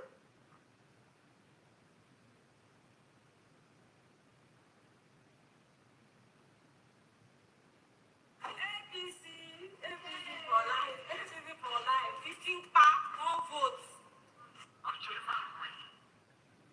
By all means necessary, you must have electricity. You promise A, you promise A. You are okay with the promise and I come back for second term. Don't vote for me. You heard him. This is a very popular video. What makes this video popular is this. During Bola Ahmed Tinubu campaign, from state to state, he was not making promises. He was just Ulaba, Bala Blue. He wasn't promising Nigeria, I will do this, I will do that. In one of the conference, one of the gatherings, he made this promise. And today, has he been able to keep this promise? No, he did not keep the promise. Is there light? What we were having on the national grid before he entered is lesser than what we have now is lesser than what we were having before he entered. Nothing he has done about light. Rather, they came up with, you will be in band A, band B, band C, band D.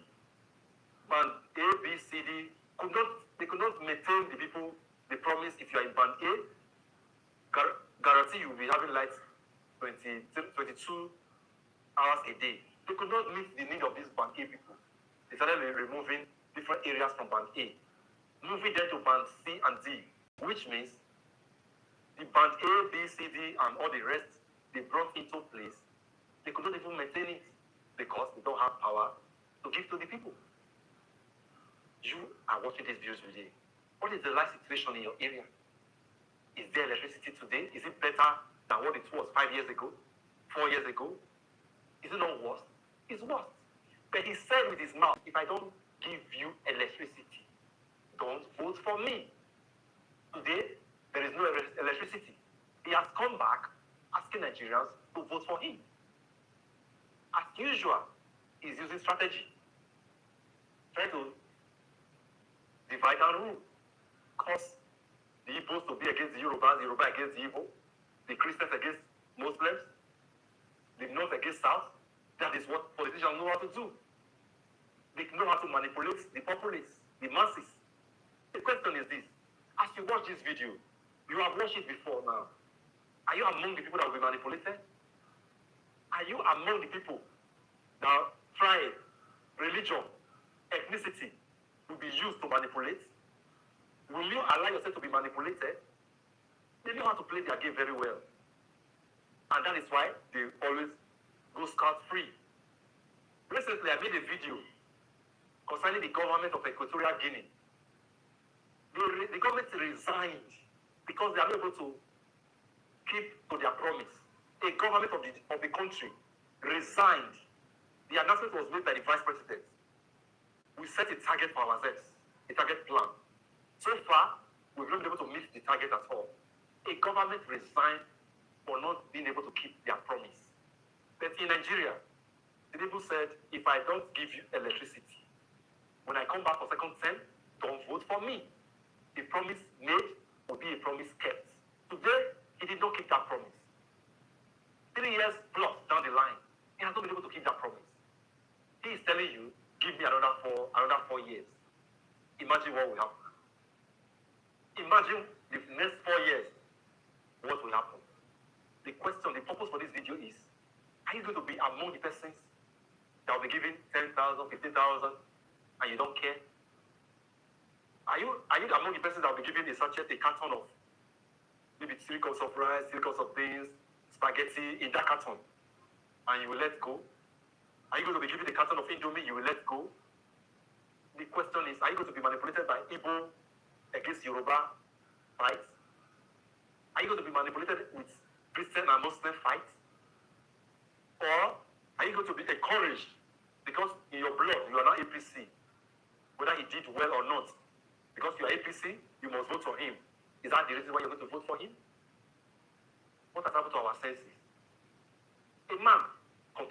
election. Now he's in charge. The main promise he made, he could not keep it. And he's coming for a second term. And you are feeling, I don't care. I always tell people, the caliber of people in power, the quality of people in power is commensurate with the people that are in that country. The type of people we have in government reflects on the type of people we have as Nigerians. If you don't care, the other man don't care, that is a direct reflection of those people in power that will steal 100 billion and they don't care. And nobody will really care. In fact, when the so-called EFCC want to do something, if they have any reason to do something about it, some people will protest. It's our person. Don't go against our person. We have had such protests before.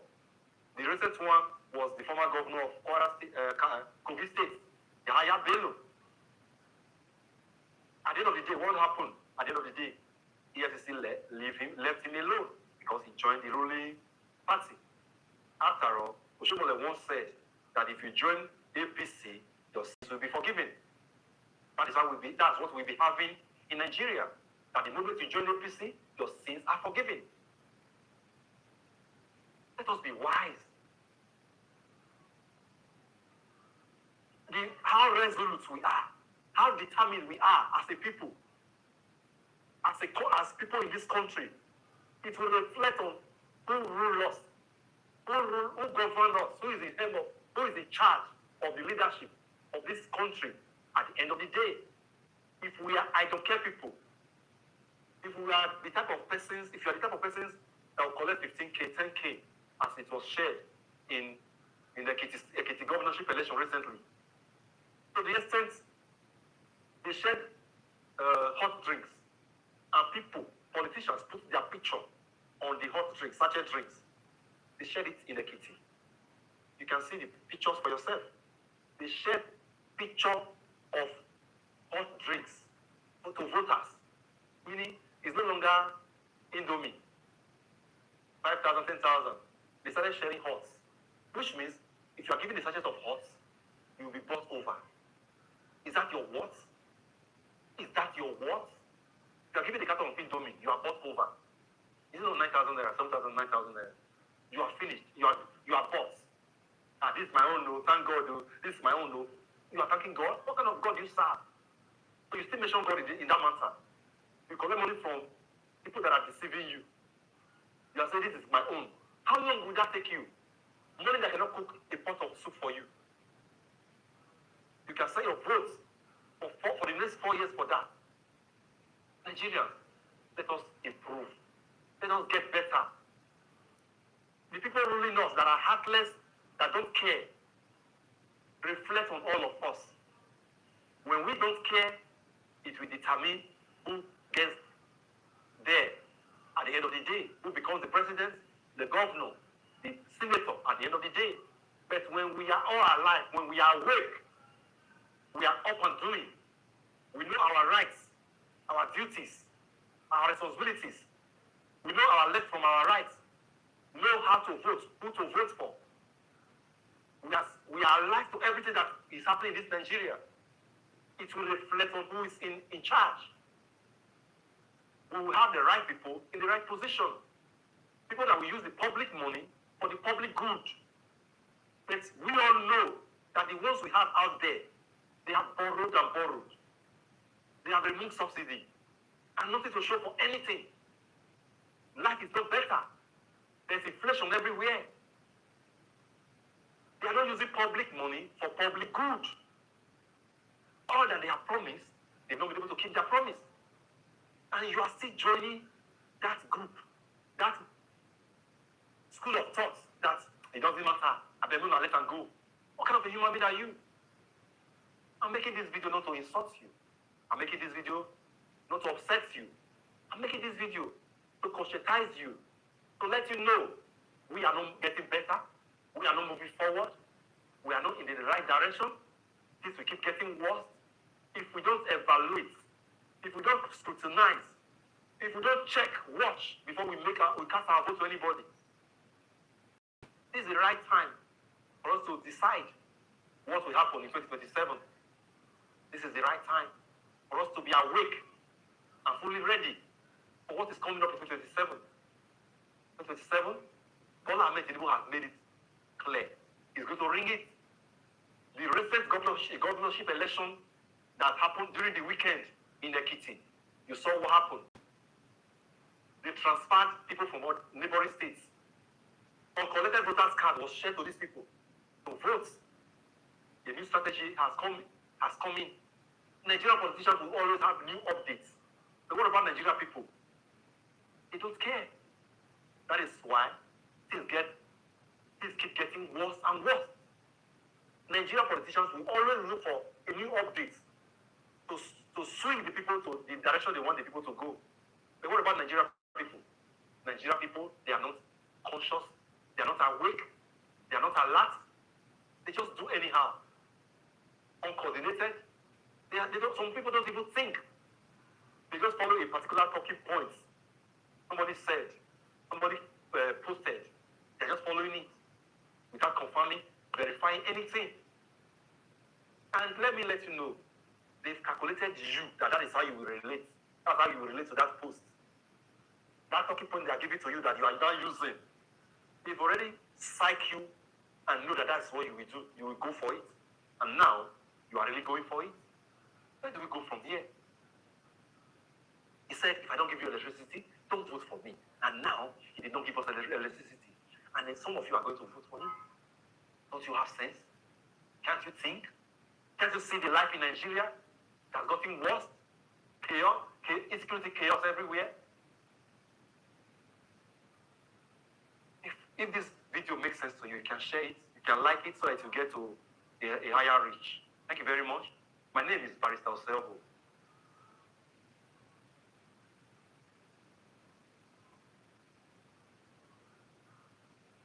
Observe with me. Take it back movement. Watch this video to the end. VDM has a message for you guys. I think you need to just watch this and tell me what you feel about it. Alright, so tomorrow, Omoyele Sowore will be in court for his bail application hearing. Please, I just want to beg the people, his supporters, you understand? Take it back movement, supporters, please, I beg you. Tomorrow, if you are going to court, can come and show your love and support to Omoyele Sowore. But please, I beg you, do not block that gate of the court.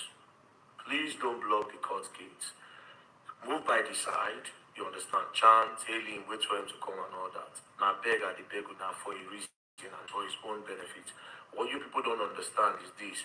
These judges who are the see for court, they be like cultists within themselves. Do you understand? They be like cultists within themselves. And that is why when they said that man should recuse himself for Sowore's case, he refused. Because even if he had recused himself and they took that case to another judge, he'll probably do what this other one wants. They don't ever take side of you over their self. Do you understand? That being said, I was at the courts today, one or two will talk. I don't hear talk full everywhere. Do you understand? Please, tomorrow, respect yourselves. Yeah? Free Sowore. Near the side. Don't restrict people from going into the court because other people have their own business to do there. They get some people case where themselves they won't get paid. Get some people say that they come there, they don't do for sale for like 2, 6, 7 months. Then they hope say, okay, judge go appear for their case. You understand? You go block the court gate. You don't another person your own right. Just simple diplomacy is coming from the place of love. So please, I beg you, solidarity for Omoyele Sowore tomorrow. Free Omoyele Sowore, but please do not block that gate. I don't want to talk about it in some of now the good they do. There's no need. You understand? You know the vibes. When you see green light, don't ignore it. It will make sense if you listen to this advice.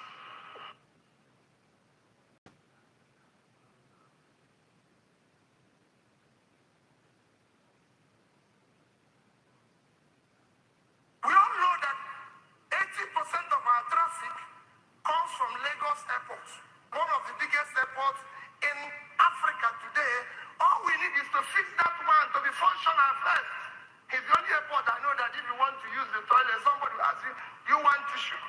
What are you going to do?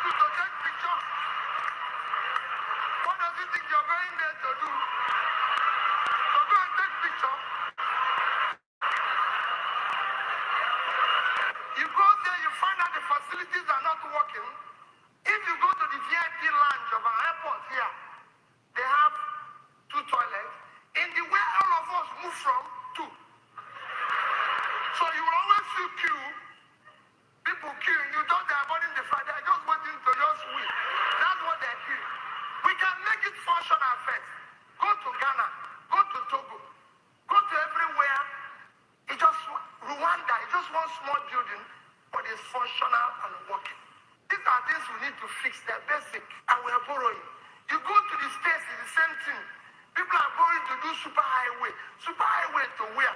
This is the small road. Super highway to where?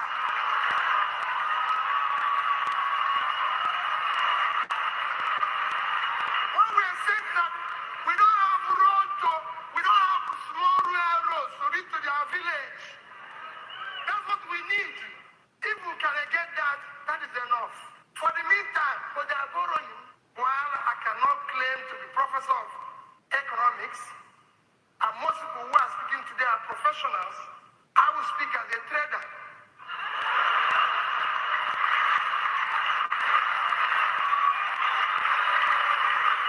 Because all of you know that that is my background. I came from the market. Any other thing you're hearing, whether in the bank or in government or in this, was by chance. My original business is trading from Onitsha market to Balogu market. And that is where I remain. I feel I've gathered a sufficient experience both in the market and subsequently in government and other areas to be able to make one or two contributions on Nigerian economy. 80% of companies that are collapsed in Nigeria were killed by government indebtedness. This is the only country where government, governor, local government chairman orders anything without any responsibility of paying for it. I have a governor who has since left and is doing very well. He bought from a company 50 jeeps for his traditional rulers. He bought it at 99 million. The company was expecting to make 1.5 million. He took the vehicles, gave it to traditional rulers, and everybody wants to give it. 4 years as I'm speaking here, that company has not been paid. They borrowed 300 million to do that job from a bank. Today they're at 25%. Today they've lost their profits. They've lost their capital injection. They are debt of 732 million as a result of that transaction. They've sacked over 200 of their workers, and the governor has received all manner of title from the traditional rulers and has been given all sorts of award as a good performer and is looking for the next post. We did the same thing I told you about your stand. I went to him and said, you're a Nigerian company. We are going to buy this amount of computers from you. I can tell you what he told me. He said he doesn't deal with state government. I said, why? He said, payment is there. I said, you stand. I will give you money before you supply. I don't even want you to give me anything. No bank guarantee. I pay you. If I look for you, I know where to find you. And I paid him, and he delivered. So was innocent. Innocent didn't give me bank guarantee. I can go on and on. Now that you've said we'll do made in Nigeria, I agree. Can we go to the government houses and make sure that all the chair and the beds there are made in Nigeria? Because that's where we will start. Let them come here and buy. I was number one customer of palm while I was in government. Go and ask them in Kaduna. I was their number one customer. Because I insist you must buy made in Nigeria. So I agree with all those things. But let us also pay them. I made a policy when I was in government that nobody should be owed more than 60 days while I was there. Go and ask and assess the platform. Yeah, again, if any contractor, supplier, anybody who said that the day I left office, he was being owed for a matured certificate or payment that is due, come here, I will resign from politics. Never. Because it's people's money. You must support them. You people don't know Nigeria is a secret which says that if they don't provide you water, you can sue Nigeria. But that is, don't sue them, please. Because they will not. But so they sign all those things. They sign all those things abroad and come home here. And then throw away the papers in which they signed it. The only thing why Innocent was functional, I said it here in platform, and I'll repeat it again. When Innocent started his factory, he came to me. I said, Innocent, since you're in Anambra State, producing vehicles, and you're employing thousands of people from this state and surrounding, we will be your highest customer. Go and tell me whether you can produce a bus, said here.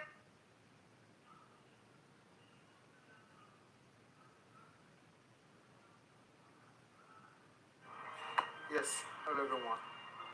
There's something I noticed recently. But first off, I want to say a big shout out to MS Baba.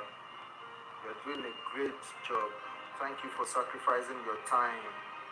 Thank you for sacrificing your energy for the development, for the liberation of Nigerian people, especially the Yorubas. I want to appreciate you. You're doing a great job, brother. May the ancestors continue to strengthen you. May the ancestors continue to guide you. You're doing well. So I noticed that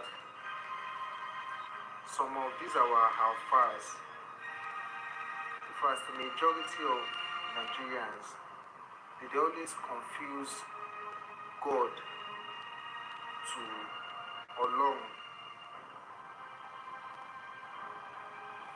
I noticed that a lot of Nigerian Jews does not even understand that word, God. Now what is there is that in every tribes and religion practice, there's this general belief that there is one Olorun somewhere. It is in Yoruba land now that we call it Olorun. In Igbo land, I know say you could get with me Chineke. Get the way that the Igbo they call them.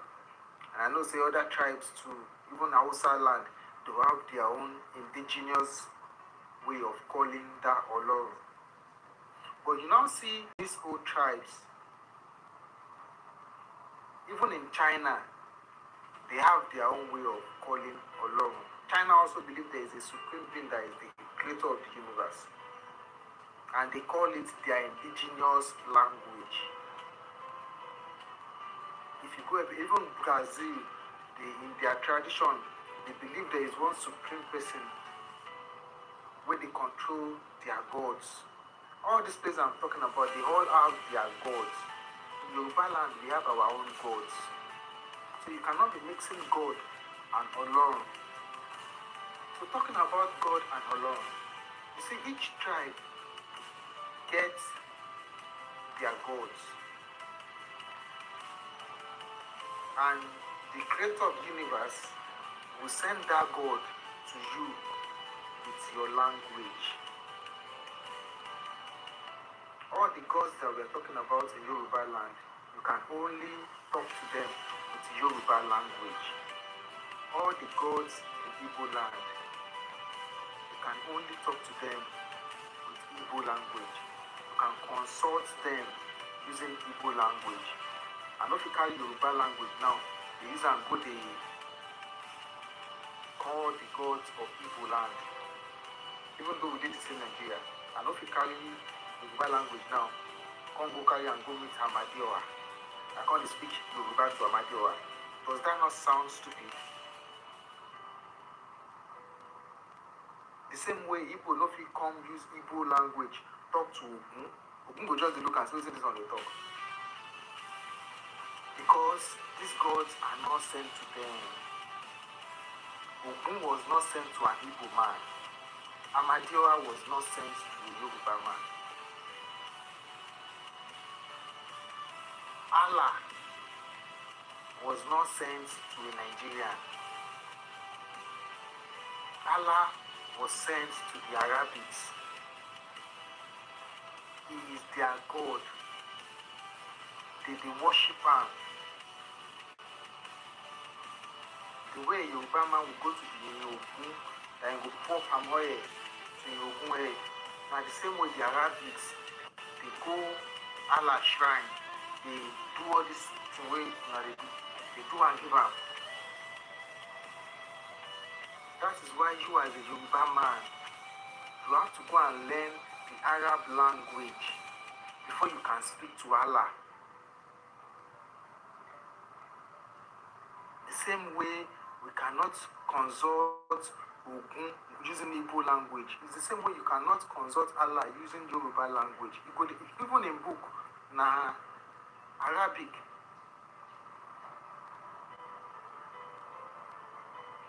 We thank the ancestors for translations. But it is now that some people are even started knowing the things in the Quran. You You have to go and study their language. That is why they used to put our children in Islamic school at a very young age. Wetin you as a Yoruba man, they call the God of Allah for. He don't know you now.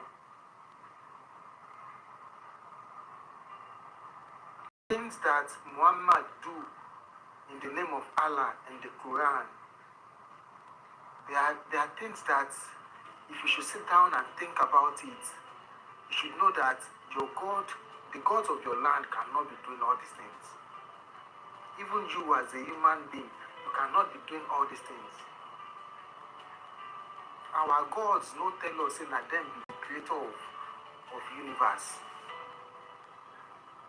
We are not forcing our gods in our land to any other tribe. Even within ourselves, the Igbo they do their own, the Yoruba they do their own peacefully. Peacefully. Igbo no ever come meet Yoruba man say, na Amadioha, na I create the whole universe. Yoruba never go carry Ogun, go meet one Igbo man or go meet one Hausa man say, na this Ogun, na I create the whole universe. No. Why would they now bring Allah? Why would they now bring Jesus or the God in the even the one in the Bible, they call him God. They call him God.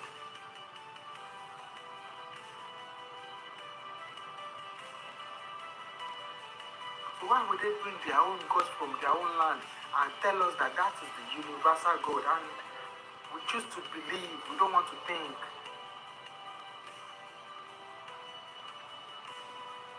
They've enslaved us with the belief system. When they were enslaving us, they are the ones still preaching to us that we should be one heavenly God.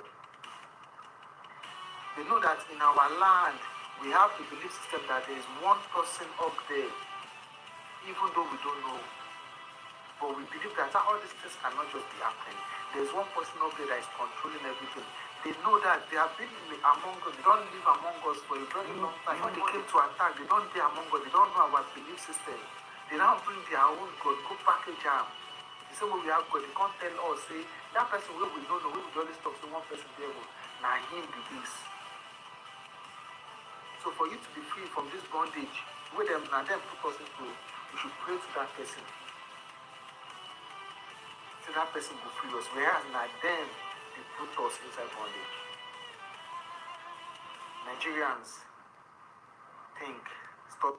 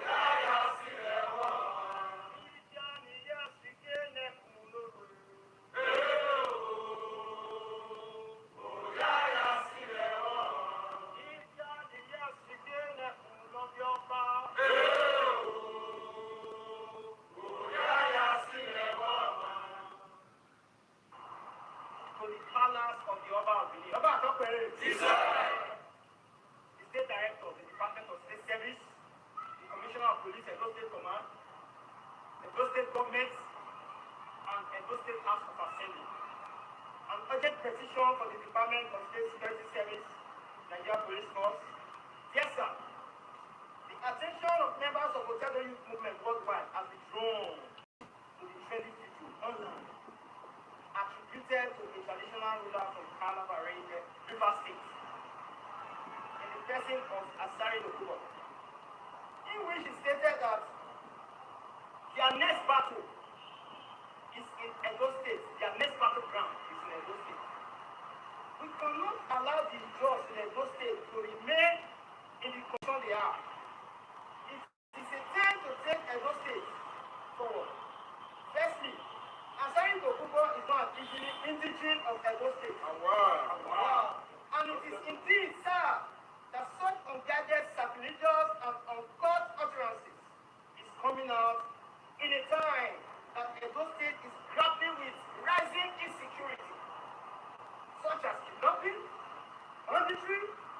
tribalism and communal tensions, courtesan activities, and as such, a statement is capable of thwarting the state government's effort at tackling the menace of insecurity. We would like to refer Asari Dokubo and to whomever it may concern to the judgment of the Supreme Court in Lagos on August 19, 1983, in suit number SC 131/1982, affirming that the Kelekele, and its surrounding, that surrounding can stretch from here to Lagos, and its surroundings areas are strictly Benin land, with the Ijaws being settlers and tenants to the Oba of Benin. But the Benin, out of their benevolence and hospitable nature, allowed them to live as brothers in these various settlements. However, the reverse has been the case, as those who we accommodated for so many decades are now trying to annex our ancestral land with the alleged restoration of their period, traditional ruler in Ikobo, which they have corrupted to Ikoro villages, thereby trying to create a kingdom within the Benin kingdom, which is sacrilegious.